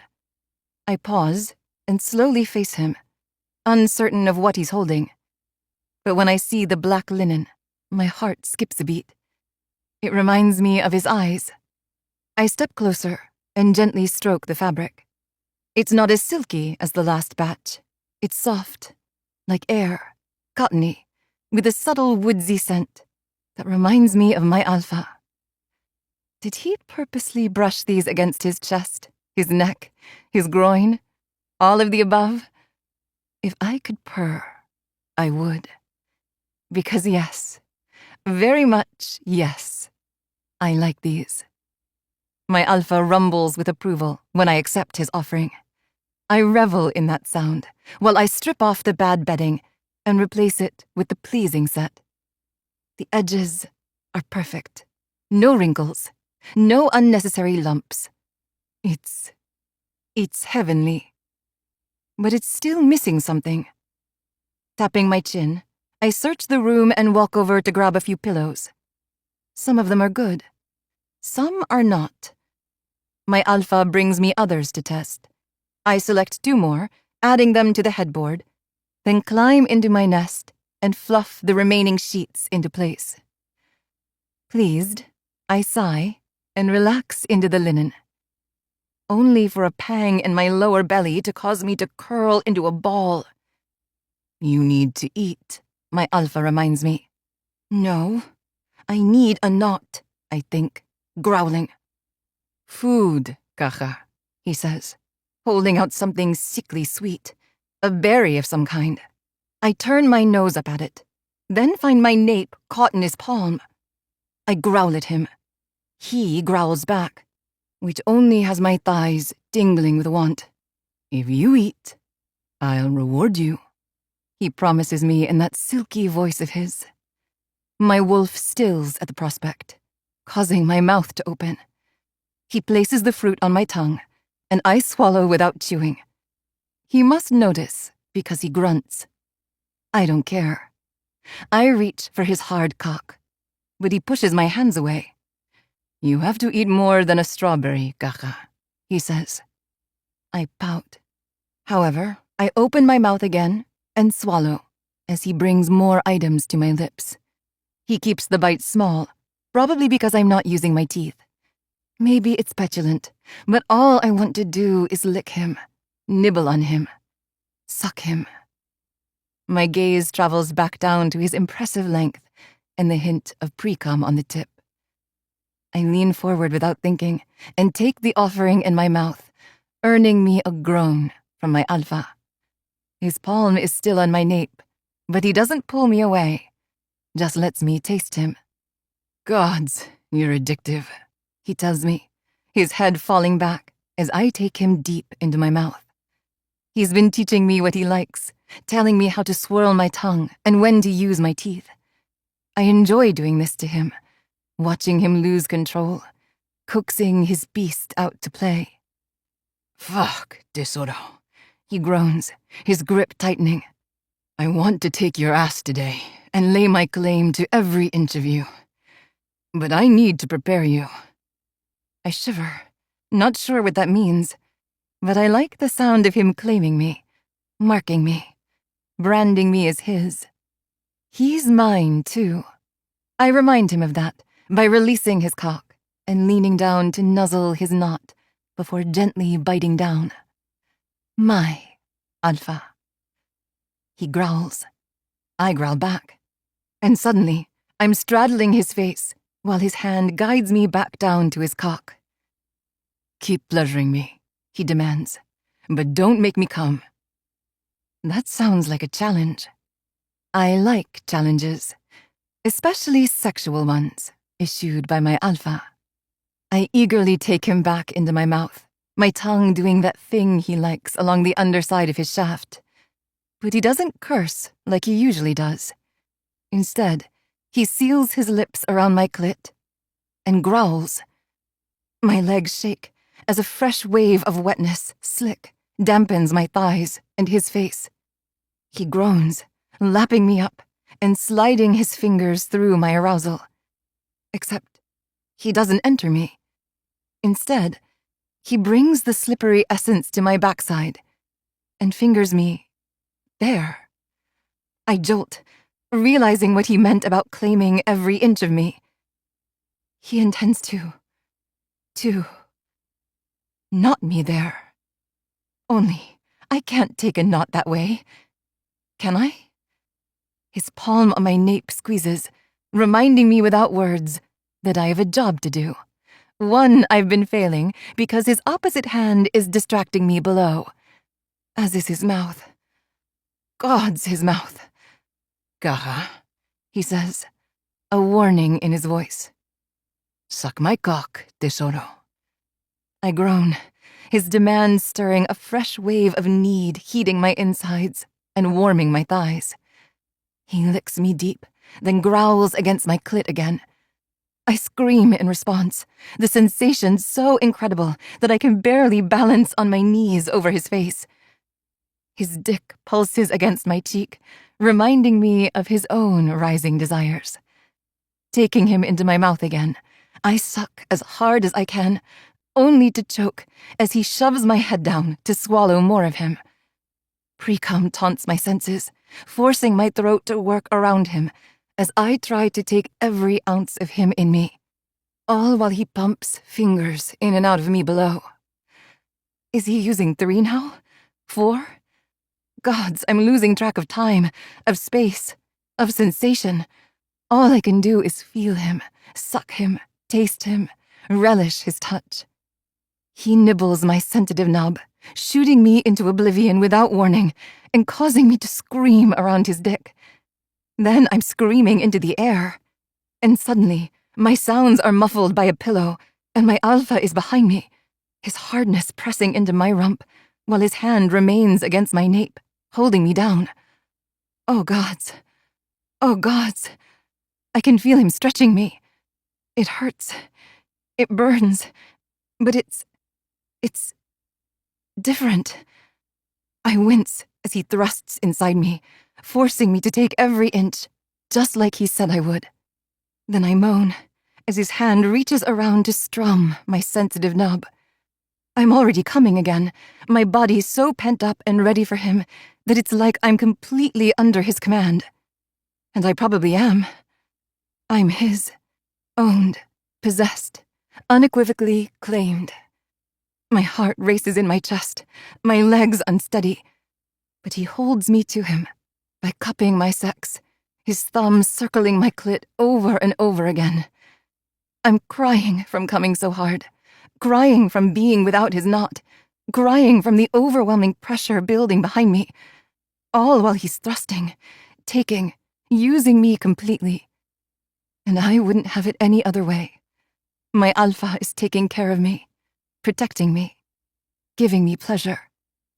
Gods, you're amazing, He tells me, his praise cocooning me in a cloud of bliss.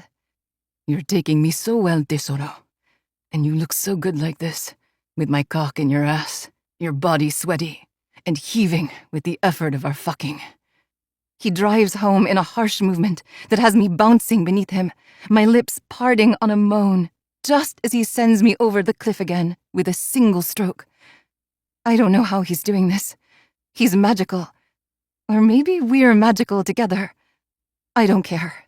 I just want to fly. And I do. I fly high, soaring, living in a euphoric existence. One where I orgasm over and over again, while he claims me brutally from behind. Until he's joining me as well, his seed hot against my insides. But I don't feel his knot. No, he's holding it, massaging it. The hand that was against my core moved at some point so he could hold his knot back. I whimper, displeased, but he shushes me, mid-groan, and keeps coming, and coming, and coming, until I'm so full, I feel like I'm going to burst. A whine escapes me from the discomfort, and he finally pulls out, then gathers me in his arms as praise and gratitude leave his lips. You're perfect, Caja. So damn perfect. I've never had anyone take me this well. I swear you were built for me, created for me to love and cherish. And I will, tesoro. I fucking will, until my dying breath. My tear-stained eyes blur my vision as I try to stare up at him, another whimper escaping me, because I need his knot, and he didn't give it to me. He promised to reward me. I was good, wasn't I? I thought I did what he wanted. I ate the food. Shh. He shushes me again. I've got you, tesoro. I just need to rinse us off. Then I'll knot you against this wall. I don't understand what he's saying. I'm too distraught, too lost, too needy. This is all so foreign to me. My heat, my yearnings. I don't even know who I am here. You're mine, Caja, He whispers against my ear. and I take care of what's mine. I barely register his hands roaming over me, my mind too lost in a cloud of misery. He didn't knot me. I made us a nest, a beautiful nest, and he didn't knot me. I was good, but he didn't. I come alive as his cock enters me, my legs instantly tightening around his hips. I don't even know when he picked me up, or how I'm covered in water, or when this all happened. Yet suddenly I'm home. Suddenly everything is right again. I'm full. He's here. He's kissing me, demanding that I respond with my tongue, stroking me, taking me roughly against the wall. I moan, my arms encircling his neck, and I give in to him entirely. His touch, his mouth, his harsh pace. It's perfection. Exactly what I want. What I need. He bites down on my lower lip, drawing blood. I follow suit, turning our embrace into a bloody battle of wills. It's so rough, so animalistic, so intense. And then his knot shoots out of his shaft, latching inside me, and tying us together for eternity once more. I don't scream. I die. Or that's what it feels like anyway. Because the entire world is black, and I simply exist in a state of ecstasy. I am pleasure, and pleasure is me. Until sometime later, when I'm wrapped in a fluffy towel and carried back to my nest. Our nest. For the first time in my existence, I have a safe haven, and an alpha who cares about me. He holds me in his arms, humming a soft tune, all while combing my hair.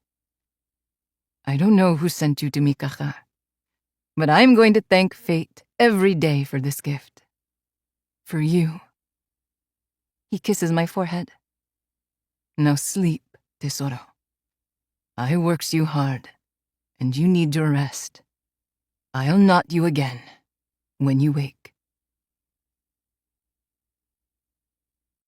Chapter 16. Enrique. A few days later.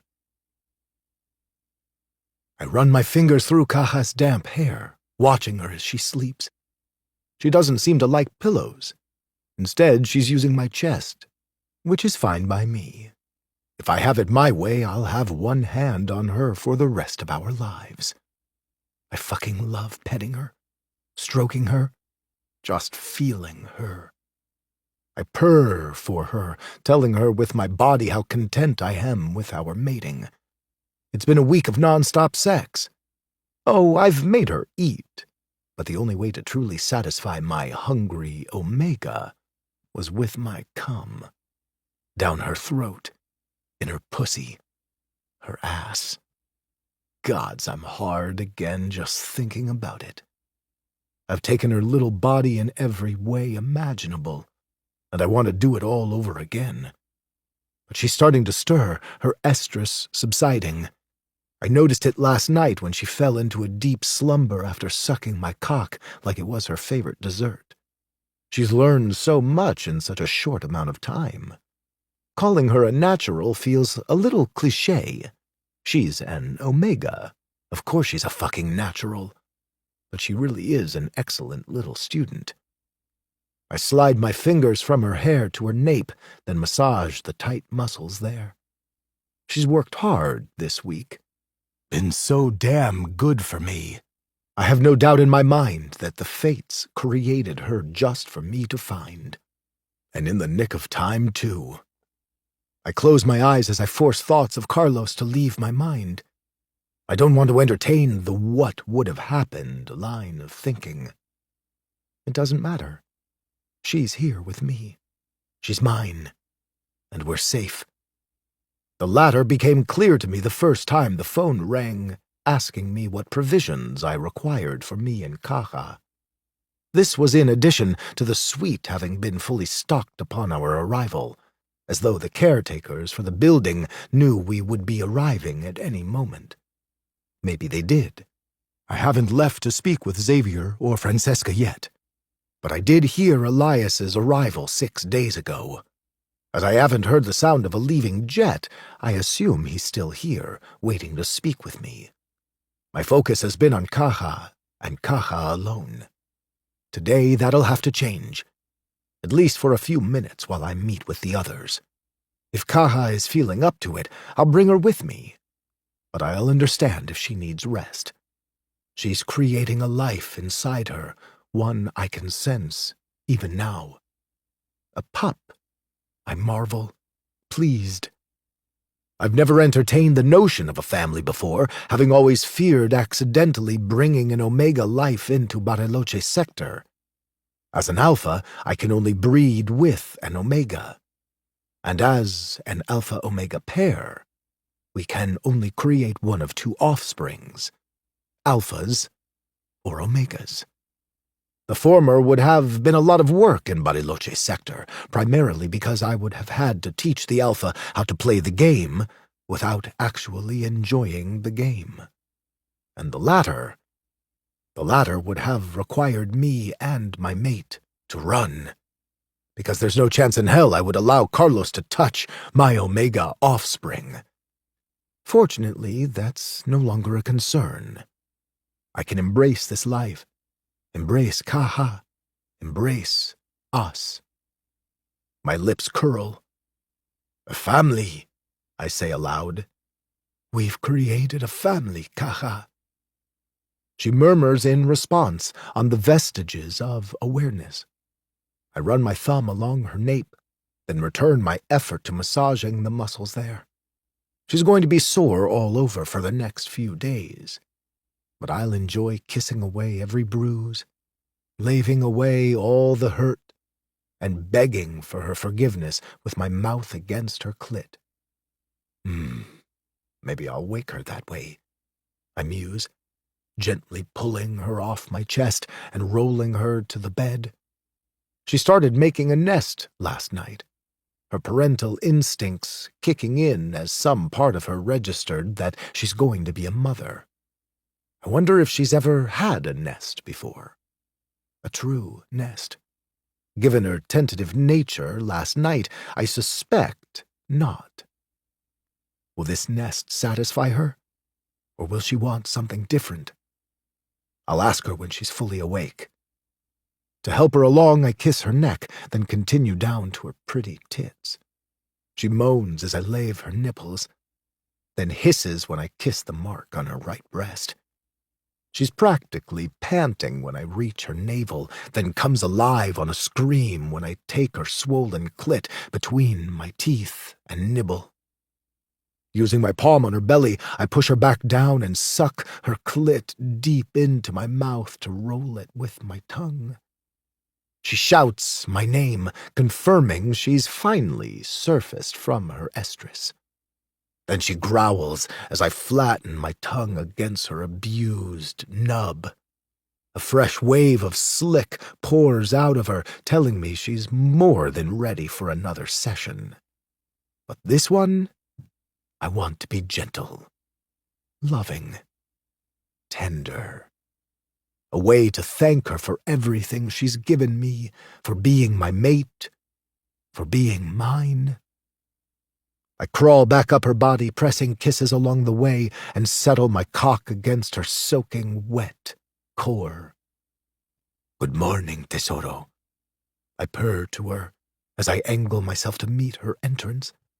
She gasps as I fill her in a single thrust, her legs instantly encircling my hips. How are you feeling? I ask, conversationally as I move in and out of her. Full, she rasps. I hum, reaching for a water on the nightstand and pressing the straw to her lips. Drink.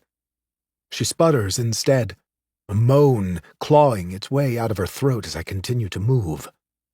Drink, Tesoro, I tell her again, my dick slowly sliding out of her before gliding right back in.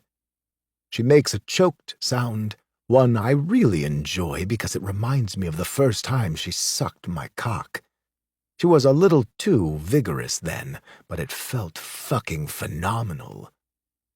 Kaha takes a long drink as I gently pull out of her once more, then arches as I gradually re-enter her. Enrique! Kaha, I murmur in response, brushing my nose against hers once I'm seated to the hilt inside her. You feel so fucking good, mi tesoro. I bury my head against her neck as she drops the drink off the side of the bed. I'll clean it up later. Right now it's about her, about us, about this. Kiss me, she whispers, her words representing a request that I'll never deny. I take her mouth in the next breath while continuing my slow, measured movements below. She tries to rush me by digging her heels into my ass, but I ignore her silent demand and instead worship her with my mouth and tongue. Kaha claws at my shoulders, her body pressing into mine. I growl in response, reminding her that I'm in charge here. She'll get my knot soon, but not yet. Not until I've finished cherishing her beautiful mouth, stroking every inch of her body, making her burn as hot as she did while in heat. She moans as my hands move against her sides, pants when I palm her breasts, and jolts when I stroke the mark I left there. I love it. I love this. I'm pretty sure I love her. Time is irrelevant. She's my mate now, my everything, and with that I've given her my heart. This female has opened up a new meaning of life for me, allowing me to become an alpha I never thought I could be. A mated one. And she's going to make me a father, too. She deserves every ounce of my adoration, every beat of my existence. I demonstrate that with my lips, telling her without words that I am thankful for her, and that I vow to love her for all of time. She's it for me, my omega, my only mate. I'll live and breathe for her, die for her, protect her, do anything she fucking wants. Because that's my purpose now, to serve her. Enrique, she breathes, begging me with her voice to fuck her harder, demanding it with her little nails in my shoulders and her heels against my ass. I chuckle, loving this torment, loving her. You're mine to tease, tesoro. Please. I do really like that word from her mouth. She's uttered it a lot over the last week. How bad do you want my knot, Kaha? She squeezes her cunt around me in demonstration, making me chuckle again. That bad, Her little responding growl goes straight to my balls. I wanted to take this slow, I tell her. Show you with my body how much you mean to me. I don't want slow. I can see that, I murmur, brushing my nose with hers. But you're sore. I don't care. She punches her hips up into mine as I am slowly entering her, forcing me to fill her faster than I intended. Gods, that's the hottest feeling in the world. All right, tesoro, I say, rolling us so I'm on my back and she's on top. Take what you want. Her eyes widen. We haven't tried this yet.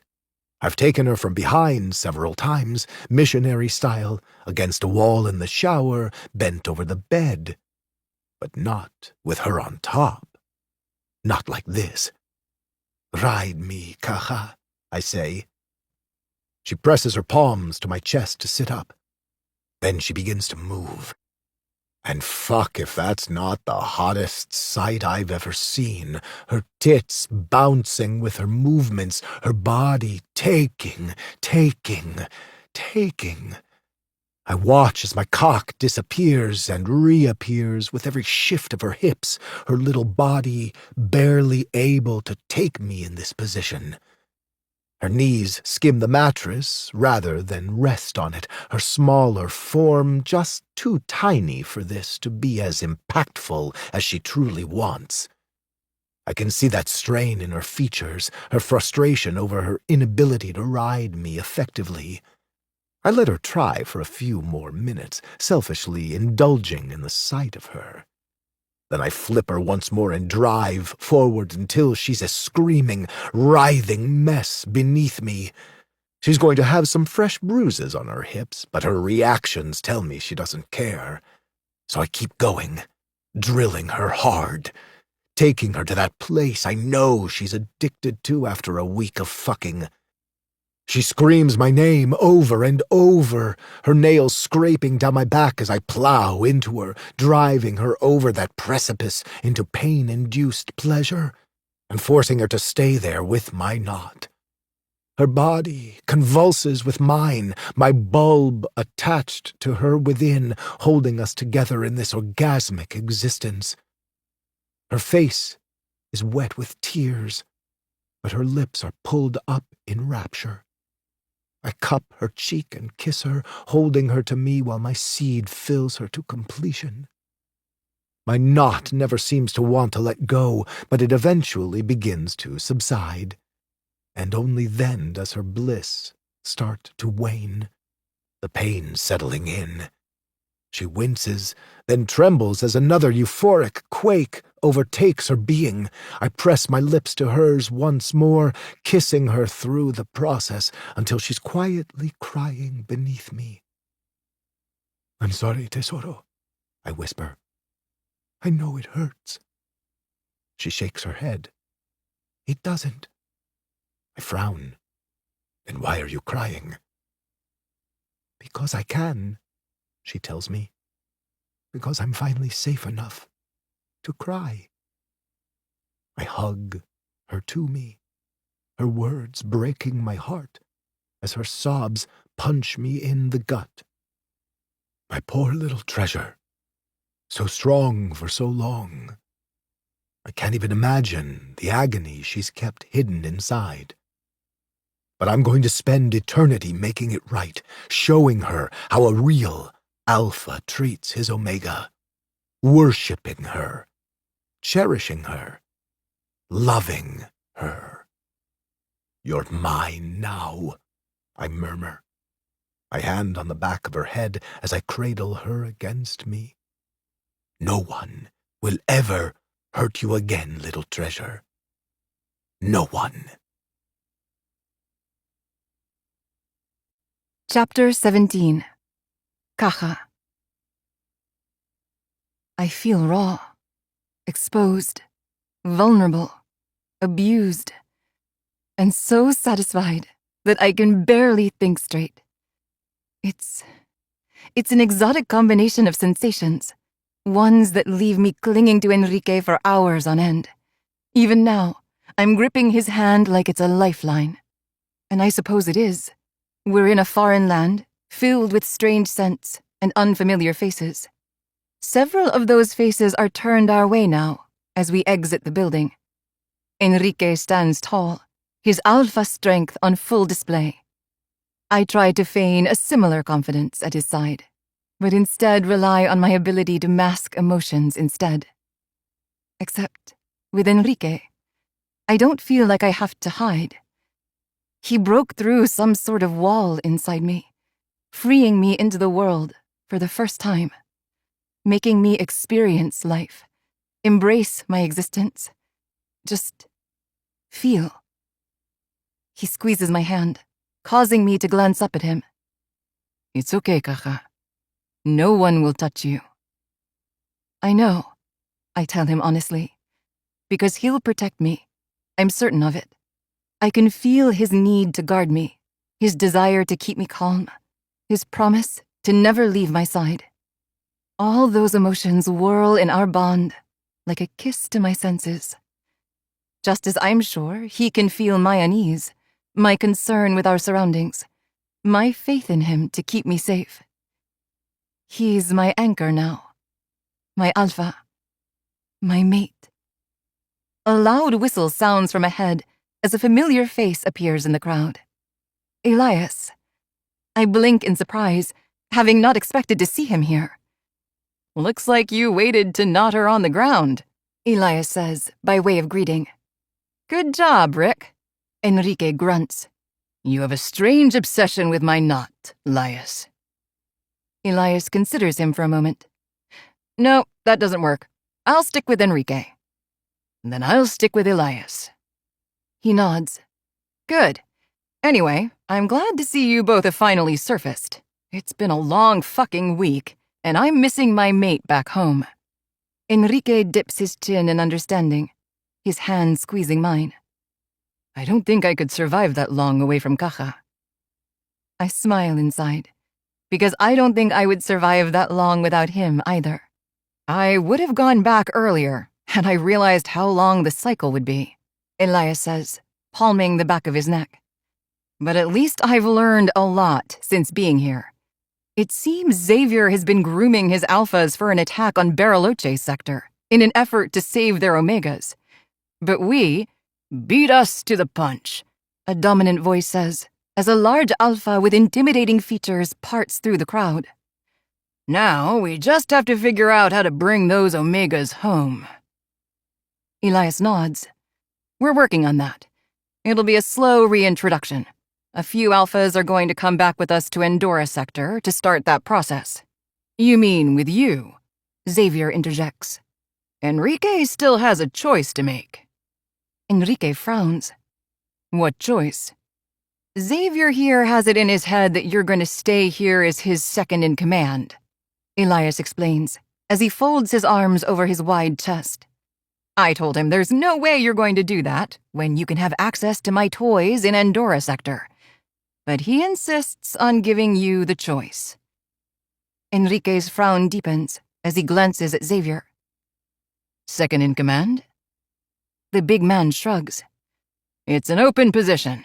One I think you're well suited for.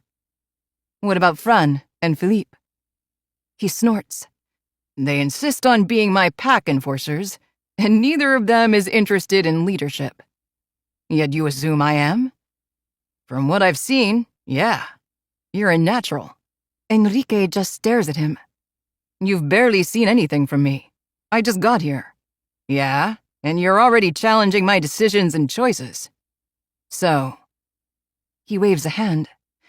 Obviously, you're suited for the position. Questioning your decision to give me a job without really knowing me doesn't qualify me for a job, Xavier. Enrique argues. You punched me, he throws back, stalking toward us. And you refused to submit. Because I wanted to get to my omega, Enrique grits out. And you were in my fucking way. Xavier gestures to his massive form. Most people don't try to go through me. Most people don't try to block me, Enrique counters, the two men almost chest to chest now. And it was a unique situation. One you reacted to without hesitation, Xavier points out. Just like you're doing now. He looks at Elias. He's absolutely going to be my second in command. Enrique snorts. But Elias grins. Yeah, I'm seeing it. Seriously? Enrique asks him, incredulous. Look around, Elias murmurs, causing me to do just that. And what I find is that everyone in the area has taken several steps back, all of them gaping at Enrique. Respect and fear seem to be reflected in their wide gazes. Some of them are even bowing their heads. Enrique curses. Elias merely grins even wider. And Xavier nods. I'm right. The fuck you are, Enrique grumbles. I don't even like you. You don't have to like me to be my second, Xavier points out. But I'll grow on you as you get to know me. I haven't accepted, Enrique snarls at him. I don't accept. Xavier shrugs. Maybe talk to your mate first. We have a lot to offer here, including a way to help your brother. He starts to turn, Enrique steps after him, pulling me along with him. What can you do for my brother? Xavier pauses, glancing back over his shoulder. Oh, now you're suddenly interested? Don't fuck with me, Xavier. What can you do for Joseph? Enrique demands, his dominance pouring off him in waves. The other alpha slowly rotates to face him again, his own dominance battling Enrique's. I shiver, pressing more firmly into Enrique's side. He instantly relaxes, his hand releasing mine so he can wrap his arm around me. Lo siento, pequeño tesoro, he says softly. I'm sorry, little treasure.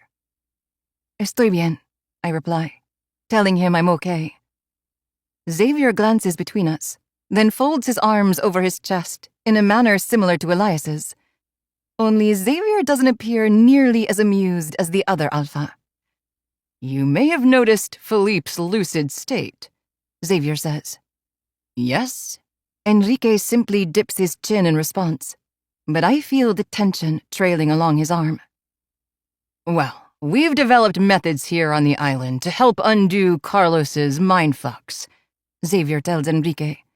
But it'll require Joseph to come here. What about Savi? My mate asks. It would be best for her to stay in Andorra's sector while we evaluate your brother's condition. It might take years to bring him back. Enrique swallows, his unease prickling our bond, as he repeats. Years. Xavier gives an affirmative incline of his head. It's not an easy process, but we know it works. While we haven't been able to do anything other than sedate him, Elias adds. However, we've also only had him for a little over a week. What exactly would you do to him? Enrique asks, still focused on Xavier. That's a process I can't explain in a few sentences, nor is it something I want to share right now. He glances at me, making it clear he doesn't want me to hear the process. Probably because he doesn't think I can emotionally handle it. But Philippe can give you a demonstration, if you're interested in seeing what we do. Enrique is still studying him intently. That sounds ominous. Xavier grunts. Because it's an intense fucking process. But it's not like your brother just waltzed into his current state either. That took years of torture. It's going to take a lot to break him free of it. My mate says nothing, just continues to stare at Xavier. Elias clears his throat. It's your choice, Enrique. Ander and I will understand if you would rather stay on Venom Island. From what I understand, you have some old friends here, too. Enrique remains quiet, but I can feel him considering his options. He finally looks at me. Caja would be the only Omega here, until the others are able to visit, yes? No, Xavier says, causing Enrique's eyebrows to wing upward before he returns his gaze to the other male. We have 13 Omegas under this dome, all of them mated, now 14 with Caja. How? Enrique asks. But Xavier merely smiles. Apparently they've befriended dragon smugglers, Elias mutters. Something about the rocks in certain mining areas of this island provides for excellent trading. Give a dragon a box of stones in exchange for a few Omegas, and voila. You have Venom Island. I never confirmed that, Xavier tells him. You didn't have to, Elias bites back. Then he looks at Enrique. So what's it gonna be? Fancy guns? Or a job? A leadership position that comes with promised assistance in nurturing your brother back to health, Xavier clarifies dryly. And we can trade for guns, should that be something of interest to you. Elias grunts. Mine are not tradable. Xavier shrugs. Yours are not the only ones available. They are one of a kind, though, Elias points out. As are other grades and types, Xavier drawls. Enrique just shakes his head. I need to talk to my mate. Fine, Elias agrees. But hurry up. I want to go home today. Enrique nods, then pulls me away. We walk in silence for a while. Enrique seeming to take in the various structures built into the lagoon-like landscape. There's a large tower with waterfalls all behind it, streaming down from a mountain. Glancing up, I see the sheen of glass hovering above it, confusing me greatly. It's a dome, he tells me. I have no idea how they made it, but I'm guessing dragon shifters had something to do with it. I've never heard of dragon shifters, I whisper. But then, I wasn't all that familiar with vampires either, until Gudrun. I frown, thinking of her, and then the others. Do you think they're okay? I blurt out, causing Enrique to frown. The dragon shifters? No, sorry, the other Omegas. Gudrun, Hel, those Arctic wolves. I trail off, swallowing. They didn't land here, did they? He shakes his head. No, they didn't. And honestly, I don't know. Anders said there's no way to track where they landed, and all the islands are out of X-Clan jurisdiction. We wouldn't even know where to start hunting, or whom to work with to begin the hunt. I shiver. Oh. He pulls me close, the two of us pausing on a path near one of the waterfalls. I'm sorry, Caja. I don't know how to help them. I bite my lip. I don't know either. And I hate that. I hate that we can't help them. But this world, it's about survival. I've known that my entire life. And I'm certain the other Omegas learned that lesson early on too. Enrique pulls me into a hug. I'm sorry, he repeats. It's not your fault. It is, he whispers. I was the alpha in charge. They were under my protection, and I failed them. I shake my head. You didn't purposely crash the jet, Enrique. I would never blame you, or even Hel, for that. I swallow. If this experience has taught me anything, it's that fate has a plan for all of us. And her plan for me was to bring me to you. Which suggests her plan for us was to guide us here. Just as her plan for the other Omegas was to send them to whatever island they landed upon. Maybe those islands have secrets, I whisper aloud. Just like this one seems to. I'm referring to the surprise I felt in our bond when Xavier spoke about this compound, specifically about being able to help Joseph. Maybe, he agrees, resting his chin on my head. For the other Omegas, I hope you're right. I hope I am too, I tell him, swallowing. So what do you want to do?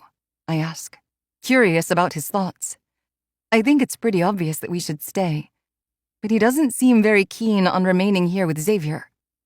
I can't help those other Omegas, he says slowly. But I can help Joseph, and potentially the Omegas mated to the Alphas here. By staying, I murmur, when he doesn't add that clarifying comment. By staying, he echoes. My chin inclines in understanding. Then we're staying. He glances down at me. As simple as that? I shrug. I have nowhere else I want to go, Enrique. Since you told me my alpha was dead, all I've ever wanted, all I've ever hoped for, is to be wherever you are. His eyes search mine. How could you be so trusting of me from the start? Because you saved me, I tell him. Several alphas saved you, Tesoro. I only broke you out of that cage. I shake my head. It's not that, Enrique. I palm his cheek. You saved my heart, my soul, my very spirit, just by showing me that some alphas can be kind. You gave me a reason to live, to look forward to a future, to want more than what I thought my existence should be. It's not something I can easily explain. It's just an awakening he provoked inside me, a change in the direction of my mind. You made me want to breathe again, I whisper. So yes, it's as simple as that, Enrique. If you want to stay, we'll stay. because I will forever be by your side. He leans into my touch, his eyes falling closed. You're the new beginning. I never knew I needed Tesoro, he murmurs. I was lost before, unsure of where I would even end up after Bariloche sector settled into dust. And I certainly never thought I would end up here, with you beside me. I draw my thumb across his sharp cheekbone. There's nowhere else I would rather be. There's nowhere else I would rather be, either, he admits, his dark eyes opening once more. You're my future now, Tesoro. My everything. He presses his palm to my flat belly. And I'm going to spend our lives proving that to our family. I go up on my toes to brush a kiss against his lips. You're already everything I could ever want, Enrique. His arm circles my lower back as he holds me against him. Oh, Tesoro, I'm going to be so much more. I promise. He kisses me before I can reply, his possessive touch warming me to my very spirit. To our new existence, he says. To our new existence, I agree.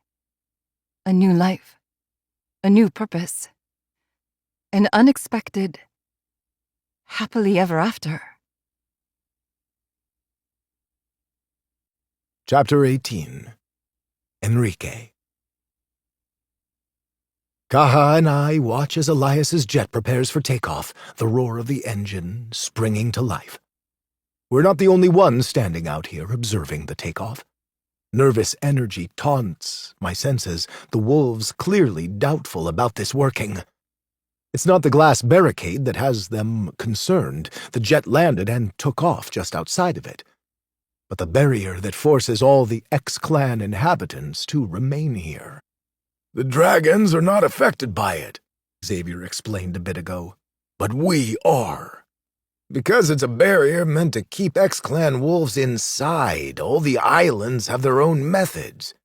This one is programmed to recognize X-Clan genetics, so it acts as an invisible net that basically snaps you back if you approach it. I know, Xavier muttered. That's what I'm saying. We can't get through the barrier, so how the fuck are you planning to leave? Elias merely grinned. By tricking the genetic markers. Xavier appeared doubtful. Elias simply added, Trust me. That cocky fucker had better know what he's doing. Xavier rumbles from beside me now, his gaze glued to the rocket. I told you, their tech is advanced. And I'm pretty sure Ander told him this as well. Yet it crash-landed on my island, Xavier points out. I snort. Due to a magical electrical storm created by a completely different breed of wolf. That's not on the tech, that's on something else entirely. He glances at me. Fate. I arch a brow at that word. It's been coming up a lot lately. Maybe. I hedge, my arm tightening around Kaha as I pull her more firmly into my side. She's no longer studying the jet, her eyes on me. Are you all right, little treasure? I ask her in Spanish. She nods. I was just thinking. Thinking about what? I ask, staring down at her. About how I haven't seen your wolf yet. I arch a brow. You want to see my wolf, Tesoro? Yes, she whispers. Please. I smile. I think he's pretty eager to see you too. It's been far too long since my last shift, and the idea of going for a run with my new mate, yeah, that definitely appeals to me. Want to go exploring after we're done here? She nods again. I would like that. Me too, I agree. I wouldn't stray too far from the compound, Xavier interjects, or consider exploring the mountains under the dome, at least until you learn the lay of the land out here. Normally I wouldn't take kindly to someone giving me advice on what to do and what not to do, but I can hear the good intentions in Xavier's tone. He knows I can take care of myself. However, Kaha, she's vulnerable, not just as an Omega, but because of the precious life growing inside her.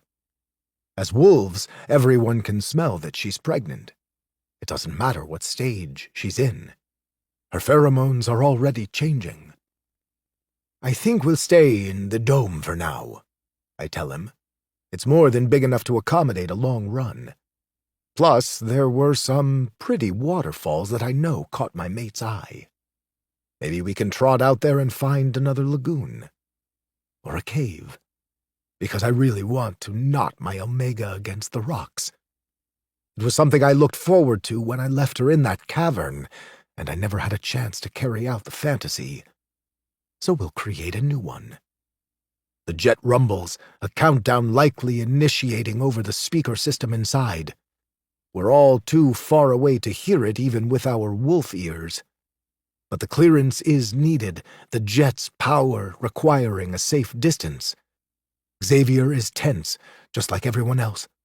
Philippe is on that jet, and I've gathered in passing that the two of them have become very close friends. Francesca walks over to grab Xavier's hand, giving it a little squeeze. I pretend not to notice, particularly when she releases him and he grabs hold of her once more. It's not uncommon for alphas to fall for one another. We may be more compatible with Omegas, but that doesn't mean we all mate Omegas. Kaha curls into my side, her palm going to my stomach as the jet shoots upward. I wonder if she's thinking of the jet that brought us here, and how it felt to fly in one of those things. Or maybe she's thinking about the same thing I am, the crash. I'm not concerned about the barrier. If Elias says he can trick it, I believe him. I'm just thinking about the last time I was on a jet like that, and how I ended up here. Feels like months ago, but it wasn't that long ago at all. Ander is going to do his best to locate the Omegas on the surrounding islands, and Xavier has offered to send out a few boats for rescue missions, but he can't go much farther than Outcast Island, which is right next door. Ander told him to hold. He's going to see what information he can gather first. I'm not hopeful. I failed those Omegas. I may never forgive myself for it, but Kaha helps. She doesn't blame me at all, says it was a freak circumstance of fate. And there's that word again, I think, glancing down at the female I'm destined to cherish for the rest of my existence. Fated mates may not be a thing for ex-clan wolves, but it sure as shit feels like we were destined to find each other. She glances up at me, her big black eyes filled with trust. Ready to run? She asks me softly. I nod and kiss her head. The jet is nothing but a speck in the sky, the barrier long behind it. And everyone out here is just gaping, Xavier included. And now you know Elias's cockiness is warranted, I muse. Xavier blinks, then swallows, his astonishment clear. But all he says is, I need to call Ander. And he stalks off toward the compound. Francesca shakes her head, her lips curling into a smile. He grows on you. Sure, I say, not believing that for a second. Why aren't you his second? She shrugs. Because he needs someone who will challenge him, and I'm not cut out for that. You used to challenge me all the time, I tell her, incredulous. Her smile returns. Yeah, that's different. I like annoying you. But X... She trails off, her eyes taking on a dreamy look. I don't challenge X. At least, not like that. I don't ask for details, but I can imagine what she means. Kaha's nails dig into my shirt a little, drawing my focus back to her. She's looking at Francesca as though she would like to challenge her. My possessive little Omega. I decide to help cure her of any jealousy by leaning down and capturing her mouth with mine, not in a sweet, chaste kiss, but in a deep, claiming way that leaves no imagination as to how I feel about her. It serves a purpose of also showing all these unmated alphas out here that she's mine. Not that any of them have dared to look at her, but this will ensure that none of them ever do. She clings to me in response, moaning as I pull her even tighter against me. I'm already hard, despite over a week of fucking. It's been several hours since I last nodded her. I would happily do it again right now, right here. But my little mate wants to meet my wolf. Let's go for that run, I say against her mouth. She groans in protest. We'll make it a fun game of chase, I add. And when I catch you, which I will, I'll fuck you. She shivers, her groan turning into a moan. Her long black lashes flutter as she blinks her eyes up at me. I think I like that. Oh, little treasure, I know you will, I tell her, smiling. Most of the crowd, Francesca included, has backed away from us by the time I turn toward the dome.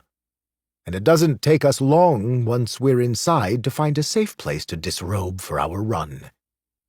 Kaha watches me with a hungry look, her gaze roaming over every inch of my exposed skin. I return the favor in kind, then call upon my beast to take over. He practically leaps out of my skin, more than ready to officially meet his mate. She doesn't immediately shift, instead stepping forward to run her fingers through my gray-black fur, her gaze filled with wonder. You have hints of silver in your coat, she marvels, dragging her touch up to my all-black muzzle. Wow!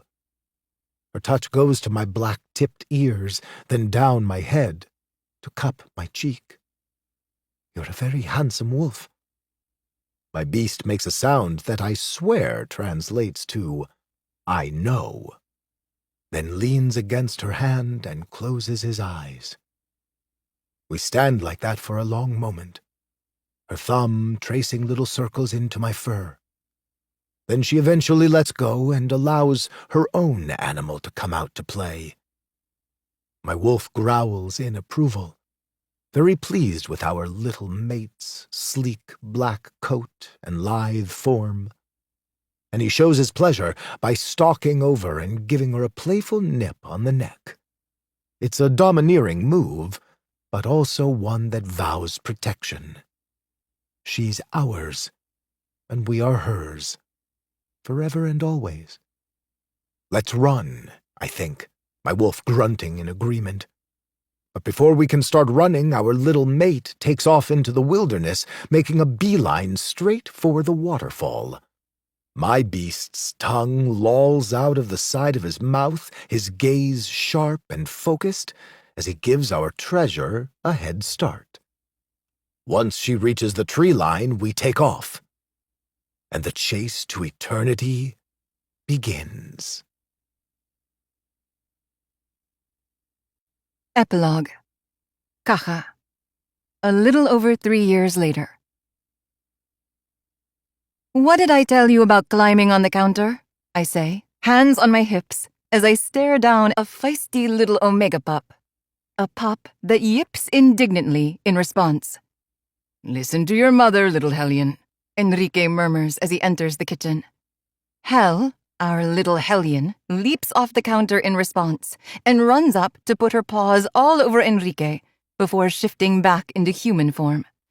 Daddy, Daddy, she chants, making me blow out a breath. Of course you act like a little angel now, I think, scowling at her. But one tilt of those little lips has me resigning my anger inside. Because damn it, she really is adorable. Enrique picks her up to swing her around, his dark eyes grinning with pride. Hey, niña, he says, his combined use of languages causing our little monster to start babbling Spanish right back at him. None of it makes sense yet. Not really. However, a few key words stand out, most of them involving mamá and reglas, mom and rules. Sounds about right. Sighing, I go back to cleaning up, while Enrique tells Hel that there's someone he wants her to meet. I stiffen when I realize who that someone is. Joseph. I can smell him now that I'm not consumed with the bleach in my hands. My gaze goes to Enrique, and there's a question lingering in his depths. Do you trust me? He seems to be asking. Trusting him has never been an issue.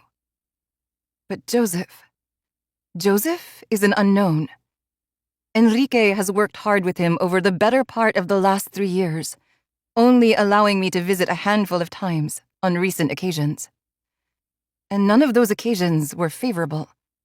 Joseph was never mean or cruel, just disinterested, like he wanted nothing to do with me.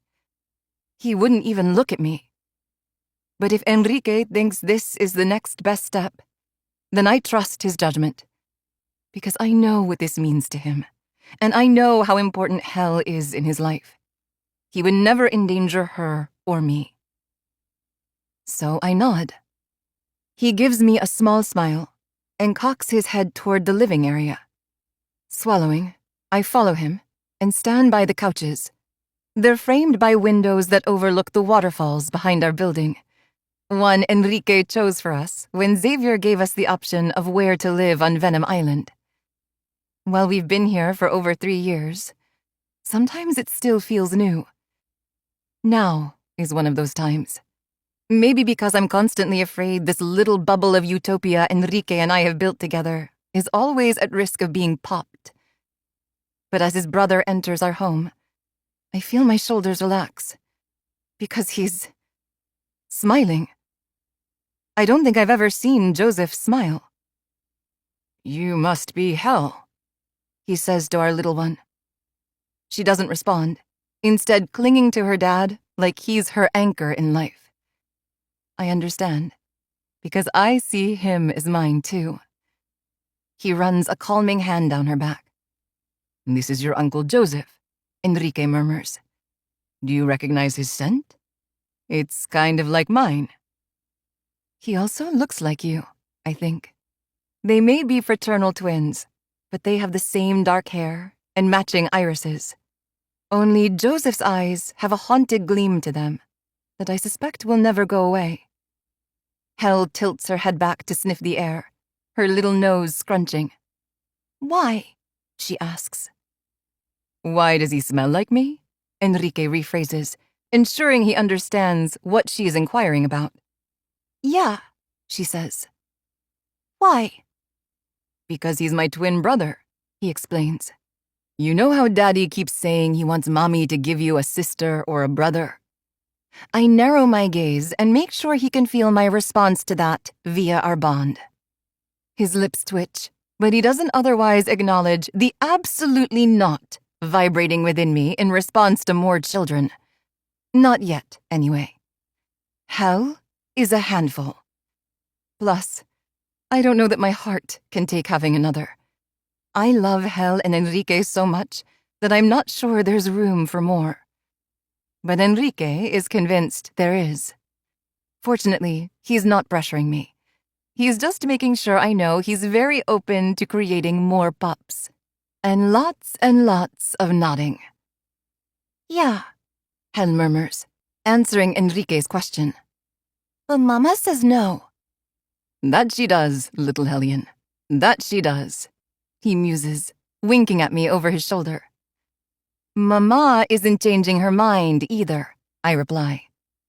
We'll see, he murmurs. No, we won't. He just looks at me with one of those smoldering looks that makes my knees weak. I try to glare at him, but I'm pretty sure it comes across as something else entirely because his nostrils flare in response. Do your mommy and daddy do this a lot? Joseph asks, as he squats down to put himself closer to Hel's level. She nods jerkily, her little hands still clinging to Enrique. Joseph nods with her. It's because they love you very much. Hel scrunches her little nose. Yeah? Yep, he tells her. I can tell by the way your daddy looks at your mommy. It's how I used to look at my mate. Enrique's shoulders stiffen with Joseph's words, but his brother either doesn't notice or doesn't react to it. Instead, he cants his head to the side and asks, So why did they name you Hell? Our daughter pinches her lips to the side and looks up at Enrique. Daddy? He joins his brother in the squatting position, but his shoulders remain tight with the movement. We've told you this story before, little Hellion. Do you want to hear it again? She bobs her head. Yeah. Enrique smiles and stands while picking her up, then moves to sit on the couch. Hell reaches for me in the process, making it clear she wants me to join. When I do, she crawls into the space between us and leans her head on my shoulder, while Joseph takes a seat on an adjacent chair. His slow movements feel purposeful, like he's thinking through everything before he does it. But as he settles into his seat, he is the epitome of calmness. If it weren't for the dark torment lingering in his gaze, I would almost believe his facade. Mommy and Daddy ended up here because of an Omega named Hell. We believe she played an important role in our being together. So we decided to name our little Omega after her. He cups our daughter's jaw as he speaks and leans down to place a kiss on her head. Hell is also a feisty Omega, I add, using the present tense, because I know Hell's alive. We haven't spoken. However, Ander discovered through his contact that she was not only found, but also very happily mated now. Just like me. From what he's been able to learn, most of the Omegas survived. Only a few are unaccounted for. Like Gudrun. Although there have been rumors of a power shift in the vampire nests, and I like to think it has something to do with her. What's physis? Hell asks.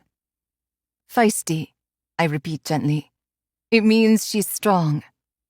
Just like you, Enrique adds, bopping her on the nose. And just like your mom. Still not giving you a second pup, I tell him, although we both know I'm lying. I will someday. Just not yet. He chuckles. Always thinking about my knot, Tesoro. Hell looks up at him. What's a knot? His amusement dies. Something you're never going to learn about. I snort. His gaze narrows. Never, he repeats. I just shrug. It's like this, Joseph says, startling me. I'm about to leap out of my chair to stop whatever he's doing when I see he's holding up his shoe. I struggle with tying my laces, so I knot them. A breath leaves me on a shudder, my body seeming to disappear into the couch behind me. Because wow, I did not expect him to say that, or to say anything at all. Oh, she twists her lips again. Why? Why is it hard? He asks, doing what Enrique does when he's trying to find out what Hell is really asking. She nods.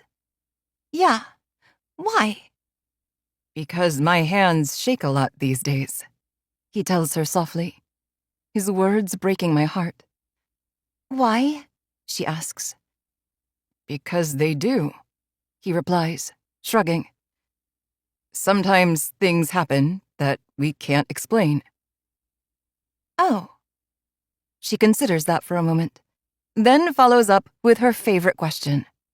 Why? He laughs a little, the sound a bit rusty in nature. Magic. She nods like she understands. Then she looks at Enrique. What's magic? He sighs, giving his brother an exasperated look, then attempts to define the concept for our child. The conversation goes as expected, with a lot of questions from our little wolf. By the time they're done, it's nearly Hell's bedtime, so I take her to her room to begin her routine. Enrique joins us a bit later to give her a kiss goodnight, then returns to Joseph in the other room. Over an hour later, I leave a sleeping hell and find Joseph talking to Enrique on the balcony outside our dining area. They're deep in conversation, one I don't want to interrupt. So I go get myself ready for bed instead. Joseph said to extend his thanks for letting him meet hell, Enrique tells me as he enters the bathroom, where I'm dressed in a robe. I think it helped him. You do? He nods, then he rolls his neck. He needs normalcy, something to get him out of his head. Did he go back to his, quarters? I ask carefully, aware that Joseph doesn't live among the others under the dome. He stays in a cabin just outside of it now, which is much better than the padded room he lived in before. Yeah, Enrique murmurs. He needs to pack. I frown and turn around to face my mate. Pack? He dips his chin again, his gaze catching mine. He's heading to Andorra sector tomorrow, to see Savi. My lips part. What? He's refused to see her for months. He's finally ready? Enrique huffs. No, not at all. But he needs to do this. He has to see her. Because if his presence won't wake her from that coma, then nothing else will. And then, I swallow. And then, the humane thing would be to let her die, I think, finishing the sentence with a shiver. He pulls me into his arms, his chin resting on top of my head. It has to work, he whispers. It has to. I nod, agreeing with him. But I can't help wondering, what if it doesn't? He holds me for a while, no doubt feeling my sadness and concern through our mate bond. Then he pulls me into the bedroom, where he strips me of my robe before removing his own clothes. I need to hold you in your nest tonight, he tells me. Please, tesoro. You can always hold me, I murmur. I'm yours. And I'm yours, he echoes, lifting me into his arms to settle us both inside my pillowy haven. Our pillowy haven. It's our nest, Enrique, I remind him. I know, but I like hearing you correct me, he admits, his face in my hair as he holds me close. Just like I enjoy hearing you deny me. We are not discussing a second pup right now, I mutter. He chuckles. No, but maybe next week during your heat? I growl, making him laugh more. I love you, pequeño tesoro, he whispers. I love you so fucking much. Sweet talk won't get you another pup, I mutter, causing him to push me to my back as he towers over me. No, my knot will get me another pup, he says. The sweet talk is just me worshipping my mate. I roll my eyes. You're trying to seduce me. Always, he admits. But I value your consent, Caja. You know that, right? I do. He's never forced me to do anything, never taken me against my will, always ensures my comfort above everything else, and completes me in every single way. Because he's my alpha, my mate, my perfect wolf. I cup his cheek and smile. I love you too, I tell him. More than I ever thought possible. And the same goes for our little hellion, our hell. You've given me reason to breathe, I murmur. And for that, I will always be grateful. Just as you provided me with a future I never knew I needed, he whispers back to me. And for that, I will always be yours. Bonus scene. Caja. Enrique is right behind me. I can't hear him, but I can feel him. Gods, his wolf is beautiful, so big and powerful, with elegant black markings interwoven with gray silver fur. I want to nuzzle him, cuddle, maybe take a nap. But then I remember his promise to chase me. And when I catch you, which I will, I'll fuck you. My insides quiver with delight. I want that. I want him to catch me, to fuck me, to not me. But I want to make him work for it too, to prove I'm a worthy mate, worthy of him. I bound up the rocky staircase near one of the dome's waterfalls, determined to outrun my alpha. His size makes it harder for him to squeeze into small spaces, thus providing me with an advantage as I duck behind the flowing water and locate a low section of hanging rock. I crawl under it and out onto the other side, then glance back to see him staring at me through the small space. I swear, my wolf smirks, but I very much hear his wolf growl.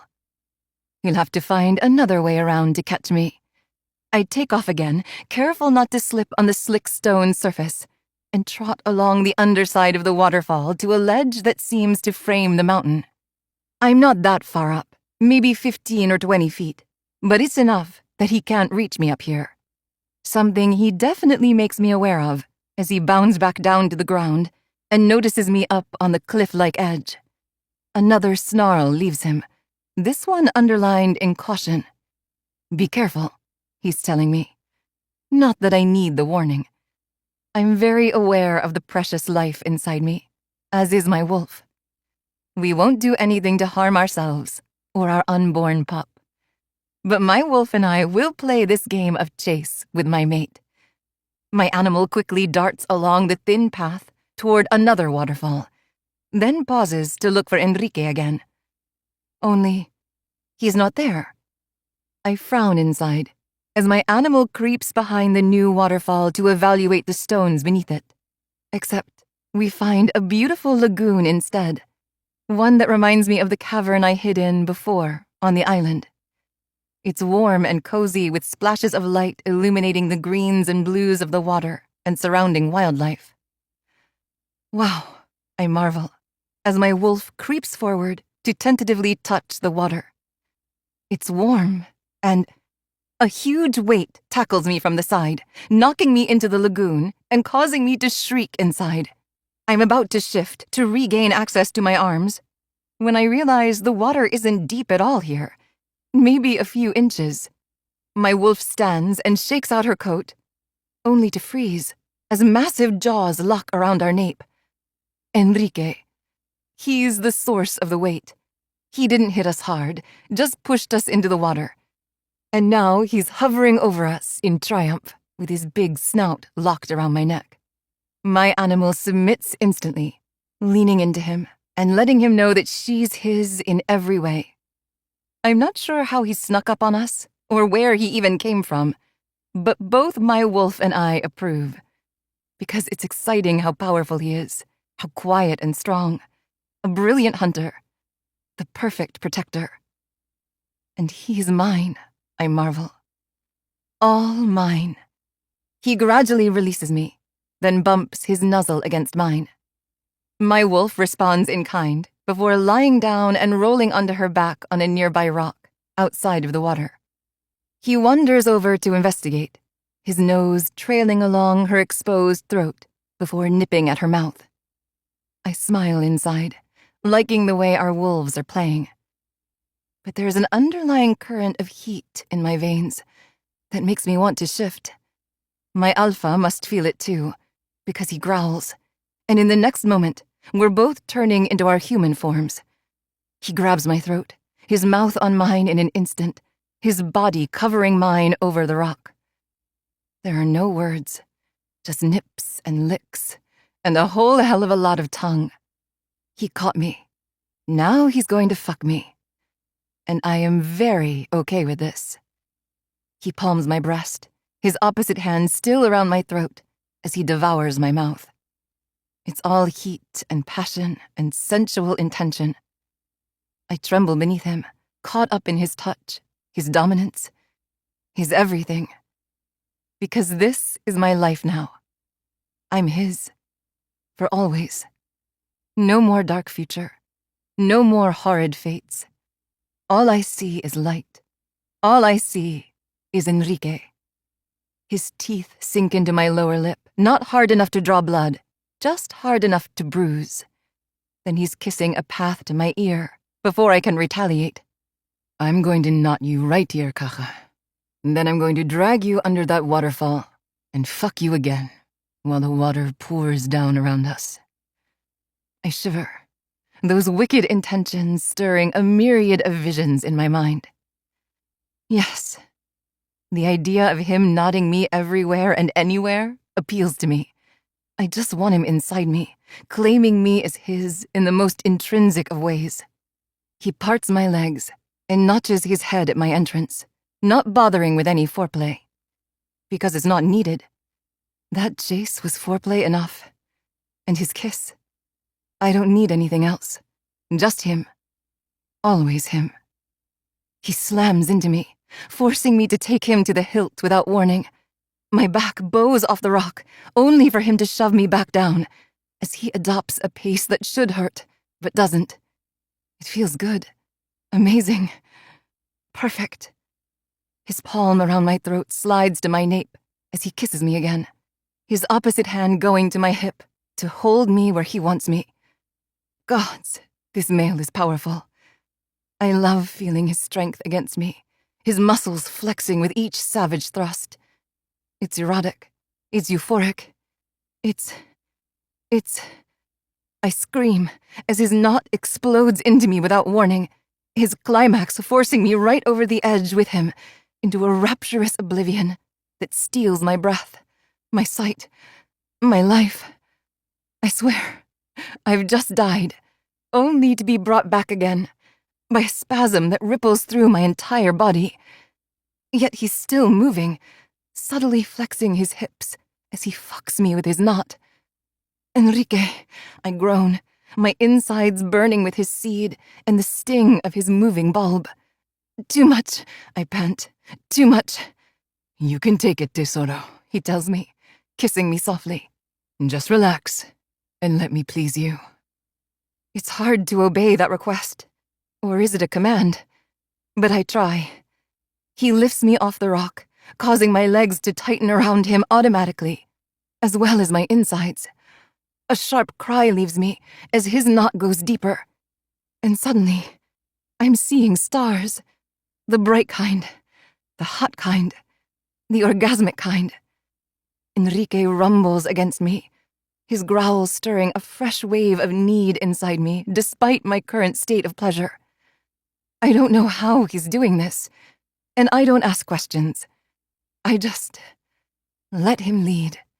Let him take me where he wants. Let him knot me however he desires.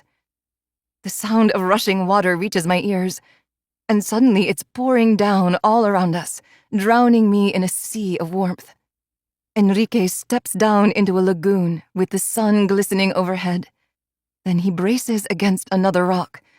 Only, instead of laying me across it, he says, "Put your hands behind you to keep yourself up." I shiver, but do what he says. Then he grabs my hips and begins to slowly gyrate against me. His knot is so incredibly deep that each shift backward creates a delicious sort of tug, one that he soothes with each swivel forward. It's intense, and it's keeping me in a state of perpetual bliss. Bliss that doesn't subside until his knot finally detaches, just for it to come right back as he begins pounding into me again. I'm hoarse from screaming, my nails practically embedded in the rock behind me. It's overwhelming. It's amazing. It's us. I pant his name, whine pleas for more, and eventually collapse when he connects us again. The pleasure is too much. I can no longer see despite the bright sun above. I'm utterly lost to my Alpha, my Enrique, my mate. And he's murmuring sweet things in my ear, praising me for taking him, thanking me for trusting him, and promising to make me come like this every day for the rest of our lives. I nod groggily, only belatedly realizing he's purring. I try to nuzzle into him, but he's still standing over me, his cock deep within me, his knot pulsing. while I'm blissed out on the rock, heaving deep breaths and trying to remember how to function. Eventually, the world seems to right itself. Or maybe that's just me as I sit up. He grabs my nape to keep me there, his strength holding me in place as I start to sway. I grasp his shoulder, my other palm going to his chest, right as his knot slips out of me.